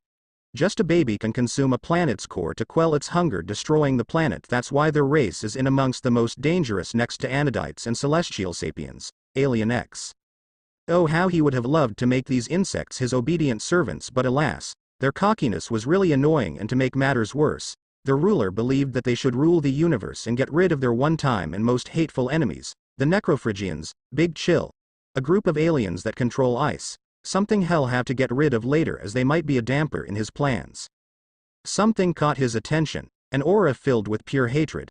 He was intrigued. He hadn't seen hatred this much in a while, and he was sure he could use this person to further his goals, so he used his skills in telepathy to dig deeper, and he was met with a whirlpool of memories and a cesspool of emotions that went with them. Happiness, curiosity, eagerness, drive, jealousy, love, fear, worry, hate and anger. The last two seemed to evolve into darkness, and it had only begun to grow. If left to manifest and ripe over the years without any interruptions, then he would be dealing with a very dangerous foe, so he knew what to do in order to sway this individual into his hands. It would be so easy and effortless. He had a plan. He laughed, and laughed, and his friend that was in the tub was wondering what was causing said laughter, but that would be solved another time. Meanwhile, a certain black-haired boy paused from his business and looked up to the sky, feeling that something wonderful was about to happen to him, and it will help him in his dreams, that he knew. He was snapped out of his thought by his comrade, who tapped his shoulder, and he got back to whatever he was doing with a smile on his face, much to the surprise of his comrade. "What's got you grinning like an idiot?" his comrade asked. "Nothing to concern yourself with. We better get back to the others though," he said. "I don't want them to start looking for us." His comrade nodded, and they continued walking, musing about what just happened. Meanwhile, with the Tennysons, okay, you may call Ben a kid, but when he usually is curious about something, he doesn't sleep it off. Sure, he heard that curiosity killed the cat, but it also helped solve a lot of problems for the betterment of mankind. If man wasn't curious, would the world have evolved? No, it won't, so don't blame him if he wants to be curious. What piqued his curiosity though was the strange fact: Naruto and Gwen have been spending way too much time with each other. He noticed that it had started way back since Gwen had been kidnapped. Sure, she would need the company, but he would have expected his dweeb of a cousin to be fine on her own. Instead, she just steals his big brother away from him. Okay, stealing is a harsh word, but you get the picture. He will have to wait for another time they are alone though, and sneak on them as either Grey Matter, XLR8, or Ghost Freak.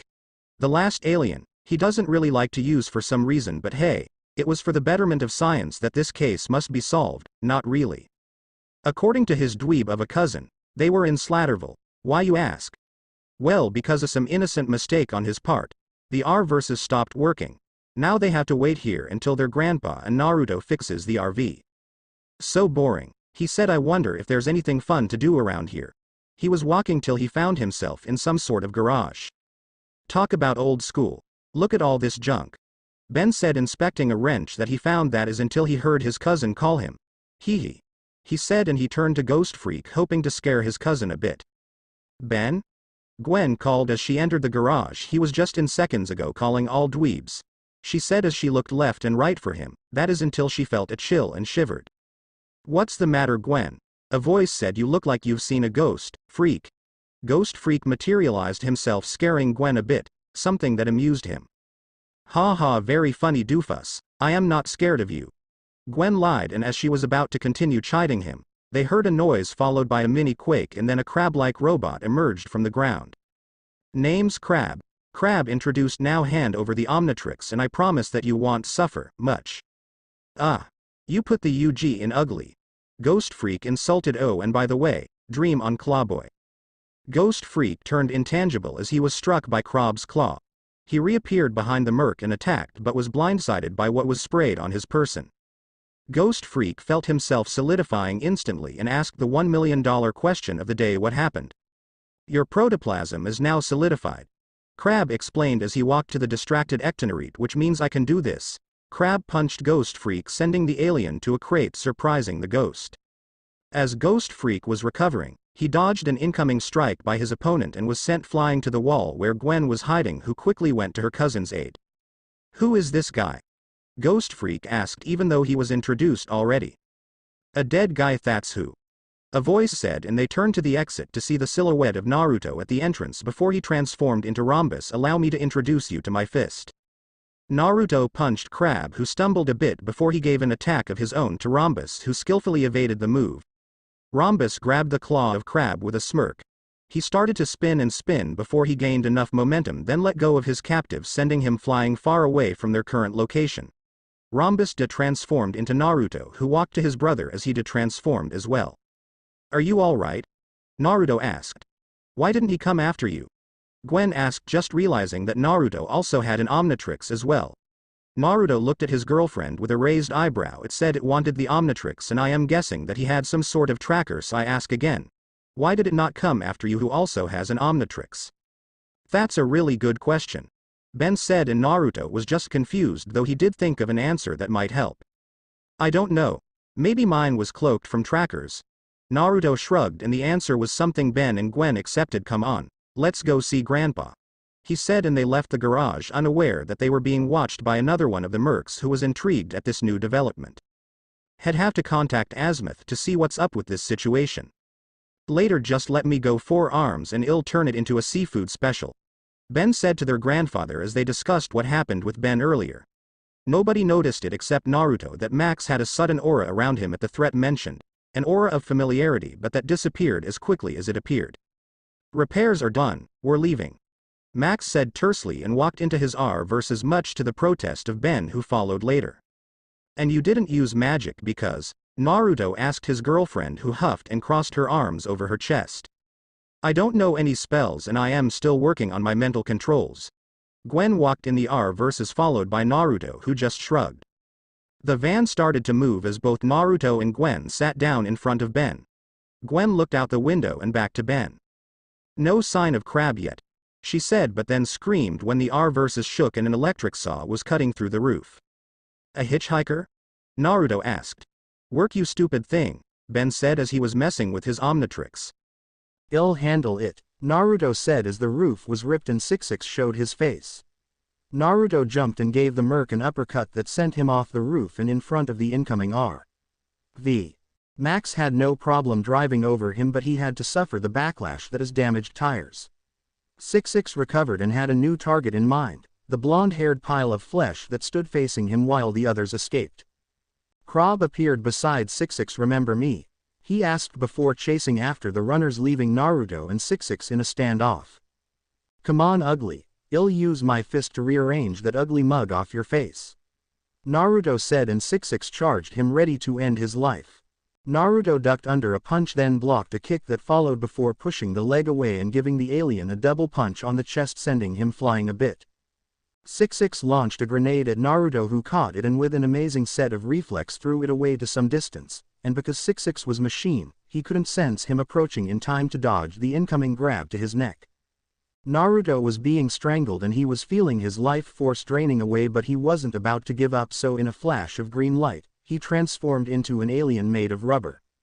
Naruto inflated himself like a balloon, setting himself free before transferring the inhaled air in his system to his right hand that was made into a giant fist. "Gomu Gomu no, Giganto Pisuduru." The giant fist sent 66 flying away before it returned to normal, and Naruto de-transformed into normal mode. He flexed his hand and looked at the Omnitrix, remembering the time he found out about that alien and the resemblance his ability had to that of his all-time favorite hero, Monkey D. Luffy. "Gotta thank Oda for giving me the idea to that skill set," he said, but as he was about to walk away in a rare act of arrogance, he coughed out blood into his hand. "What the?" he said, then looked down to see a katana stabbed through his stomach before it was pulled out and his body dropped to the floor. 66 looked at his now dead opponent before he walked away to his original target with a satisfied victory in his mind. With Gwen. Gwen was in a mine train watching her cousin mess with his watch when she suddenly felt a burst of pain cutting through her chest. She winced, holding her chest in pain, and got down on all fours, catching the attention of present company. "Gwen, are you okay?" Max asked his granddaughter as he went to help her up. "Why do I suddenly feel like I am about to lose something important?" she asked, and Ben looked at Max, who shrugged, that is, until Ben noticed something. "Maybe because of him," Ben shouted and pointed at 66, who was locked and loaded, taking aim at the train, that is, until Ben's Omnitrix beeped green. He noticed it, obviously sweet, and selected Diamond Head and pressed the dial. Diamond Head emerged moments later from the green light and jumped on the approaching 66, ignoring his grandfather's protests while falling into the deep chasm below them.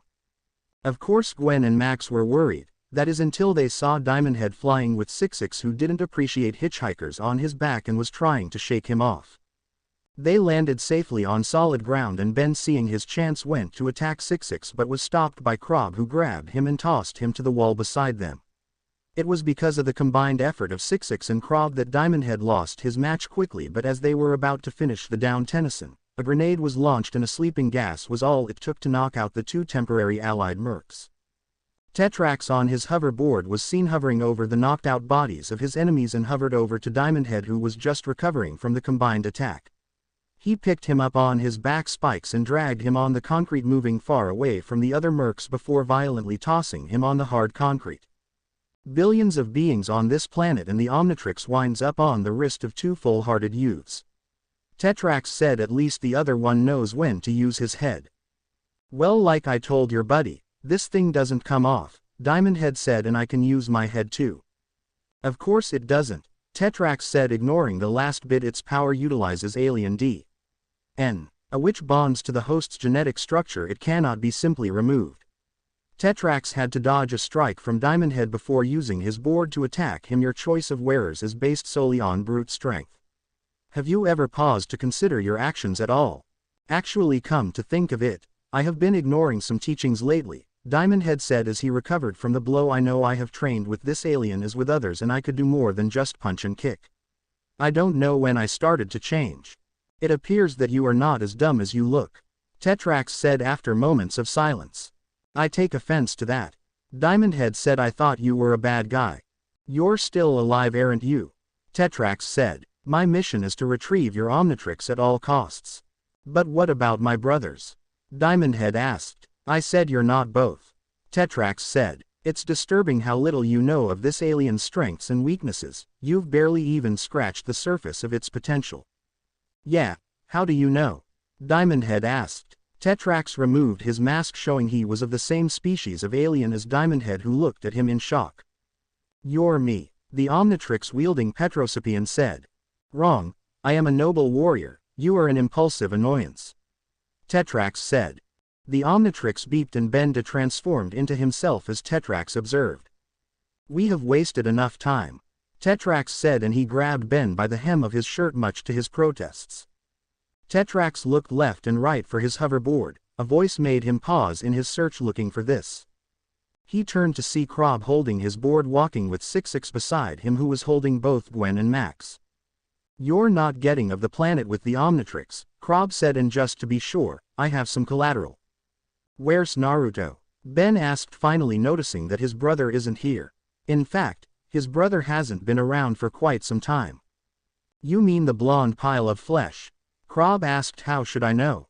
66 spoke to Krob in his native tongue, to Krob, informing him of the fate of said blonde. Krob just laughed. "Well, that's one down, 3 to go." "I don't get it," Ben said. 66 said that he killed the blonde one. Tetrax explained to Ben, who just stood frozen in shock at the news. It can't be true," Gwen thought. She didn't even notice the tears that were starting to form in her eyes. "Nice try, but I know he's not dead," Max thought after his eyes caught something in the distance. Ben was just still standing in shock. He didn't notice that Tetrax had already gone to attack, but Krob saw this coming, so he fired beams at the Petrosapian, who was evading them before grabbing Ben and heading to safety. "Stay here," Tetrax said as he dropped Ben, who was still frozen in shock, before going after his Tetrax board. The Guardian of the Omnitrix would have attacked had it not been for the energy construct that froze him and the others. They traced the construct to a red-skinned humanoid alien. "Guardian?" Max asked, much to the silent relief of Gwen. Guardian smiled in response before looking back at the merc, specifically 66. "I don't really appreciate being stabbed in the back, you know," Guardian said before he removed them from their temporary paralysis and attacking 66 directly. 66 tried to fight back with everything he knew, but Guardian was faster and stronger. Guardian grabbed the merc at the back of his head before smashing it on his knee, forcing 66 to stumble back a bit, but Guardian wasn't done. He punched the Sotaragian on his stomach, before appearing at his back and gave his side a kick, sending 66 some distance while cracking some of the Sotragian's bone in the process. Krob and Tetrax were too busy watching the fight. They didn't notice a black and green goop moving on the ground, closing in on Krob before consuming the struggling merc. Tetrax was impressed seeing that Ben was using his head to attack a superior opponent this time, so he walked and picked up his board that was on the ground just as the body of Sixix was dropped in front of him. "So you must be Tetrax Shrad, Asmith told me about you," Guardian said. "You know Asmith?" Tetrax asked, surprised at this. Guardian nodded and pressed the Omnitrix dial on his chest, transforming into Naruto, who had blood on his shirt, much to the fear of Gwen, who pulled him in a hug, sobbing in his chest. Naruto looked to Max for help, who just smiled at his grandson and waved, much to Naruto's annoyance. He looked back at Tetrax anyways. "I know Asmith is the creator of the Omnitrix. He said that Ben's version is a prototype while mine is a completed version. He was the one that sent me mine after all." "I see," Tetrax said, and by that time, Krob was unconscious on the ground and a proud Upgrade was standing in front of them. "Even I can use my head from time to time," Upgrade said, much to the amusement of Naruto and Gwen, who had dried out most of her tears. "Pretty smart, for a human," Tetrax said to Upgrade. Later, in the RV, the Tennysons were relaxing after a stressful day. They were in the middle of a conversation.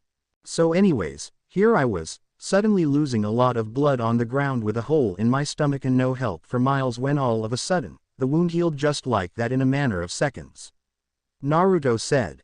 "Hold on, how come you can heal so fast?" Gwen suddenly asked. "I come from a clan that has that as a special trait," Naruto explained. "I sort of forgot about that." "Wait, doesn't that mean that if you can heal this quickly, your ex-family can too?" Ben said, much to the surprise of Naruto. "Well, it's a maternal thing, so the fourth Hokage can't heal as fast as me and my supposed twin. In fact, no one, including my mother who I inherited it from, cannot heal as fast as me or my twin." "Because of what was sealed inside you?" Gwen asked, and Naruto nodded to his girlfriend. "Well, it doesn't matter, as long as you're all right. That makes me sleep another day," Max said behind the wheels as he was driving. "So Ben, it looks like I am going to have to up your training," Naruto said to his brother, who was just excited. "Can't wait, I need it anyways," Ben said maturely. "That is definitely true," Gwen said as they drove into the sunset of the desert, laughing all the way. "Looks like Ben learned something today. Even he can get his butt handed to him from time to time if he gets too cocky." "I swear, I know nothing. Please let me go." Slice, the voice of a hostage, couldn't be heard anymore as his jugular was sliced with a kunai knife and his dead body was dropped in the floor. Gokaku no Jutsu. The body was burnt with a fire jutsu, leaving no trace of a victim, and the killer could only scoff at the lack of information. "Useless," the killer muttered before he walked to where he was supposed to rendezvous with the others. "Anything?" his comrade asked as they met. "No, this is pointless, the trail would have gone by now," the killer said. "Why do you smell like blood, Sasuke?" his other comrade asked. "Most of them started to arrive." "Shut up, mutt," the killer, now identified as Sasuke Uchiha, said, much to the annoyance of his sensei. "Sasuke, did you kill a civilian?" his sensei asked with a frown, marrying his maskless face. "You have to stop doing that, Sasuke. You will get in serious trouble with their officials," Kakashi said. "Again, this is pointless," Sasuke said before he shushined out of the area. "What am I going to do with him?" Kakashi asked. "You have to rein in the kid, Kakashi. I think that what happened to his mother really took a toll on him," Asuma said. "Makes me wonder why he is a ninja with the mental state he's in since his clan was murdered," Yugao said. "And to make matters worse, his mother's plug was pulled 2 days ago," Kurenai said. "Cough makes me cough, almost pity Itachi cough," Hayate said between fits of coughs. The other senseis muttered in agreement while their students wondered what was going on now. "So any luck on the search?" Ino asked. "No, I asked and they said there was a huge fight here a few weeks back," Nami explained. "Yeah, I also got the same thing, like a fight between monsters," Kiba said. "I may have got something," Shino suddenly pointed out, catching the attention of everybody present. "What would you have that most of us don't already know?" Kiba asked arrogantly. "I know that something similar to what happened here happened in a place they called the Witchcraft Museum and a graveyard that was close by," Shino smugly said, catching the attention of Tora. "When did this take place?" Tora asked. 2 weeks ago, Shino said. "What are we waiting for? Let's go before the trail gets lost," Asuma said. But we need to locate Sasuke first, Kakashi said, and after seeking the others' approval, he disappeared with a shushin after pinpointing Sasuke's chakra. Minutes earlier with Sasuke, you know, if you keep sulking like that, it won't be healthy for you. A voice kindly said behind Sasuke, who jumped at the presence. Who are you? Sasuke asked as he saw the man standing in front of him. The man looked like a simple civilian who wore a black and white suit as if he was ready to go for a party. On his hand was a cane he started to twirl around as he was circling the wayward Uchiha. I am Inferns, but you may call me Finn. Finn introduced. What do you want? Sasuke still asked, seemingly on guard of this man with an aura that scared him. The man stopped walking and looked at Sasuke, still twirling his sword in his hand. What do I want? No, it's what you want, something that I can grant freely. What do you have that I need? Sasuke said as he narrowed his eyes, Sharingan flashing in a threatening notion. To say he was surprised at the sudden change in weather from dry to wet would be devastating, but if he looked closely, he noticed that the raindrops seemed to be avoiding him and this man, who smirked at his observation. I see that you like my demonstration of what I can offer, the man said as the weather returned to normal, and that my good friend has power. He then snapped his fingers and a red spark of lightning emerged before it disappeared. This is just but a mere taste of what I could offer you. Sasuke inspected his body and scowled. I feel nothing. As he looked up, the man had disappeared. Where are you? He demanded as he looked left and right for the man that was just with him moments ago. I am here, Sasuke. No need to get all violent, Kakashi said as he waved his hands in a subdued manner. HMPF, whatever, let's just go, Sasuke calmly said as he placed his hand in his pocket before he disappeared with Kakashi in a shushin. He did not notice the slight scorch mark that was left on the spot he once was, and neither did his sensei. Meanwhile, the missing man in question tapped his cane on his head as he smiled and walked on the sidewalk, waving to the passerbys in a gentlemanlike manner, that is, until he was cornered into a dead end. He frowned and turned around only to see three men twice the size of him blocking his path. You know, if this is your way of being friendly, then I am sorely disappointed, Finn said. Look guys, he thinks we're his friends, the leader said. Why don't we show him how friendly we can be? The leader said as he punched his palm. The others laughed as they crept in on Finn, who just smiled and sighed. Such a waste, he said, and with a burst of speed he was behind the frozen group and was walking with a spring in his step, clearly ignoring the men behind him as they turned to dust. It was good to be a god sometimes. With the Tennysons. A week, that was how long the scuffle in the desert with the mercs. Now they were on the road and Ben had toned down on the cockiness. It was a good thing too, because their next destination was a circus that featured one of Ben's greatest fears, a clown. Ben had a right to be afraid of said clown. Why? Because said clown turned out to be a vampire that found pleasure in sucking the happiness of its victims, and unfortunately, Max, Gwen and Naruto were part of the victims. At first, Ben had a little trouble because of the clown's accomplice, the circus freaks, a guy that could spit acid, a girl that had really long and strong hair, and a man that had half of forearm strength, and their names were Acid Breath, Frightwig, and Thumbskull. If Naruto hadn't dealt with the freaks, then Ben would have had a hard time dealing with saving Gwen, stopping Zombozo the clown, and the freaks altogether, so in the end, all four freaks were defeated and Gwen was saved. Ben also trained twice as hard when using his Omnitrix so that he won't have the same setback he did in the desert, and speaking of training, Naruto and Gwen decided that they would continue theirs. So far, Gwen was able to do the tree walking exercise and water walking exercise despite her large mana. Since they had that down, it was time for the mental training, so it would be easier for Gwen to move things with her mind. She already had a somewhat good start, so all she needed to do was improve it, and they knew that once that was done, the spells would be easier to master, so far as they are able to find a spell book. So in the meantime, she had to create the spells, and that will prove to be difficult in days to come. Currently, they intercepted a police report originating from Denver, and Ben decided that it would be best to go Diamond Head to help the police officers out and was in the chase. Naruto, Gwen and Max were in the RV following after the chase, seeing Diamond Head handle the situation easily even though they were a few feet away from Diamond Head. As they arrived, they saw Diamond Head taking care of the thieves. The alien smiled at them before he took off to a safe location so as to hide his identity when he times out while the others decided to wait for him to show up. Not bad, Ben. Naruto said, making Ben blush. Yeah, well, I am really starting to get the hang of this thing. I am sure that I can handle anything thrown my way.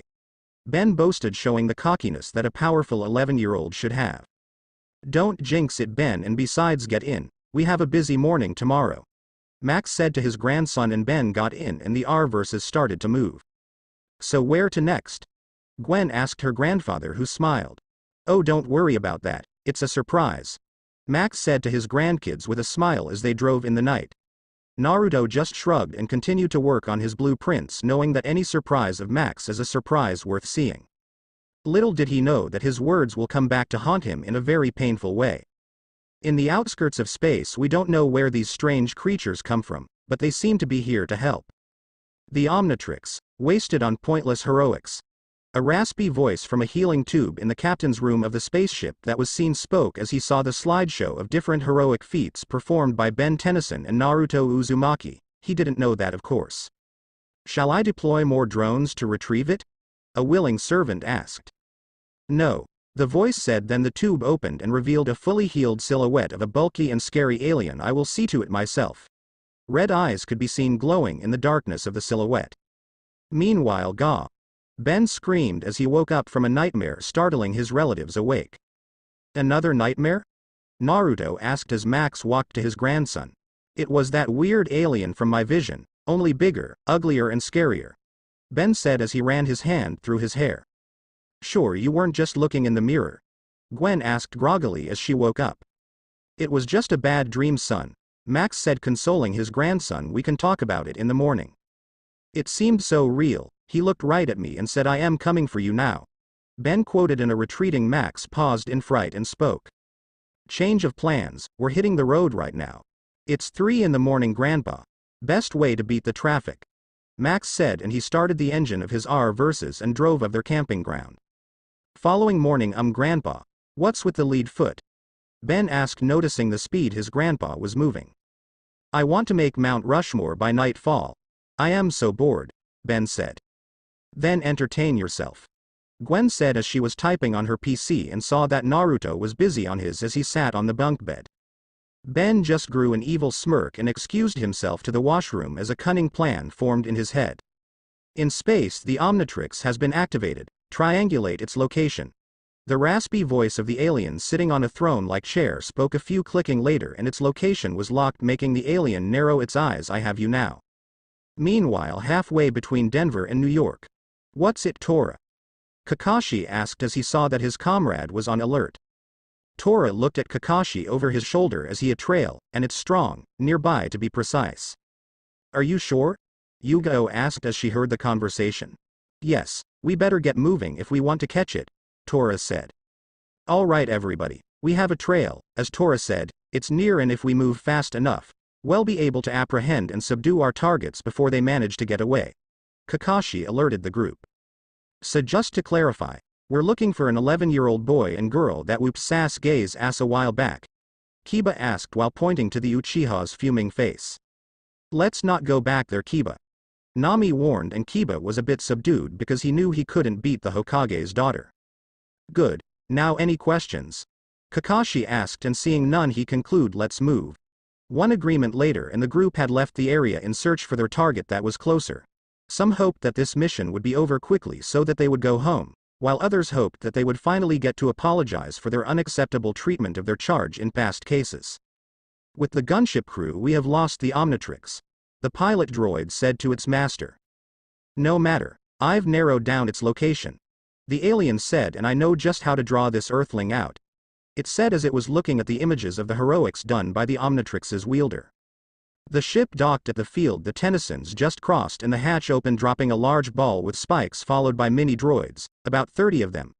As the spiked ball dropped, it rolled over to the nearest populated area, Rapid City, knowing that the wanton destruction will draw its prey. With the Tennysons were not too far from where the trouble was happening, so don't be surprised when Ben noticed the explosion from his position in the RV. Looks like it's hero time, Ben said, and once he selected the alien he wanted, he pressed the dial, and in a flash of green light, he was Heat Blast. The R versus stopped and Heat Blast took flight as he rushed out of it, leaving an annoyed Max behind. With Ben, people were screaming when the droids were destroying everything with its beam, hoping to draw the attention of the Omnitrix bearer. Something that proved successful because moments later, 2 droids were destroyed, saving some lives of the city folks. Why don't you take on someone with real firepower? Heat Blast spoke as he landed in the midst of the chaos, but then looked around and noticed that he was surrounded. Why do I get the feeling that you were expecting me? Heat Blast asked as he was looking left and right for an opening. Seeing none, he decided that it was time to create some mayhem and destruction on the opposing force, and did so by launching fire blasts at the droids that were unable to defend themselves. It was only seconds later that he finished with every mini-drone, but he didn't see the incoming projectile heading his way, which proved to be his downfall as he was hit with it and trapped. Heat Blast looked up to see a spiked ball headed his way, only to stop directly in front of him. The ball split apart with a hiss, revealing a door that rose up. The ground below him shook as the figure from the ball stepped on the earth in all its glory. Heat Blast looked at him in surprise and gasped in realization as he saw the familiar face. "You're the alien from my visions," Heat Blast exclaimed. "At last we meet, the being that has cost me so much trouble," the alien said to Heat Blast with a sneer on his face. "Who are you?" "I am Vilgax, and I have come for the Omnitrix," Vilgax introduced as his sneer increased. "And I am guessing you're not with the good guys," Heat Blast said. Then he cranked up the heat in his body, melting the trap that had him, freeing himself completely. He took that as a cue to attack Vilgax by throwing a flame-powered combo punch in what seemed like a futile effort to those watching. Vilgax picked him up and threw the Pyronite some distance and watched as he bounced on the earth and crashed through a half a buildings, thus proving the power added to said throw. A building wall came down on him and Heat Blast burned his way out of the gravel. "Okay, this guy's really though," Heat Blast said as he started to evaluate possible combinations he could use to beat this Vilgax. It proved useless because of the time and effort it took to think, something that he didn't have, as Vilgax appeared in front of him walking casually as if he was stalking prey. "I've got to slow him down," Heat Blast said before he raised the temperature of his heat into this next attack and aimed at the hardened cement below him and fired, melting the ground. Something that seemed to have worked because Vilgax tripped at the sudden slipperiness and he was finding it difficult to move as the cement was hardening very fast. Heat Blast saw this as an advantage and wanted to interrogate his captive, but that wasn't meant to be, as the R versus stopped in front of him with Gwen opening the door. "Grandpa says to get in," Gwen said as she motioned for Heat Blast to get in, but she was annoyed as he decided to be stubborn. "What you talking about? I am just about to kick alien butt," Heat Blast said in an air of arrogance, that is, until his Omnitrix started to beep and flash red before he turned back to Ben. "Benjamin, get in," Max ordered, and Ben quickly rushed in the van just as Vilgax got up. "Believe me when I say, you do not want to pick a fight with Vilgax," Max said to Ben as he looked at the back view mirror to his grandson, who looked confused at him. "How do you know his name was Vilgax?" Ben asked. "Grandpa, what aren't you telling us?" a suspicious Gwen asked. Max wasn't able to think up a response as he evaded the shot from attackers that were appearing behind the van. "Two incoming, Grandpa," Naruto said as he raised up the blinders from the window. "Hold on, kids," Max said, and he evaded the shots with a surprising set of maneuvering that an old civilian should have. "We can't keep this up forever," Gwen said as she moved up front to confront her grandfather. "Things are going to be a whole lot worse if we don't get to Mount Rushmore," Max said as he stepped up the engine. "Why? What's at Mount Rushmore?" Gwen asked as she held on to her seat for her dear life. "Gwen, this is not the time to explain," Max said as he concentrated on driving. "You're gonna have to trust me." "That's something you should have for us first, Grandpa," Naruto said as he got up his seat and motioned for Ben to stop his tinkering with his Omnitrix. "I'll buy some time and stall him using my Omnitrix." "Are you sure that's a good idea?" Ben asked his brother. "It's bound to divert his attention, plus, I have more control in it than you do," Naruto said, and then he brought up his Omnitrix before he selected the alien he wanted, and in a flash of green light, he was Big Chill, Ultimate. Remember, that's what he'll use to differentiate his from Ben's. He became intangible and phased through the roof of the truck before flying to the incoming mini-drones. He passed through the first, freezing it, then fired an attack at the second, freezing both of them on the air, letting them drop to the ground, completely destroying them both. Big Chill transformed to Naruto as he landed and inspected the damage. I think I can salvage some parts for my project, he said, but he didn't see the figure that leapt from a building to his area, but he did sense the incoming attack and jumped a bit to evade the attack. A child? Vilgax asked as he took on the imposing figure that was Naruto. The Omnitrix is in the position of a child? One that can kick your butt, Naruto said, channeling a bit of Ben there. Give me the Omnitrix, Vilgax ordered. Naruto turned into his version of 4 arms. You want it, come take it, he said, and Vilgax was enraged at the insult and tried to dive tackle Naruto, who just sidestepped the dive and grabbed the evil alien before giving Vilgax a full body suplex. Is that the best you've got? Naruto asked as he jumped back to create space as he looked to his downed opponent, who growled at him. Vilgax got up from his position and charged at Naruto, who just charged right back at him, but Vilgax was the victor in this case when he ducked under a tackle and kneed Naruto's gut hard, before he grabbed the back of Naruto's shirt and slammed Naruto face first to the ground.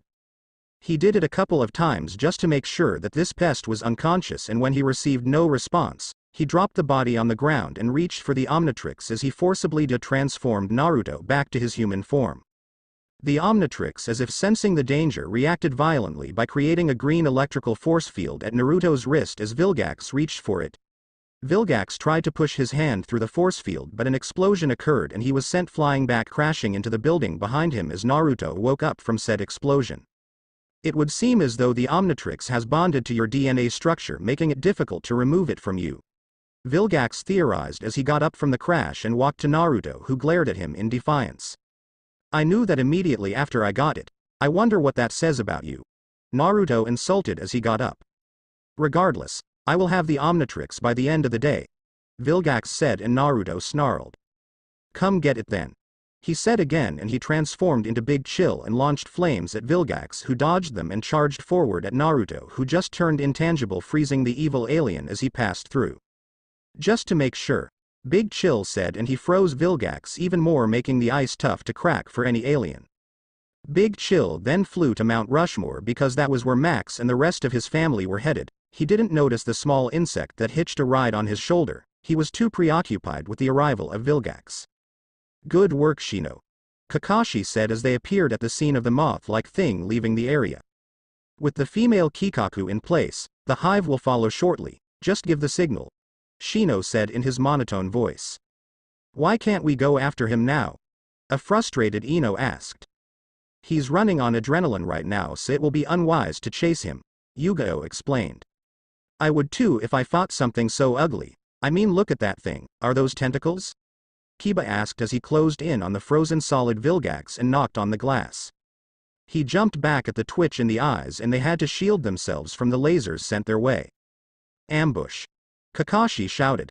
Leave none alive, Asuma said as he activated his chakra blade and noticed something's amiss but left that for later. He jumped at the drone in front of him and sliced it in half before replaced himself with another drone to dodge the incoming laser shot. Nami and Ino were busy with the next 4.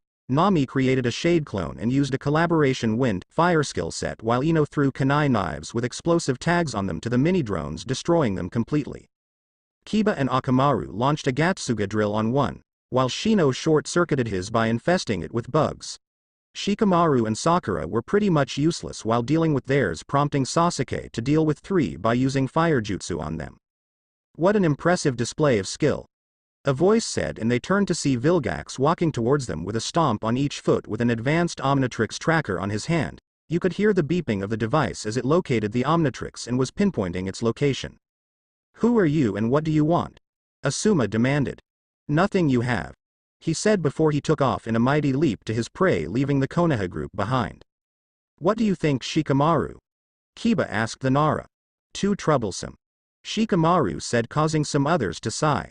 This is why we have to time our capture, because we want to get in his direction. You've all seen how difficult he is, and if we can't beat Naruto or his friends, then we don't have a chance of beating him, Kakashi explained. Maybe you don't, but I do, Sasuke arrogantly stated, causing Sakura to sigh in his glory while the others ignored him. So what do we do now? Kurenai asked. Shino, is your insect still tracking Naruto? Kakashi asked Shino, who nodded, confirming his answer. Okay. We track Naruto and his allies and strike when they are tired from the fight, making our capture easier. I am not so sure that will work. Nami murmured to herself, and Ino agreed with her friend as they walked out of the area, ignoring the crowd that started forming during their fight. With the Tennysons, Gwen sat on the front seat with her chin resting on her knees, looking out in worry, expecting her boyfriend to come back anytime soon. Is everything okay? Max asked his granddaughter as they were approaching Mount Rushmore. I am worried about Naruto, Grandpa, Gwen said to her grandfather. I am sure he will be fine, isn't that right, Ben? Max asked his grandson, who didn't answer. Ben? Max looked back to see that Ben was nowhere in sight. He left to go after Naruto, didn't he? Gwen sighed at the idiocy of her cousin. With Ben, Ghost Freak was flying to where he knew his brother was. He was worrying about his big brother that he didn't notice the figure that was closing in on him. That was until he was sprayed with some sort of gunk that looked like gravy. Ah, not again. Ghost Freak said as he remembered what happened before when he was shot with this. He didn't have time to ponder as he was caught in a body trap and Vilgax appeared and forcibly transformed him back to Ben. I was sure that you would have been more aware of my presence given what happened before. Imagine my surprise when I find that there are not one but two Omnitrixes on the planet, Vilgax said. Yeah, well, when my brother gets here, he's going to kick your ass, Ben said to Vilgax, who narrowed his eyes. Unfortunately for him, I won't be here when he arrives, Vilgax said to Ben, and as if on cue, the spiked ball rolled its way to its master and opened the door for entrance. Vilgax took Ben and went into his transport, dumping the boy in some corner as he sat down and the doors closed and he was transported back to his ship. With the Tennysons, Max and Gwen were inside a storage room that was packed with file cabinets that took the size of the room. Max went to some random cabinets and opened them, searching for something, leaving each cabinet open as he went to the next one, and Gwen was surprised when she saw what was inside each of them. Gwen got fed up as Max opened one more cabinet. That's it.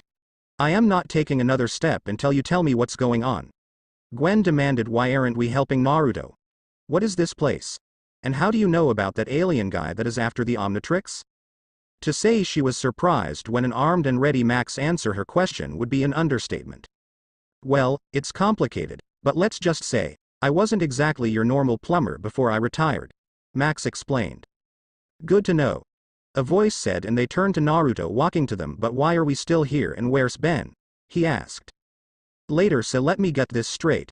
Ben disobeyed your direct order in order to come help me, a frustrated Naruto asked as he sat by his girlfriend, who held his hand, glad that he was okay. We didn't know that he already left, Gwen explained while rubbing his hand, soothing him, and it seemed to have worked as his face was relaxed. Knowing Ben, he's probably allowed himself to get captured because of his recklessness, Naruto sighed. That's why we have to hurry to save him, Max said and pressed the button underneath the cabinet, bringing up a holographic image of the world's map. I need someone to navigate me to the red dot on this map. It's Ben's Omnitrix's signal.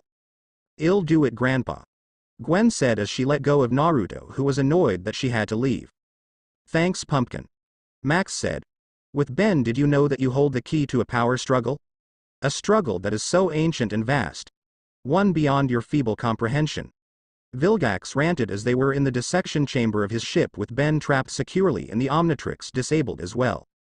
I won't let you have it, a defiant Ben said to his captor as he tried to struggle his way to freedom. Struggle all you won't get free, Vilgax said as he walked to the control panel on his ship, looking out the two-way glass. Prepare for takeoff. Once we're in orbit, I will have the pleasure of finally ridding this planet off the surface of their solar system. With the others, Max was driving as fast as he could in the RV. He spotted Vilgax's ship preparing for takeoff. We have to get on board the ship before it leaves the atmosphere, he said. How are we gonna do that? Gwen asked, and they heard a sound of the Omnitrix being used and saw Naruto's galvanic mechamorph form. It was a bit different from Ben's, like where Ben's had white, Naruto's was black and green all through. Leave it to me, Naruto said. Then he bonded with the R versus covering the whole van. Take 5, Grandpa, he said as his voice appeared on the wheel. Max just let go of the wheels and let Naruto do the driving. Naruto upgraded the speed of the R versus by adding jet-powered rockets on the back of the van. Max and Gwen had to hold on to something as the speed was quintupled, x5. Back on the gunship, Vilgax had picked up an energy sword and moved to his captive. As he was about to slice off the hand, he heard a horn and turned back only for his wall to implode in on the ship, and was annoyed as he saw a black and green van coming towards him. Warning. Power surge on ship. That warning was ignored by Vilgax as he was forced into the wall behind him by the van. Ben saw this as an opportunity and was glad that his family came to get him. The Omnitrix started to malfunction and Ben started shuffling through transformations as Max and Gwen appeared to help him off. "Hey, what's happening to me?" Ben asked as he was shuffling between XLR8, Diamondhead, Wildmutt and Four Arms. The power surge must have affected the Omnitrix, Max theorized.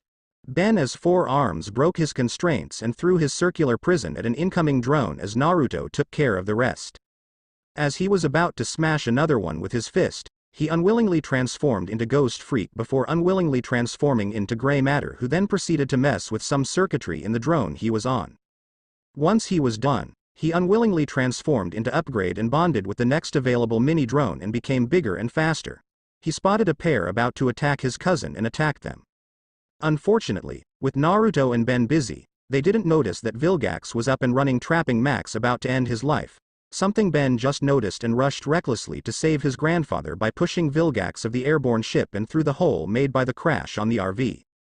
Ben let go of Vilgax as they were free-falling off the ship and tried to shoot himself to safety, but it was not meant to be as he unwillingly transformed into Ripjaws, the bane of his dry existence. He was lucky to latch onto the nose of one of the presidents as he fell. "Sometimes, I hate this watch." Ripjaws growled as he climbed his way to the top of the face and relaxed on the head, straining his lungs as he was gasping air. "Can't breathe, need water," Ripjaws panted. Vilgax landed on the head that Ripjaws currently was on and walked to the struggling fish. He looked down on the fish and said, "You are a slippery little fish, aren't you?" He reached to grab the Omnitrix symbol on the chest of Ripjaws, but Ben's randomized shuffling transformation kicked in and he turned into XLR8, speeding away from the evil alien's reach. "I don't get it. Why are you after my Omnitrix? There is another one if that escaped your mind," XLR8 said to Vilgax. "Why go for the obviously more skilled wearer when I can handle you? And besides, if your Omnitrix showed up on the tracker and not his, it just means that yours is the superior one," Vilgax theorized. "But I don't need to explain my reasons of doing things to a pest like you." "You just did, idiot," XLR8 said, and he dashed around the head, picking up speed for his next strike. "Pick a boo," XLR8 said as he was preparing to strike the armored alien. You could hear the chime of a bell as XLR8 smashed himself on Vilgax's armor. "I am going to feel that tomorrow," XLR8 said as he stumbled away, the dizziness on his head. "For you, there will be no tomorrow," Vilgax said as he increased his muscle mass and smacked the downed XLR8, who dashed his way to evade the oncoming strike. The area where Vilgax hit was destroyed, creating cracks all around the head of the president they were on. Diamondhead emerged from the smoke, shooting diamond projectiles at Vilgax, but they were useless.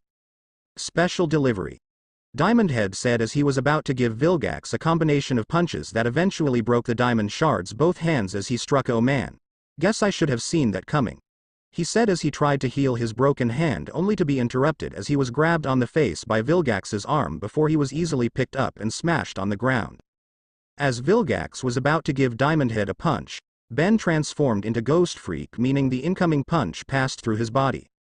"Yes, sometimes I love this watch," Ghost Freak said as he phased through the statue, running from a fight he knows that he can't win.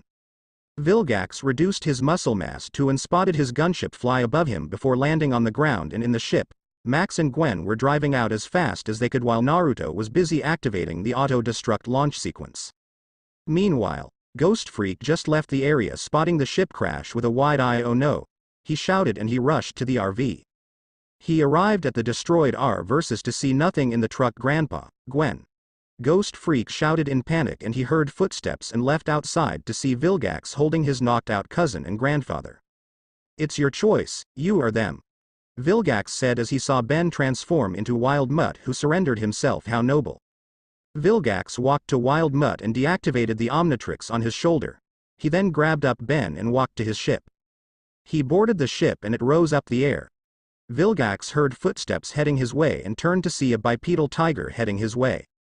"Let me tell you something, Vilgax," it growled. "If you think I am gonna let you get away with my cousin, then you have another thing coming." Wrath charged at the alien and tackled him before punching Vilgax hard on the face, something that hurt.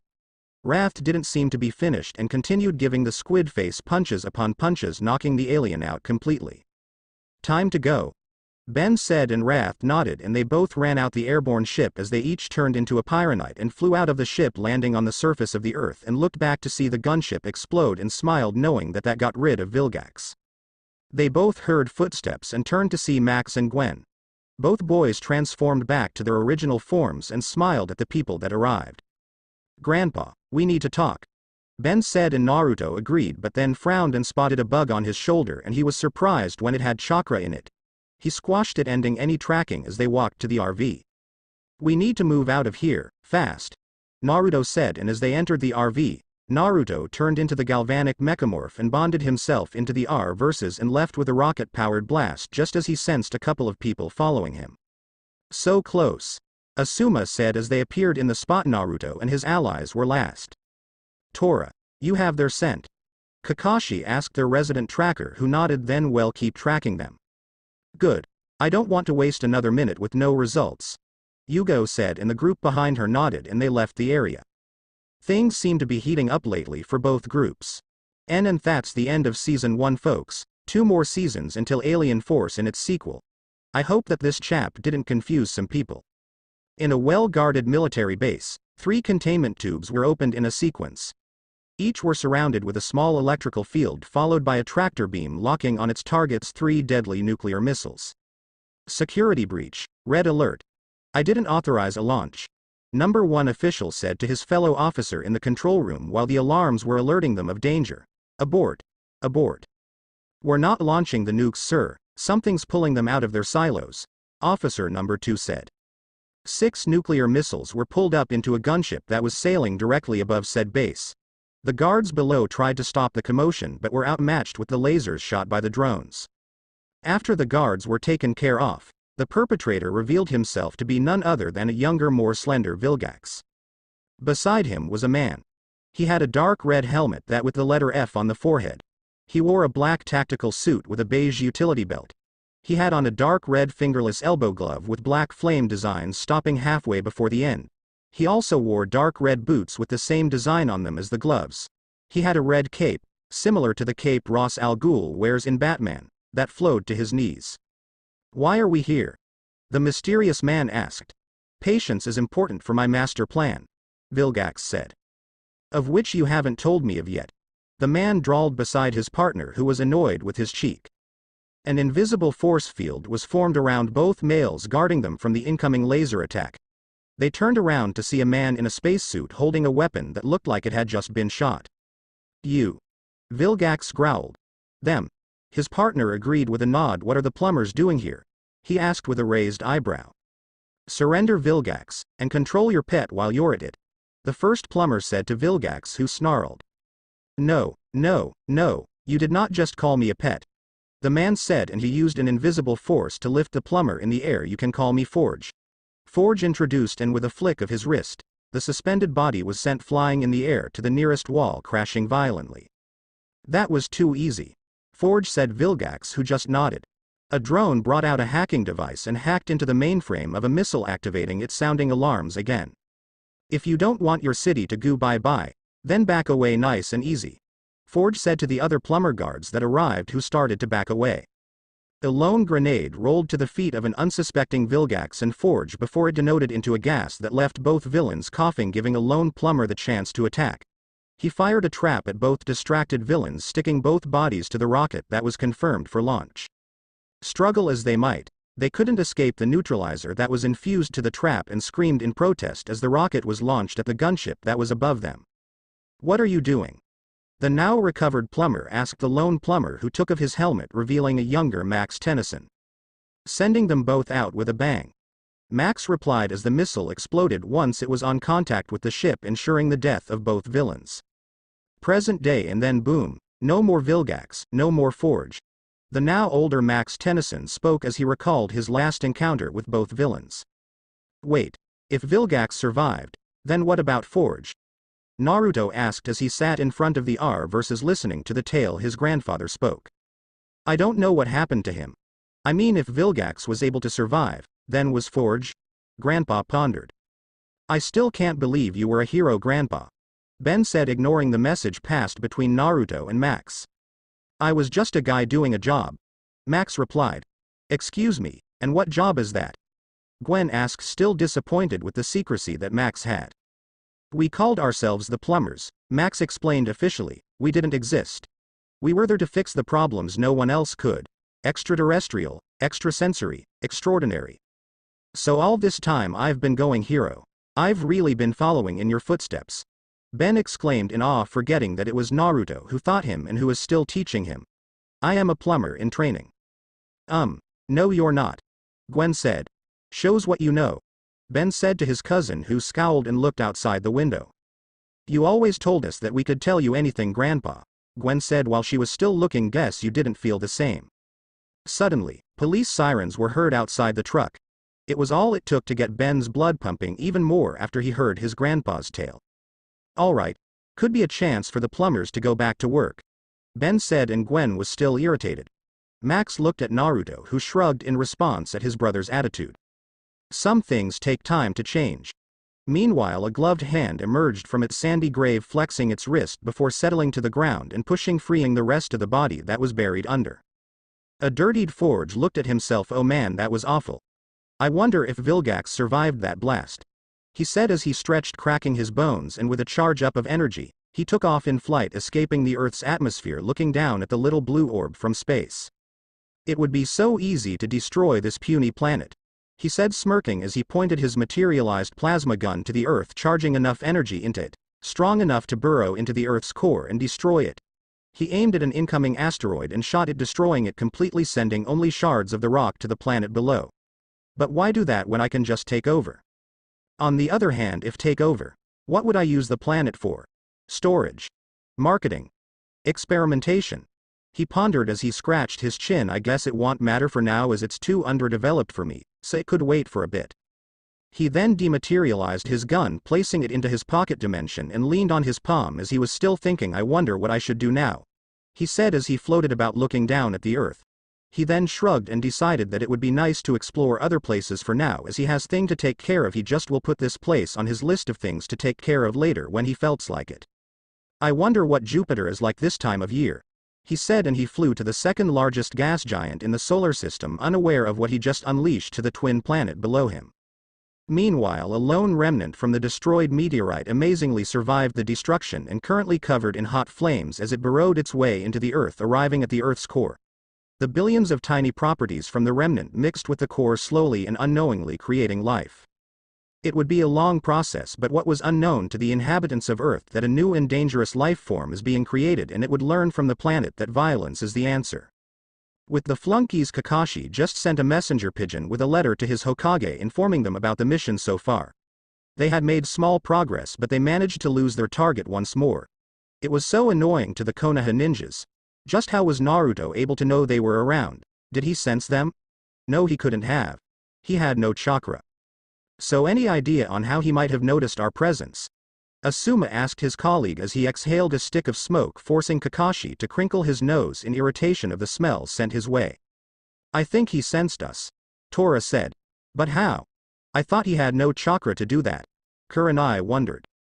But I am sure that you all know the clan Naruto comes from, so don't rule out the possibility of his chakra pathways healing completely when he was out of the village, Kakashi theorized. And his clan have a special ability to track chakra and get a feel of their nature, but I heard from Kushina-sensei that only a select few have that ability, Yugo said to her colleagues. Cough, you think, cough cough asterisk, he knows asterisk cough cough cough, Hayate said in fits of cough. Whoa, easy there, cough drop, Asuma said as he was covering his face. And what's stopping him from knowing if he doesn't? The fact that he doesn't actually need chakra to beat us? Tora rhetorically asked. If I were him, I would learn the family jutsu just to smite my parents, Kurenai said after a moment of thought. He does know taijutsu already from Guy, and who's to say that he hasn't learned them already, seeing as the scroll for the Rasengan is missing? I dare say he could have improved it, Kakashi said. Yeah, right. Good one, Kakashi. Next, you'll say that you'll stop reading your porn, Tora joked. What? It could happen. Giggle, giggle. Hee hee ha ha ha ha ha. The group was laughing at a Kakashi after his declaration. Give up porn, yeah right. With the Tennysons.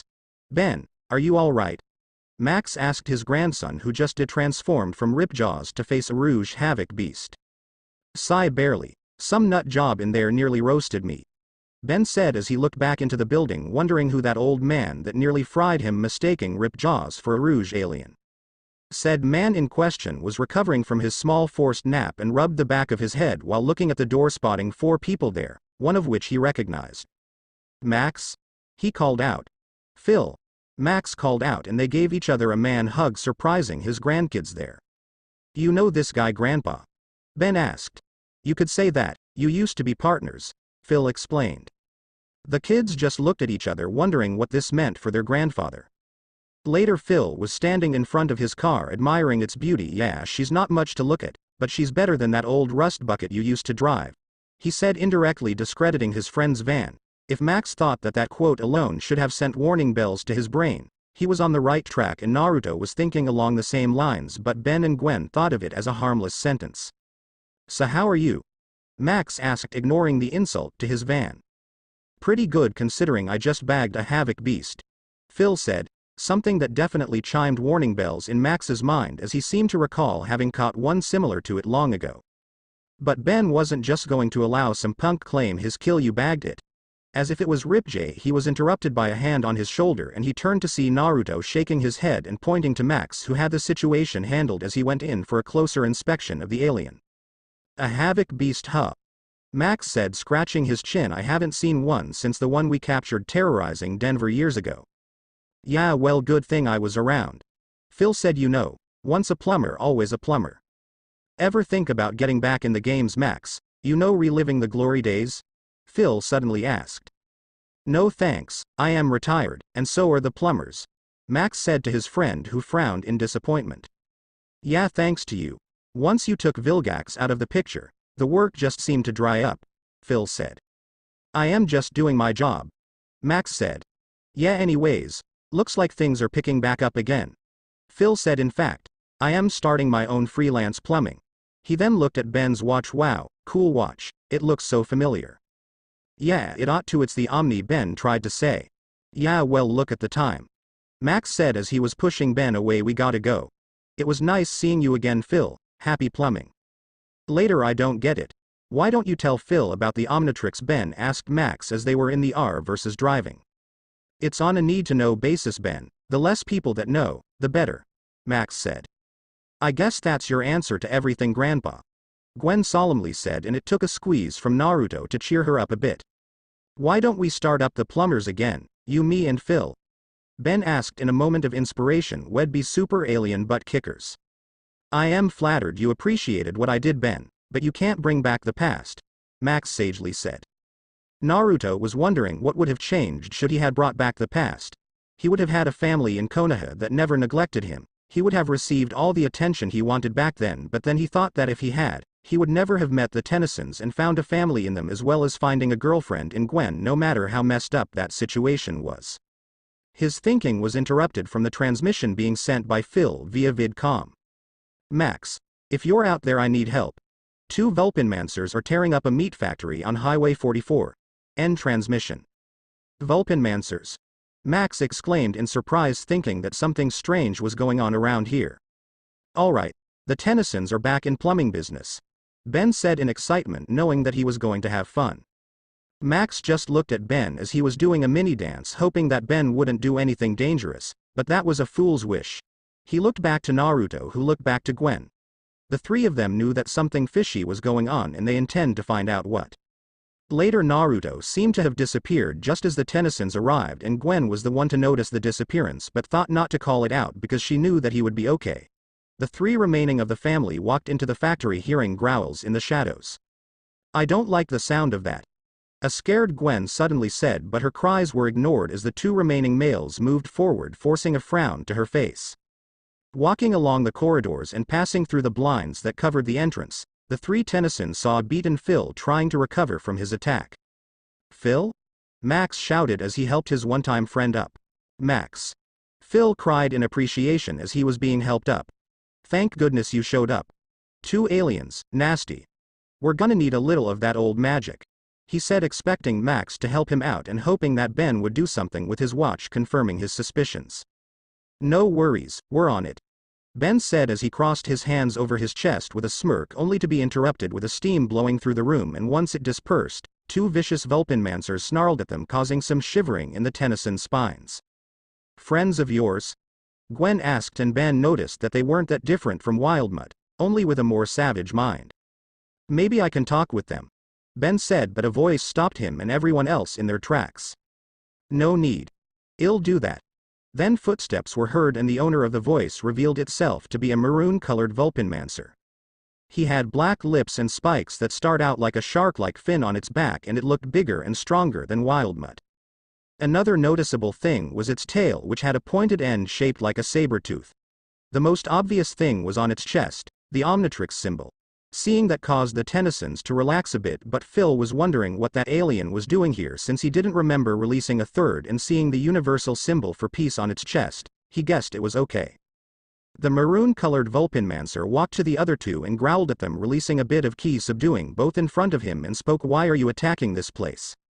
The others didn't know what the two wild Vulpanmancers said, but as Naruto, Vulpino, turned around, he unintentionally released his ki, granting the other two chance to attack him. They smacked the maroon-colored Vulpanmancer, sending him flying some distance, and proceeded to gang up on him. Naruto, of course, saw this and jumped behind them, grabbing each by their tail and easily flinging them over his shoulder, with them crashing on a gate. They recovered pretty quickly and were enraged. They cornered Naruto and tag-teamed him, making it a bit difficult for him to win. It even made it harder when the 3K9 species heard a sonic whistle, making Naruto realize why he actually disliked this alien. "Sorry about that," Phil said, holding something that looked like a taser, pressing a button to transmit the sound that stunned the alien's only way to bring down a Vulpanmancer. "Yeah. Lucky for us, you had a sonic pix whistle with you," Max said to Phil, suspicious that his friend had that on his hand when the Vulpanmancers attacked. "Stop that. You're hurting him," Gwen said as she was seeing her boyfriend suffer from the attack being indirectly thrown his way. "Small price to pay, kid," Phil said to Gwen, but was surprised when one of the Vulpanmancers launched itself on him and smacked away the device, smashing it under his hind legs. Phil was distracted with the Vulpanmancer, so he didn't notice the sudden transformation of Naruto, who was holding his ears in pain. Gwen rushed to take care of him since he was suffering right now, while Max used a forklift to trap the two Rouge K9 in a locker, shutting down the door. "Just like old times, eh?" Phil said. "I think this is going to be the beginning of a new partnership." Max just looked at his friend with a raised eyebrow, wondering if he should accept the offer or not. "Are you okay?" a worried Gwen asked Naruto as he recovered from the hit. "Yeah, but those two Vulpanmancers, they said something that has me thinking," Naruto pondered. "What did they say?" "That Phil released them from their prison, or something according to those lines," Naruto quietly said as he looked at Phil, who was walking with his grandpa and exited Ben out of the factory. "Makes you wonder, huh?" Gwen said as she escorted Naruto, who nodded his head in agreement. Both wondered what was going to happen now that they found out the cause of the alien attacks. Should they report it to Max, or should they figure out where the prison that they are being freed from? The responsible thing to do would be tell Max, but that would be too easy, so finding the prison is the best thing to do right now. "Hotel Inn, 9:30 p.m. I think it's great that we all met up," Phil said. "Well, fancy suit," Max said, admiring the hotel suit that they were in while Ben was chowing down on shrimps, disgusting both Naruto and Gwen. "Had to cost a pretty penny." "Just a little thanks. I negotiated for helping the manager out with his little problem," Phil explained, "and trust me, this is just the tip of the old alien iceberg. You know something? I knew I recognized that watch from somewhere. It's the Omnitrix," Phil declared, surprising the Tennyson family. "No need to get alarmed. I heard about it from rumors and did a little research. So far, I think it's safe to say that it landed in good hands."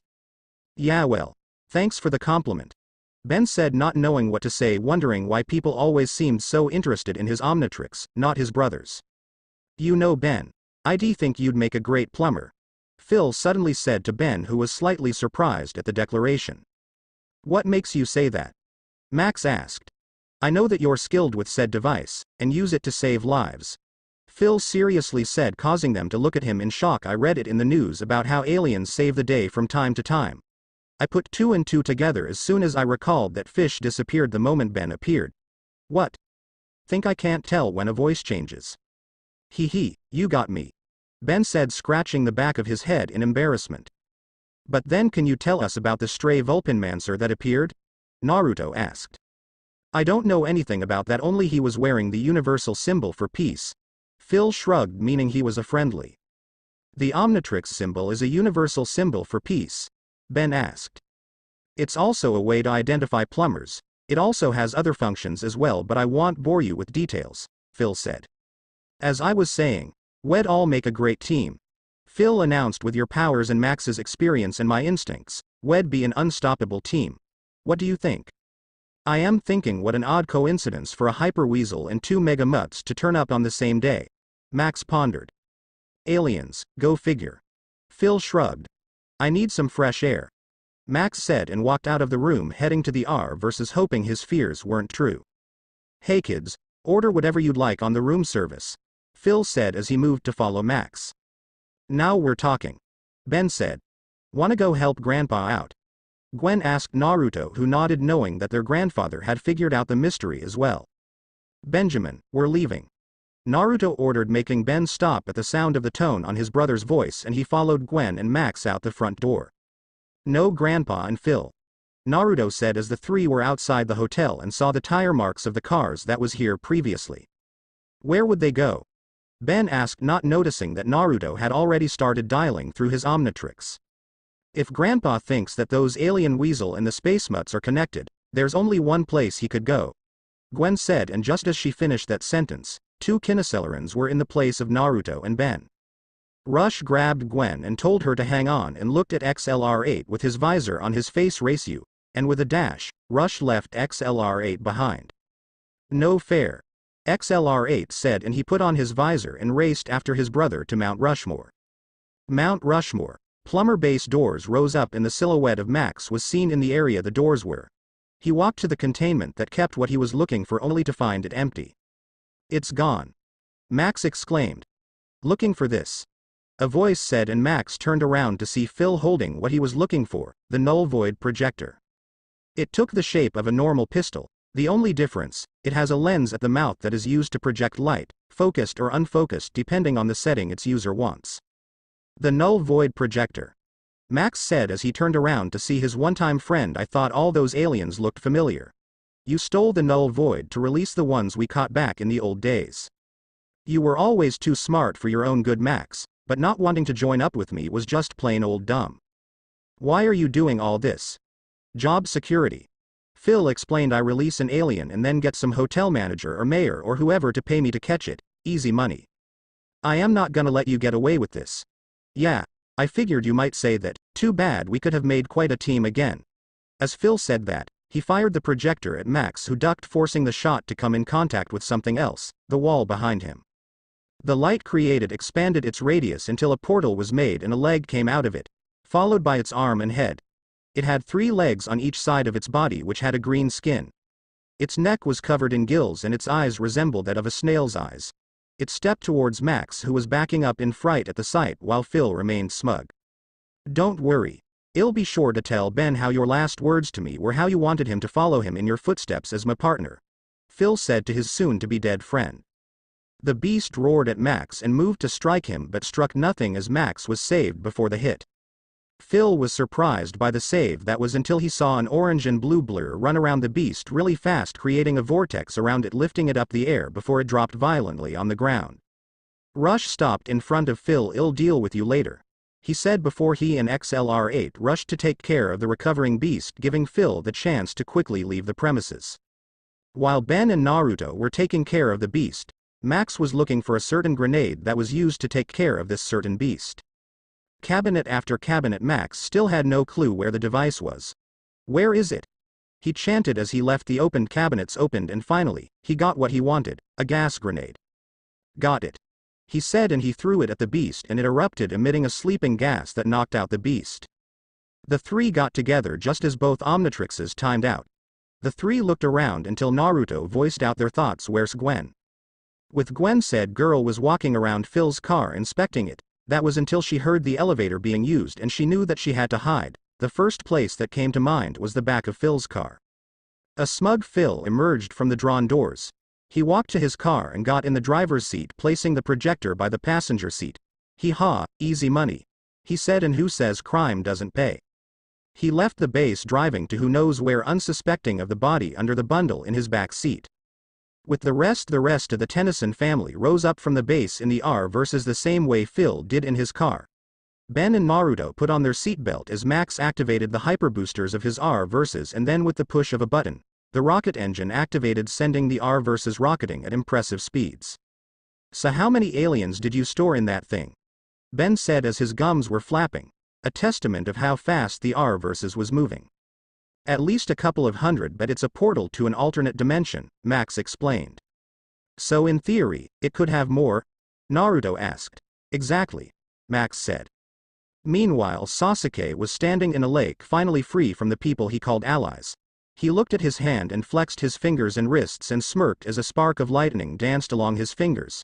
He clenched his hands and cupped both palms together, gathering energy from his teachings. A ball of electricity formed in the center. As he released his hand from the previous position, he changed the shape of the ball to a raven, to a snake, and then finally to the Mangekyo Sharingan symbol his brother possessed. Seeing it made him growl in anger, and he aimed at a random direction and shot it, leaving a trail along the water as it hit the tree and exploded.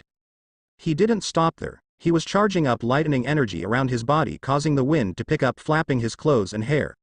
You could see the lightning charging up around him as he continued to charge up, and once his build-up reached maximum level, he released the energy, creating a mini-explosion, one not strong enough for the senseis to notice.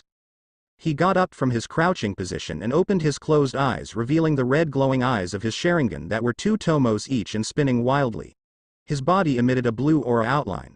He felt the power that was flowing through him. One thing was for certain as he was smirking. He knew that if he trained very hard to master this power, he will beat Itachi, and anyone that stands in his way will regret it. With Ben and the rest so far, the R versus was able to catch up with Phil's car, but as they reached it, they saw that the projector was being used in the car. What was being released currently was what looked like a flight creature. It had a big head with bat wings, and the rest of its body were just tentacles. It roared and attached itself to the R versus, blocking the view of the driver while attacking the passengers. We need some muscle to stop this thing, Ben said as he was fiddling with his Omnitrix 4 arms of muscle. And as he slammed down the faceplate, the squeaky voice of the gray matter could be heard. I said muscle, not minischool.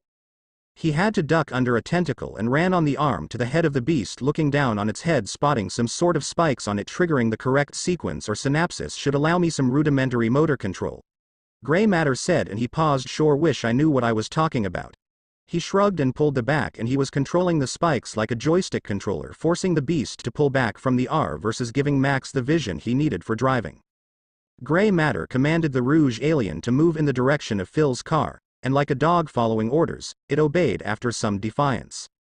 It crashed into the windshield of the car that was on autopilot, and Phil and Gwen were too busy struggling to gain possession of the null void to notice the alien heading their way, causing the car to spin out of control just as it was on a bridge, crashing through the safety of the bridge, dangling over the edge with Phil hanging on the broken safety of the bridge. Just as he gained possession of the projector, he spotted gray matter and scowled. Back off, he threatened, or I'll release every alien in this thing. Then you'll be out of the job. It doesn't have to be this way, we could all work together, Phil pleaded. Nope, this hero isn't for sale. Gray matter refused. Then you're all going to be very busy, Phil said as he pulled the trigger on the weapon as he aimed at Ben, who decided to still be a smart ass. Sorry, I am on summer vacation. Gwen threw a mirror at Ben, who caught it just as the gun was shot, and the light bounced of the mirror and back to its caster, who was hit with the weapon, and he, instead of Ben, was trapped in the prison dimension. Mount Rushmore. Plumber Base. The crew just took care of the last Rouge alien and trapped it back in the null void after this whole mess with Phil ended. Needless to say, they were tired for the day and decided to call it a night after this last catch. Sorry I had to keep my past a secret for so long. I should have known I could trust you guys. Max apologized to his grandkids, who waved off the apologies. It's okay, Grandpa. And for what it's worth, you all would have made great plumbers, Max said. But what about Phil? Naruto asked. I think that there are some things of this job we're better off not knowing, Max said as he looked back at the projector, and then with a final glance, they left the room to have a good night's sleep. Can you guys take care of yourselves? I need to search for something, Naruto said to his brother and Gwen, who nodded, causing him to leave. It was a few days since the alteration with Phil, and the group were getting their bearings. Max decided that he needed more inventory in his food stock, while Naruto decided that it would be best if he left to Mount Rushmore to salvage some tech that he could study. Gwen, on the other hand, decided to stay back and work on her magic control. Even though she could do the basic chakra exercises, she still needed more control to make sure her spells don't hurt people she cared about. She might come to regret that later, but let's not get to that. She decided that since Ben would ask too many questions, she would leave him alone in the R-verses to work on it, but even she knew that that could have repercussions, so she decided to stray not too far from the van. Ben, on the other hand, decided that he wanted to see if he would be able to access the master control function of his Omnitrix again, since he has trained with all his aliens, so it would only be right if not, then at least he could find other functions. What the two didn't notice was the figures creeping in the darkness towards them. At least they didn't notice them until a twig was snapped and a curse was heard. Ben went into action and slammed down the dial on the Omnitrix, turning into wild mutt so he could be able to scope out the culprit easily, and that he did, but he noticed that they were familiar from somewhere, so he decided to check the area the twig snapped, and surprise, he came to face 6 adult shinobi that all sported similar headbands, indicating that they are served under the same people. He growled, surprising some of the people there. "What are we going to do about this, Kakashi?" Kurenai asked, still ashamed of herself for stepping on that twig. "We fight it if he doesn't come peacefully," Kakashi replied. "And from the sound of this growl, I'd say that we are in for some fight if we aren't careful," Tora said as they all got into a fighting stance while Hayate and Yugo brought out their swords, something Ben saw, and at that moment, he knew that he was going to be hard-pressed here. He just hoped that Gwen was okay wherever she was. With Gwen, Ben's wishes couldn't be any more wrong, because right now, Gwen was in a similar position as Ben was, only more opponents. "Wow. All these people here to see me. And I didn't even get a notice," Gwen uncharacteristically smart-talked. "Sorry, we had to surprise you now than earlier. You see, our bus broke down and we decided to take the long route by walking," Nami casually replied, slightly surprising her teammates. "Any reason you're looking for me?" Gwen asked. "Nope, we just follow our sensei's orders. If it was me, I would have loved to stay back home and looked at the clouds, because this entire chase has been too troublesome for me," Shikamaru drawled out. "Everything is too troublesome for you lazy bones," Kiba noted. "Precisely my point," Shikamaru countered. "Enough batter, we were ordered to bring her in for questioning, and that's what we'll do," Sasuke said, and he got into his fighting stance before launching himself at the girl. Unfortunately, he had to trip under a rock, bashing his face to the soil below, causing a few snickers to ripple across the group, mainly coming from Kiba's mouth. Shino was the only one to notice the movement in their opponent, so with his decision made, he ordered his colony to attack the civilian. Gwen noticed this and decided to try something that she had been working on, an elemental attack. Shino lost his stoic face as he saw the flames erupting from the girl's hands, launching their way to his colony. This was also something that snapped the rest out of their snickers. Gwen was panting a bit because of the energy wasted to launch this attack, and it should come as a surprise, because since it's a new move, it would be difficult to control the intensity of the heat. "I need to work on my control a bit more," Gwen said to herself before her breathing stabilized and she got into a fighting stance. She just hoped she could come out of this safely. With Naruto, Rush was dashing through the open roads, enjoying the breeze that came with the run. He was able to salvage some damaged tech that hadn't been used for some time in the plumber base and was currently holding them. He thought that he could use these items to build more weapons for the team. He has his plasma gun and Ben has a hoverboard. Maybe with the magnets he found, he could use them to create a more advanced hoverboard of his own. He was thinking of what he should make for Gwen as her birthday gift, since it was drawing closer, when he spotted the R-verses, and what he noticed first was the result of a struggle that had taken place. He doubled his speed and searched for his grandfather, spotting him knocked out, bearing some injuries on his body. The Omnitrix timed out and he dropped his items and he rushed to help his grandfather up, placing him on the lower bunk of the bunk bed before treating his injuries. Max was now breathing easily, and Naruto knew that he would have to wait before his grandfather woke up, so with a slightly eased mind, he walked out of the R-verses and began a search. "Gwen? Ben?" he called out, looking left and right for both of them. He winced as he stepped on something and he bent down to see what caught his foot. It was a shuriken, something that made him slightly nervous and angry. He picked it up and placed it in his pocket and continued a very detailed search to find all he could on what happened. Oh, he knew that he had the resource to end this search quickly and save both kids on time, but he wanted to know how far his investigative skills had developed, a bit selfish and stupid on his part. Later, Max woke up just as Naruto walked back in the R-verses, and as soon as he saw that his grandpa was awake, he rushed to the old man's side. "Grandpa Max, are you okay?" he asked as he helped him up. "Huh, oh my head," Max muttered as he was helped up. He looked to the side and saw Naruto by his side helping him up. "And Naruto?" he asked. "It's me, Grandpa," Naruto confirmed with a nod that had Max relax. "What happened? Where are Ben and Gwen?" Max suddenly asked as he remembered what happened. "Easy, Grandpa," Naruto soothed. "Now why don't you tell me what happened?" he asked, and Max did that. Flash, a relieved Max, was walking through the forest for a midnight stroll. He heard voices and decided to listen in since something piqued his interest. "So when do we attack?" a voice said. "Soon. Why?" "Because this might be our only chance of getting in close before Uzumaki-san decides to run off again," a monotone voice replied. "He's right. Even if we might not see our main target, our secondary targets are still available for capture," a third voice agreed and added. "I still don't know why Hokage-sama wants these three other than one of them as his son, the other two, the reason escapes me," a fourth voice said. Here Max's eyebrows rose up in surprise as he tried to reprocess what he heard. "Uzumaki? Other two? Hokage's son? Naruto and the others?" Max realized. He then started to head back to the R-verses to warn his grandkids of their would-be kidnappers, but unfortunately for him, he stepped on a twig and suddenly, he felt the presence of people behind him. "It's not wise to eavesdrop on our conversation, old man," a voice said, freezing Max in his tracks. "I am sorry. I have no idea of what you're talking about," Max replied. "Now if you'll excuse me, I need to look after my grandkids." He took a step forward only for his eyes to roll over to the back of his head before he fell with a thud. "Cough, what are we gonna do with him?" another voice asked. "I don't want to deal with two angry shapeshifters that can kill us anytime, so the safest thing to do is to take him back to the vehicle," Kakashi said. "Damn, but what if he gives away what he heard?" Asuma asked as he exhaled his smoke. "That's what we want him to do," Kurenai said to Asuma, whose eyes widened in realization. And with that they placed the man in his vehicle, but not before doing some damage that was sure to set their targets in their sights. Flash end. "And then you woke me up," Max ended his tale. "But how did you get the injuries?" Naruto wondered. "I guess I was mugged," Max reasoned, and it was something Naruto had to agree with. Naruto then got up and walked to the door of the R-verses, and Max asked, "Where are you going?" Naruto just looked at his grandfather with an air of seriousness around him. "To save my little brother and his cousin," he replied, and with that he left the R-verses and began what would be an annoying search. Konoha, down in an underground base hidden in the leaves, a hand stretched and picked up a message dropped by a summons.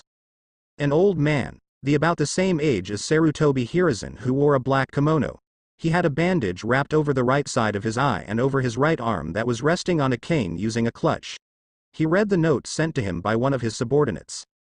"Master Danzo, the group of ninja sent on the retrieval mission by the Hokage just captured two of the main targets. The third one is still at large, and right now a trap is being set for the third. The technology in this land is strange, Lord Danzo, far more advanced than the one at Konoha. I managed to collect a weapon for further study. The firepower is impressive to say the least. With it we could gain profit that will help Konoha thrive, or we could use it to protect Konoha from our enemies. It is placed in the seal at the end of the letter. Lord Danzo, we could gain allies here in this nation, but we have to tread carefully because the people here have weapons that they call nuclear missiles that can be used to wipe off an entire village. I await further orders after you have read my letter, Lord Danzo." Danzo looked at the seal and unlocked it using his blood, and in a puff of smoke, a dual Ingram with a silencer and manual was in place of the letter. Danzo picked up the weapon and studied it with his good eye. "Impressive," he said, and he dropped it beside him before picking up the manual and scrolling through it. He smirked and wrote a reply. Yes, this sounded promising in assisting him for his rise to power, and then the entire world would then know the might of Konoha. Later Naruto decided that using his Omnitrix would give away his position quickly, so he decided to don his mask and use his ninja biosuit. Currently, he was hopping trees before he flipped over a branch that would have activated a trap and landed on the branch in front of it, inspecting the trap with squinting eyes. He noted a transparent ninja wire that would have been blind to any naked eye but not his, and as he decided to trace the wire, he saw that it was connected to a trap. Kunai and Shuriken were wired tightly, meaning should he trip the wire, Any graze would be deadly because he was sure that there was poison laced in the sharp ends of the blades. Naruto used the current branch he was on to spring himself to the opposite only to duck under a set of kunai that was thrown at him. He landed on the earth and looked around before spotting that it was Gecko Hayate that threw it. Surrender Naruto. I don't want to hurt you. Gecko said as he stood in front of Naruto with his hand in his mouth preventing his germs from spreading. Naruto had 3 smoke pellets on the space between 4 of his fingers before he dropped them on the ground causing them to erupt into smoke. Hayate coughed but quickly brought his sword to block an incoming strike from the crafty blonde.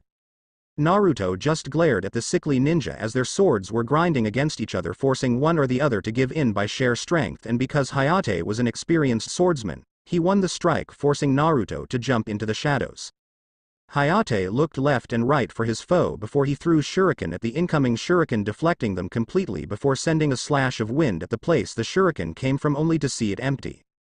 He sighed knowing that this was going to be a really annoying fight and just hoped that should he fail, the others would fare better than him. With Ben someone was fiddling with his wrist. That was what woke him up from his unconsciousness. His green eyes spotted the area they were in. Still in the forests it would be stupid if I used any alien that could shoot blasts namely heat blast or feedback Ben thought as he saw the trees surrounding them. His eyes darted to his left and he saw that there were currently 5 teens guarding him and his cousin who was still knocked out and tied with him. What does this button do? Kiba asked as he saw the 2 buttons on the watch he found to be curious. He pressed them together and the faceplate rose up before the 2 triangles separated showing a hologram of a figure on it. This caught Choji and Ino's attention and they came to see what Kiba was doing. I don't think we should be messing with that, Choji said to Kiba who was scrolling between images as some of the pictures caught his attention. Yeah, dog breath, or have you forgotten that he could beat us if he tried? Ino chided but Kiba ignored her and saw an image he liked.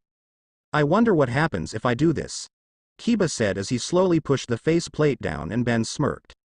Thank you for being an idiot, he said surprising the 5 genin that he was awake but before they could do anything. A green light temporarily blinded their vision and in Ben's place stood Grey Matter who was running using their moment of confusion against them.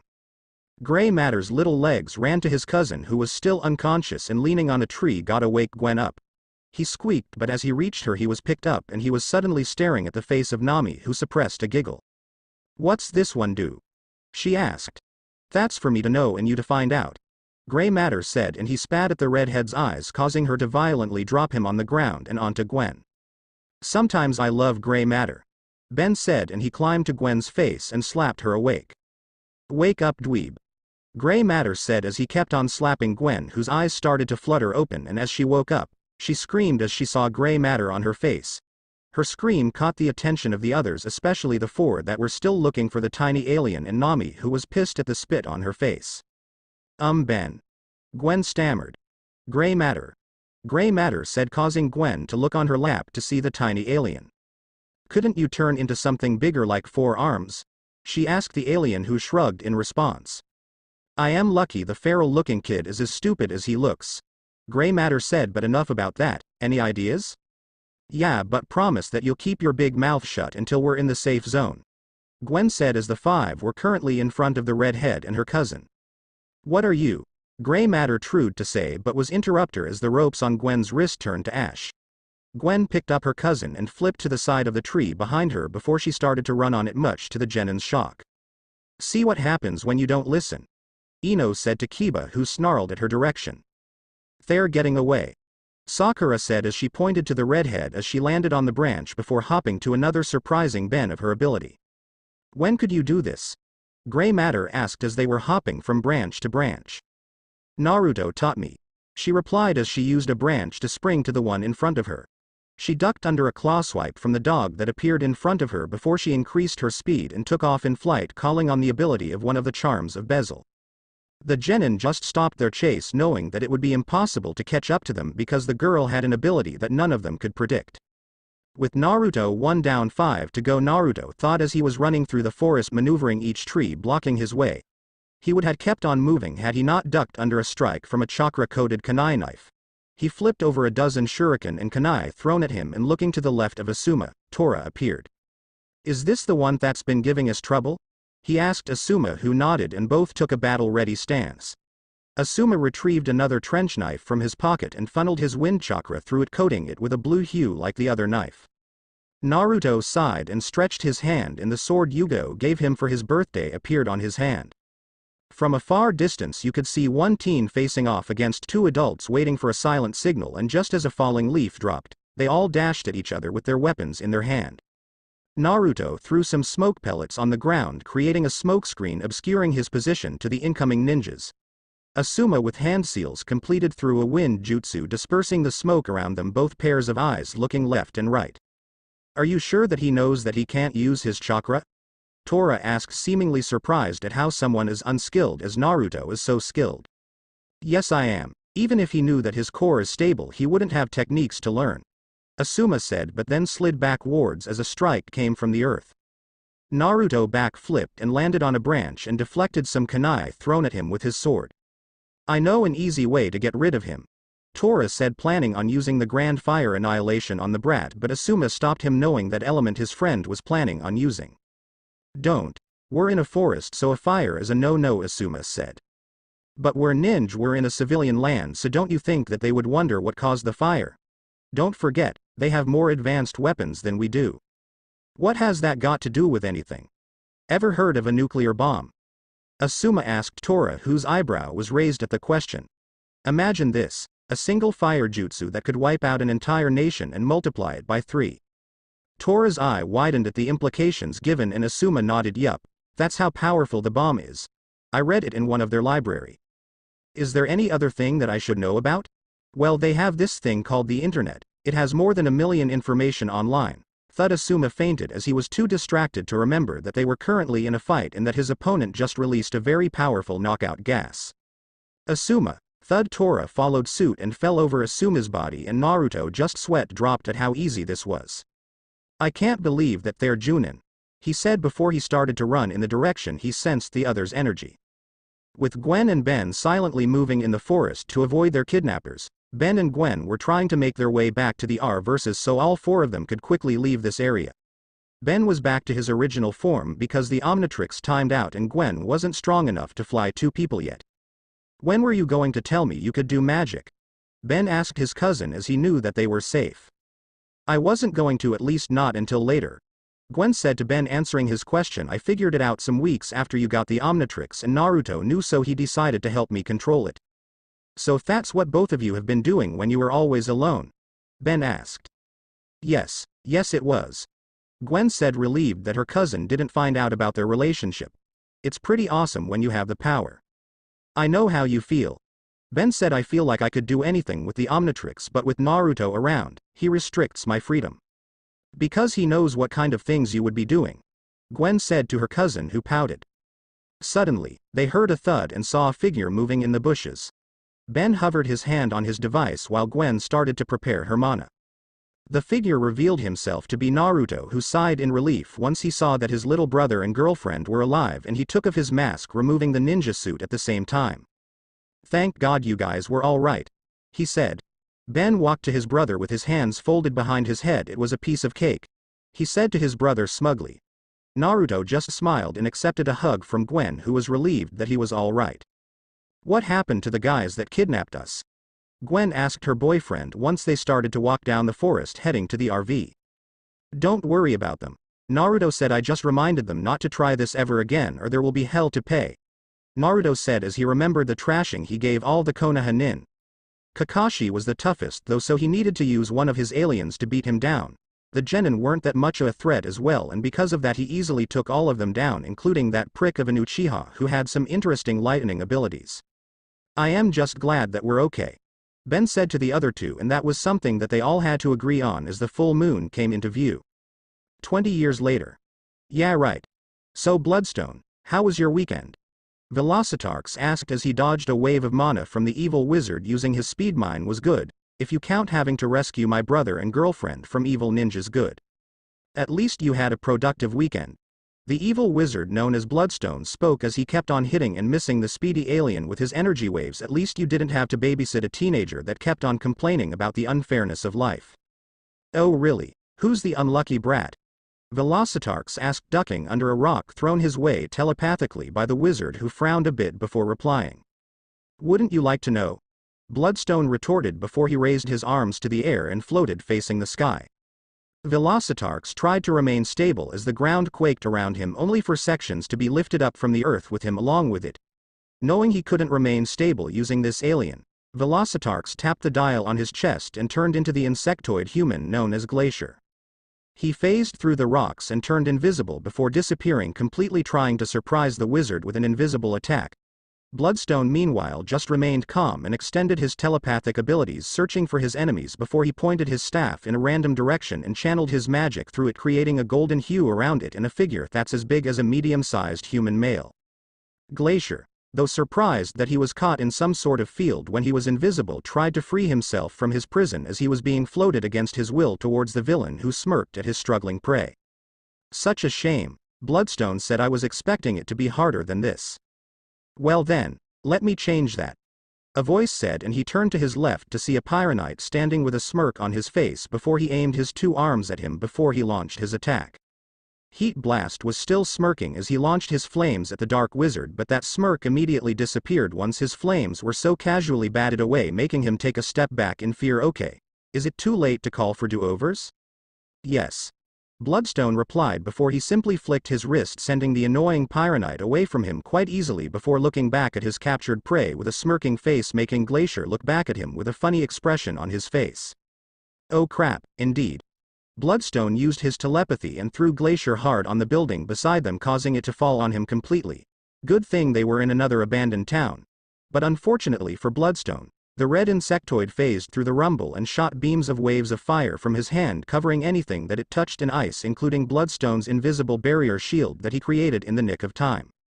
Heat Blast got up from where he was sent and got his bearings before he flew back to help his brother fight that wizard, arriving just in time to see Bloodstone shattering the ice surrounding him in a spherical shape. I grow really tired of this.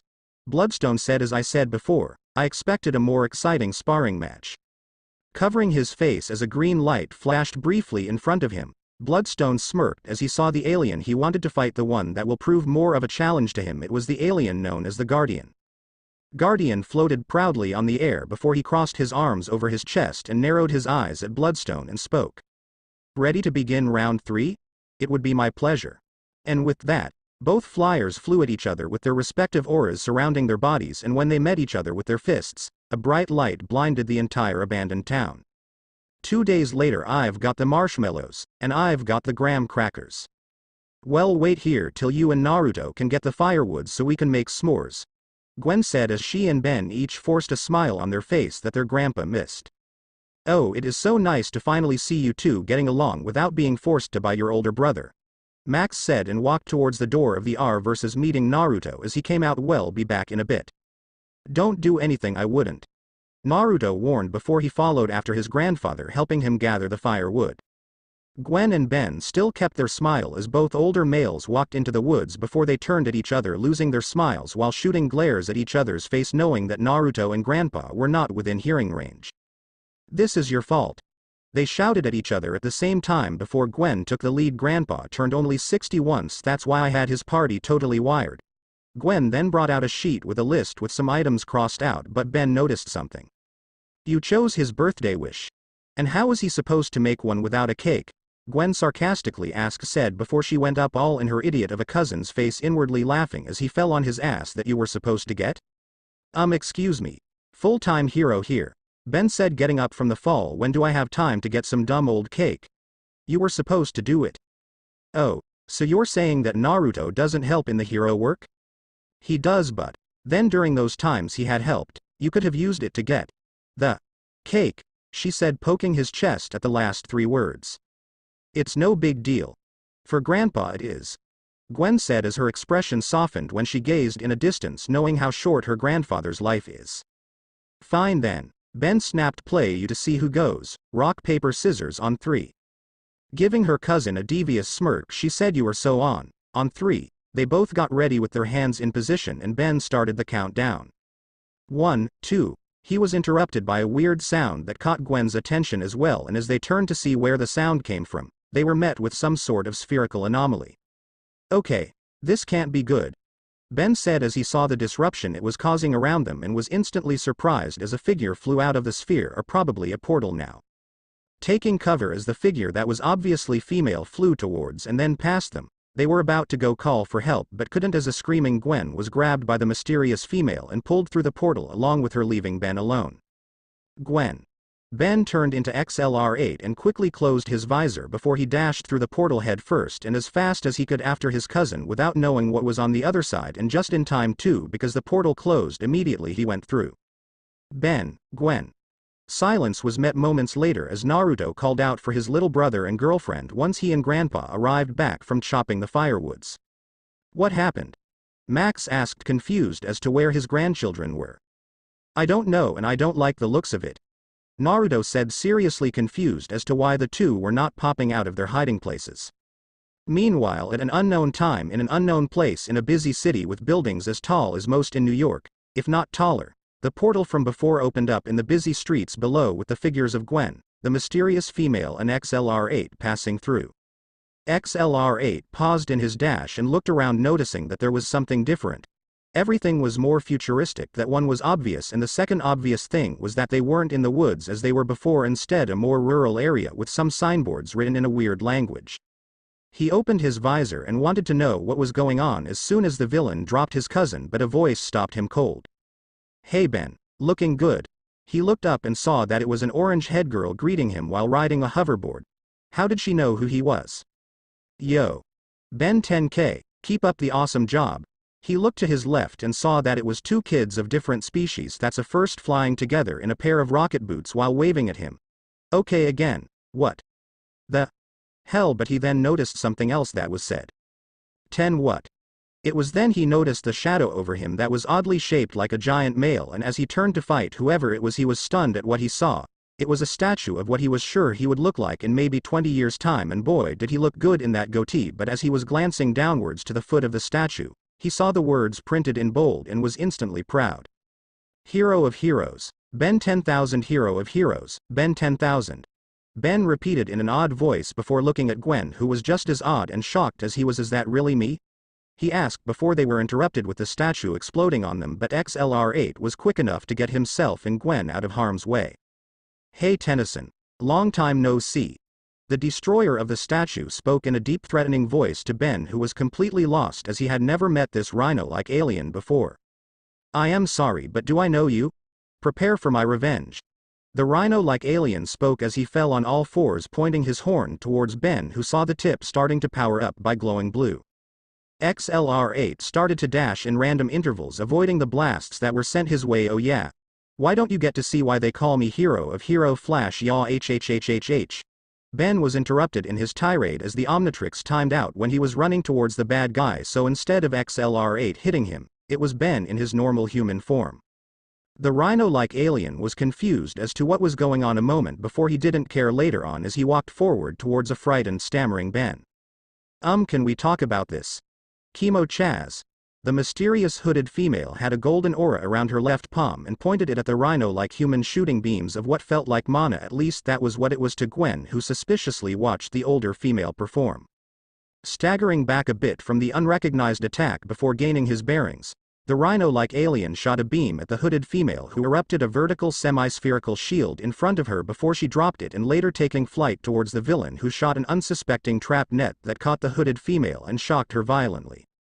Looking at the children, the rhino-like alien fired a beam at them only for him to be randomly attacked at different angles by a speeding creature, completely destroying his attack horn, knocking him out completely. And when the speedy creature stopped moving and stood over the downed body of the villain, Ben and Gwen stood staring at it with their mouths agape.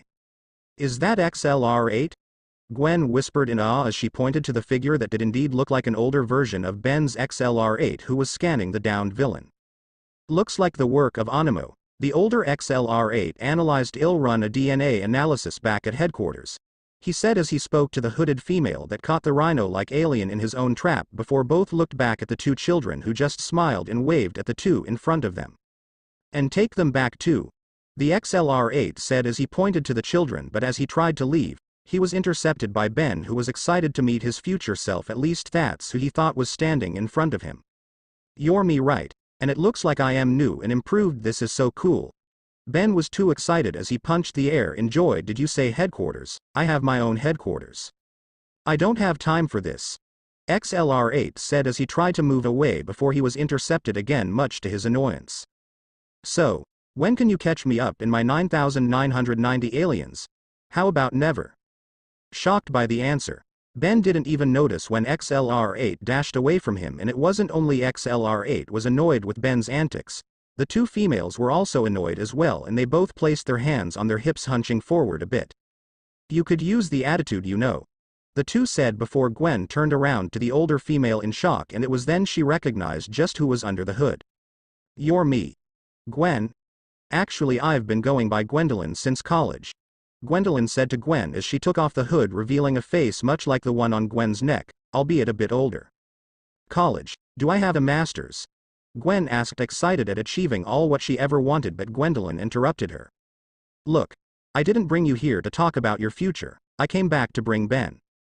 Why not me, or maybe Naruto? He's stronger than Ben anyways. Gwen asked, confused as to why only Ben was needed, and come to think of it, she hadn't seen Naruto around. Yeah, come to think of it, where is Naruto anyways? Ben said as he crossed his arms over her chest. Why doesn't he have his own statue like I do? Who? Gwendolyn asked, confused as to what they were talking about. I am afraid I have no idea on what you mean. You know, Naruto Tennyson? Ben tried to clarify. My older brother? Oh boy. Gwendolyn said, slapping her head, finally catching up to what was wrong. I think I messed up in the portal. She was scratching her chin. Messed up? Gwen asked her older self. I never mess up. Look, Gwen. Things happen when I perform under stress. Gwendolyn waved her hands in surrender. Besides, I still got the same results, didn't I? Yup, you got me. Ben said as he thumbed himself before he suddenly remembered something. But what happens when Naruto notices we're gone and how we left? Gwen suddenly had an idea of what her cousin said before she turned to her older self, knowing how her boyfriend would react once he finds out what happened to her. Ben's right. Naruto will be so mad once he finds out that I mean we have been kidnapped. Gwen quickly corrected before glancing to Ben, who was oblivious to the slip-up, but it seemed Gwendolyn noticed it. Back at the present, I can't find them anywhere nearby. Rush said to Grandpa as he returned from his searching before flashing back to Naruto. Where do you think they'd go to? Max asked as he stood with a thoughtful look on their face. Did they have some appointment that we were unaware of? I know Gwen, and if she does have an appointment somewhere, she will let me know, Naruto said as he quickly corrected his slip-up. Ben will tell me too, so if anything happens I'll be there immediately. It helps that I have a tracker on Gwen's phone also. Immediately slapping himself in the head, he rushed into the R-verses to get his PC and open it, trying to locate Ben and Gwen using his computer, but all he saw in his global map was nothing where he was supposed to be receiving a general positioning of her location. He shut his computer in frustration before slamming his fist on the table just as Max entered the RV. Any luck? Max asked. The GPS is on, but I can't seem to get a fix on her location. It's like something is interrupting it. Naruto replied to his grandfather, sighing. Don't you have an alien that sort of rewinds time? Naruto looked at his grandfather blandly before looking at the white, green and black futuristic wristwatch on his palm before getting up and moving outside so as to get some space. Pressing the dial on both sides of his watch, the faceplate separated as a flat horizontal 2D circular hologram with different faces appeared over it. Scrolling a little bit to the left, he smiled as he got the alien he wanted before selecting it, and with a flash of green light, he was Tempest, an alien Max hadn't seen work before. I can't believe I never thought of using this guy. Tempest spoke before he spread his hands forward, activating his powers, and what Max saw was the key on his head starting to spin and spin before the scenery around them moved, like it was a movie that they were watching. As Tempest got to the scene he wanted, them leaving for the woods, he stopped the scenery rewind and played it in normal speed, seeing what happened to the two youngsters, and immediately, Tempest was pissed. Who wouldn't after knowing that his girlfriend got kidnapped? It seems some sort of portal was used when Gwen was taken, Max theorized. Yeah, and Ben, instead of thinking the situation through, charged in like an idiot. Naruto growled as he was still in his alien form. How were we supposed to know what kind of portal that was? I don't know about you, but I did notice something strange about that mystery female that took Gwen, Max told his grandson, who decided to listen to his theory as they were both trying to come up with a plan. 20 years later, maybe why the Omnitrix hated him, he didn't know. All he wanted was a wrecker, but did he get what he wanted? No. How would a flyer help with the situation he was in right now? A flyer with no ounce of the wrecker strength he needed. At least he was happy that his older self shared the same idea as he did, but did that mean that he need help? No. Ben 10K had to use a pipe to trap his tail, making it impossible for him to fly while he took care of Animo with 4 arms. 10K. Could have helped if I had the chance, Stinkfly mumbled to himself as he was watching how easily 4 arms was trouncing Animo, whose head was in a jar attached to the body of an abominable snowman. No, he prefers it this way, Gwendolyn said, hearing what Ben said as he was still trying to struggle out of his bindings. Ben watched amazed as Ben 10K switched effortlessly between aliens and ended Animo with a combo attack, ending it with a cannon bolt before he walked to the downed Animo and bound any chance of freedom from the insane scientist.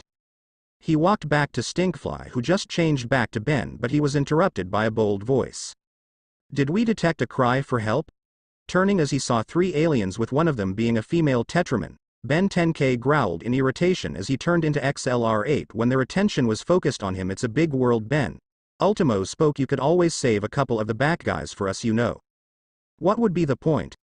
XLR8 asked as he turned away from them. But since you're here, how's about bringing Animo back to the null void projector chamber for me?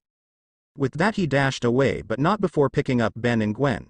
He stopped in front of Gwendolyn and ordered, "I'll meet you back at headquarters," before he dashed away with the 2 children in his arms, leaving his annoyed cousin to follow via flight. As the 2 left, the galactic enforcers walked to Animo to complete their work, unknowing of the devious plan he was conjuring in his mind. Meanwhile, in another rural area away from where the main work was happening, a flash of light was seen blinding some of the passerbyers, and as it died down, they were met with the imposing form of Tempest as he arrived in this timeline. I didn't know Tempest could do that. Tempest spoke as he scratched his head. I really have to explore this guy's alien abilities. Tapping the dial on his chest, Tempest turned into Velocitrax before looking left and right, noticing the different species of humanoids walking around. So 20 years from now, humanity puts their prejudice behind them as they learn to live with aliens of different kind, he theorized, scratching his furry chin. Interesting, but I have no time for that. He then took a sprinting stance. Since this is where their trail ended, I have to start search immediately. With that, he dashed as fast as he could, scanning the entire city as fast as he could, noticing something's on the way. Ben 10K? What's up with that? He thought before he focused on his search, ignoring the surprised looks on the civilian's face. 5 minutes later. Don't I have any fun at all? Ben said as he and Gwen fixed their hair from the messy way they were in before he was interrupted by XLR8, who dashed in front of him.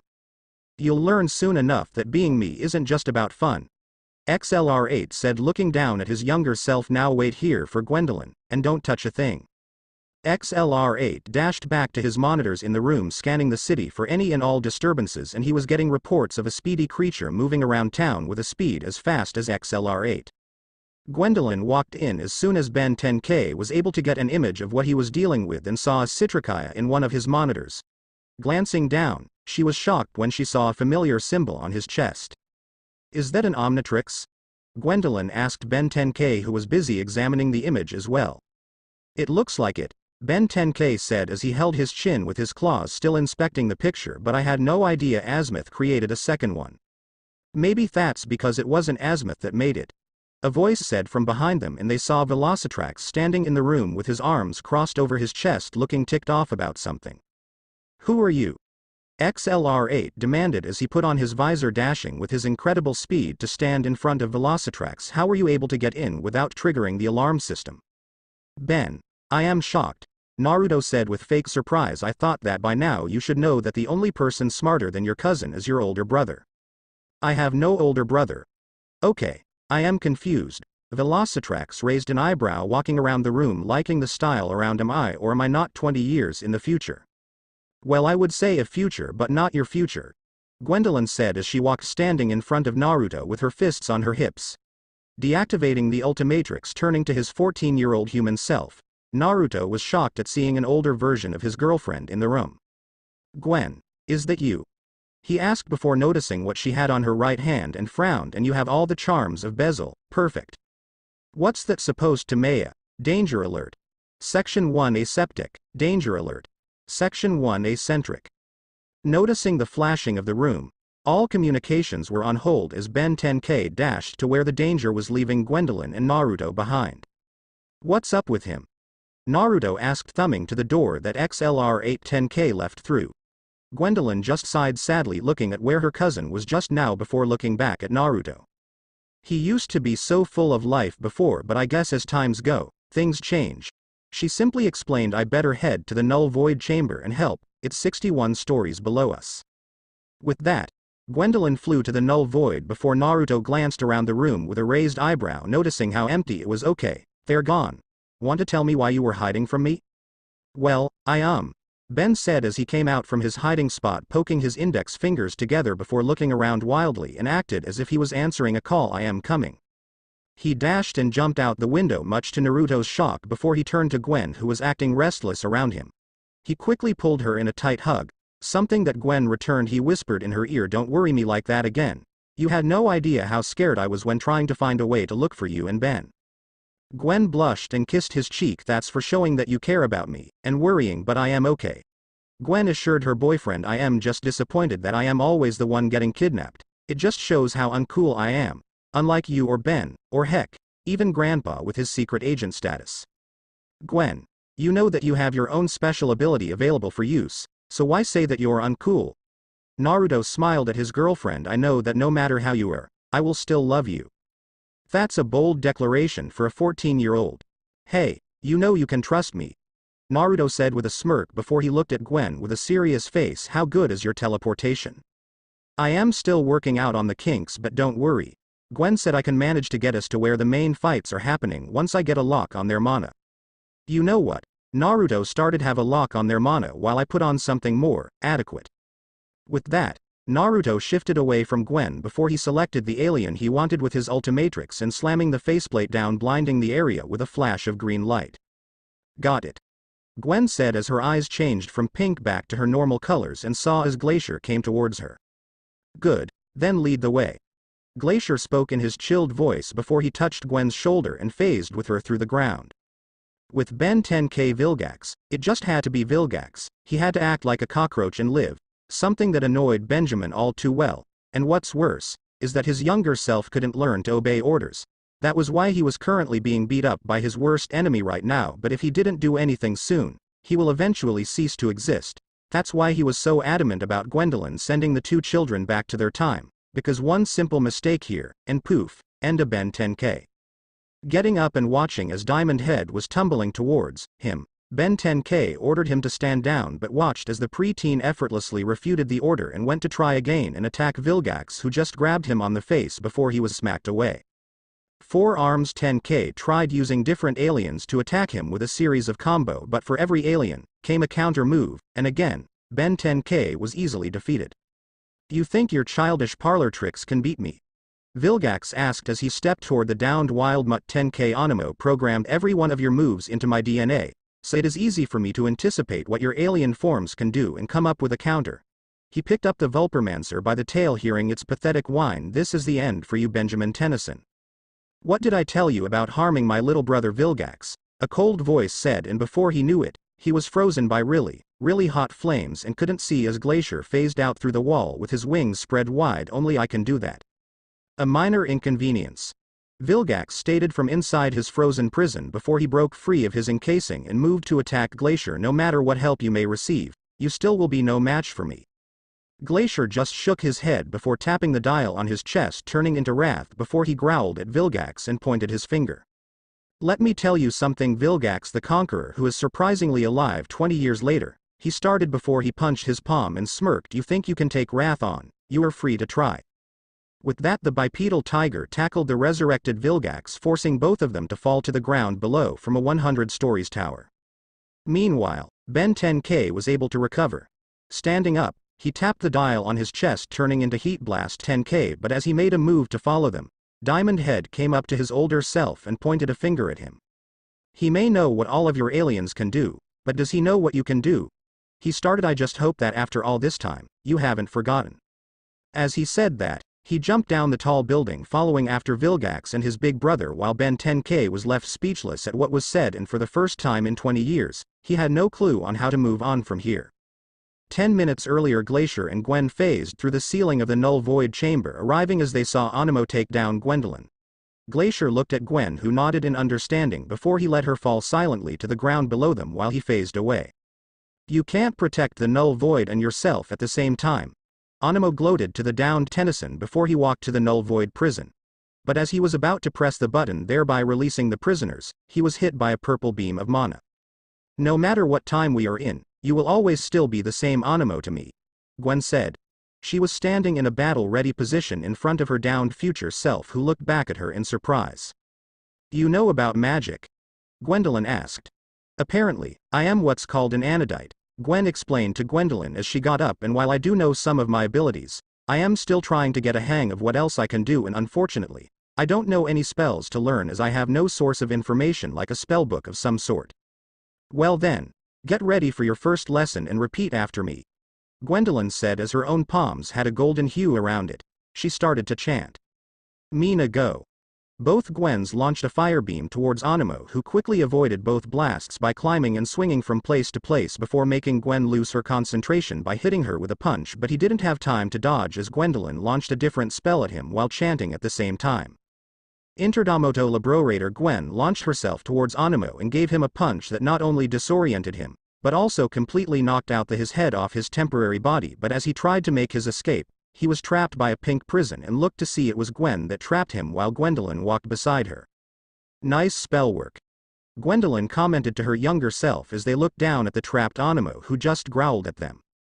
Looks like I missed the fight, a familiar voice said, and they all turned to see Max coming through the door with a smile on his face as he watched his two granddaughters apprehend their suspect, and both Gwens just smiled at him, relishing in the familiar presence of their grandfather. With the wielders, let me tell you something. Benjamin Kirby Tennyson, who is 20 years older than he's supposed to be, Wrath snarled as he saw Ben 10K walk towards him with a smile, a calm look on his face. Have you decided to stop acting like an arrogant stuck-up? I guess I needed to realize that I can't do everything on my own. Ben 10K walked up to the tiger. I don't know who you were, but I can honestly say thank you for taking care of my younger self. It wasn't an issue.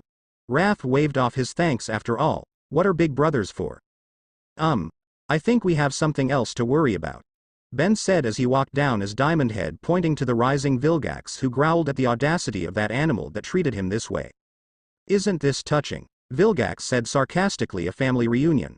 But no matter what it takes, I will end the Tennysons once and for all. He then charged the three Tennysons with his arms raised, ready to give them a heavy slam to the ground, but Ben 10K quickly tapped the dial on Diamond Head's chest, turning him into XLR8, while him and Naruto turned into their own versions of XLR8 to dash out of the air.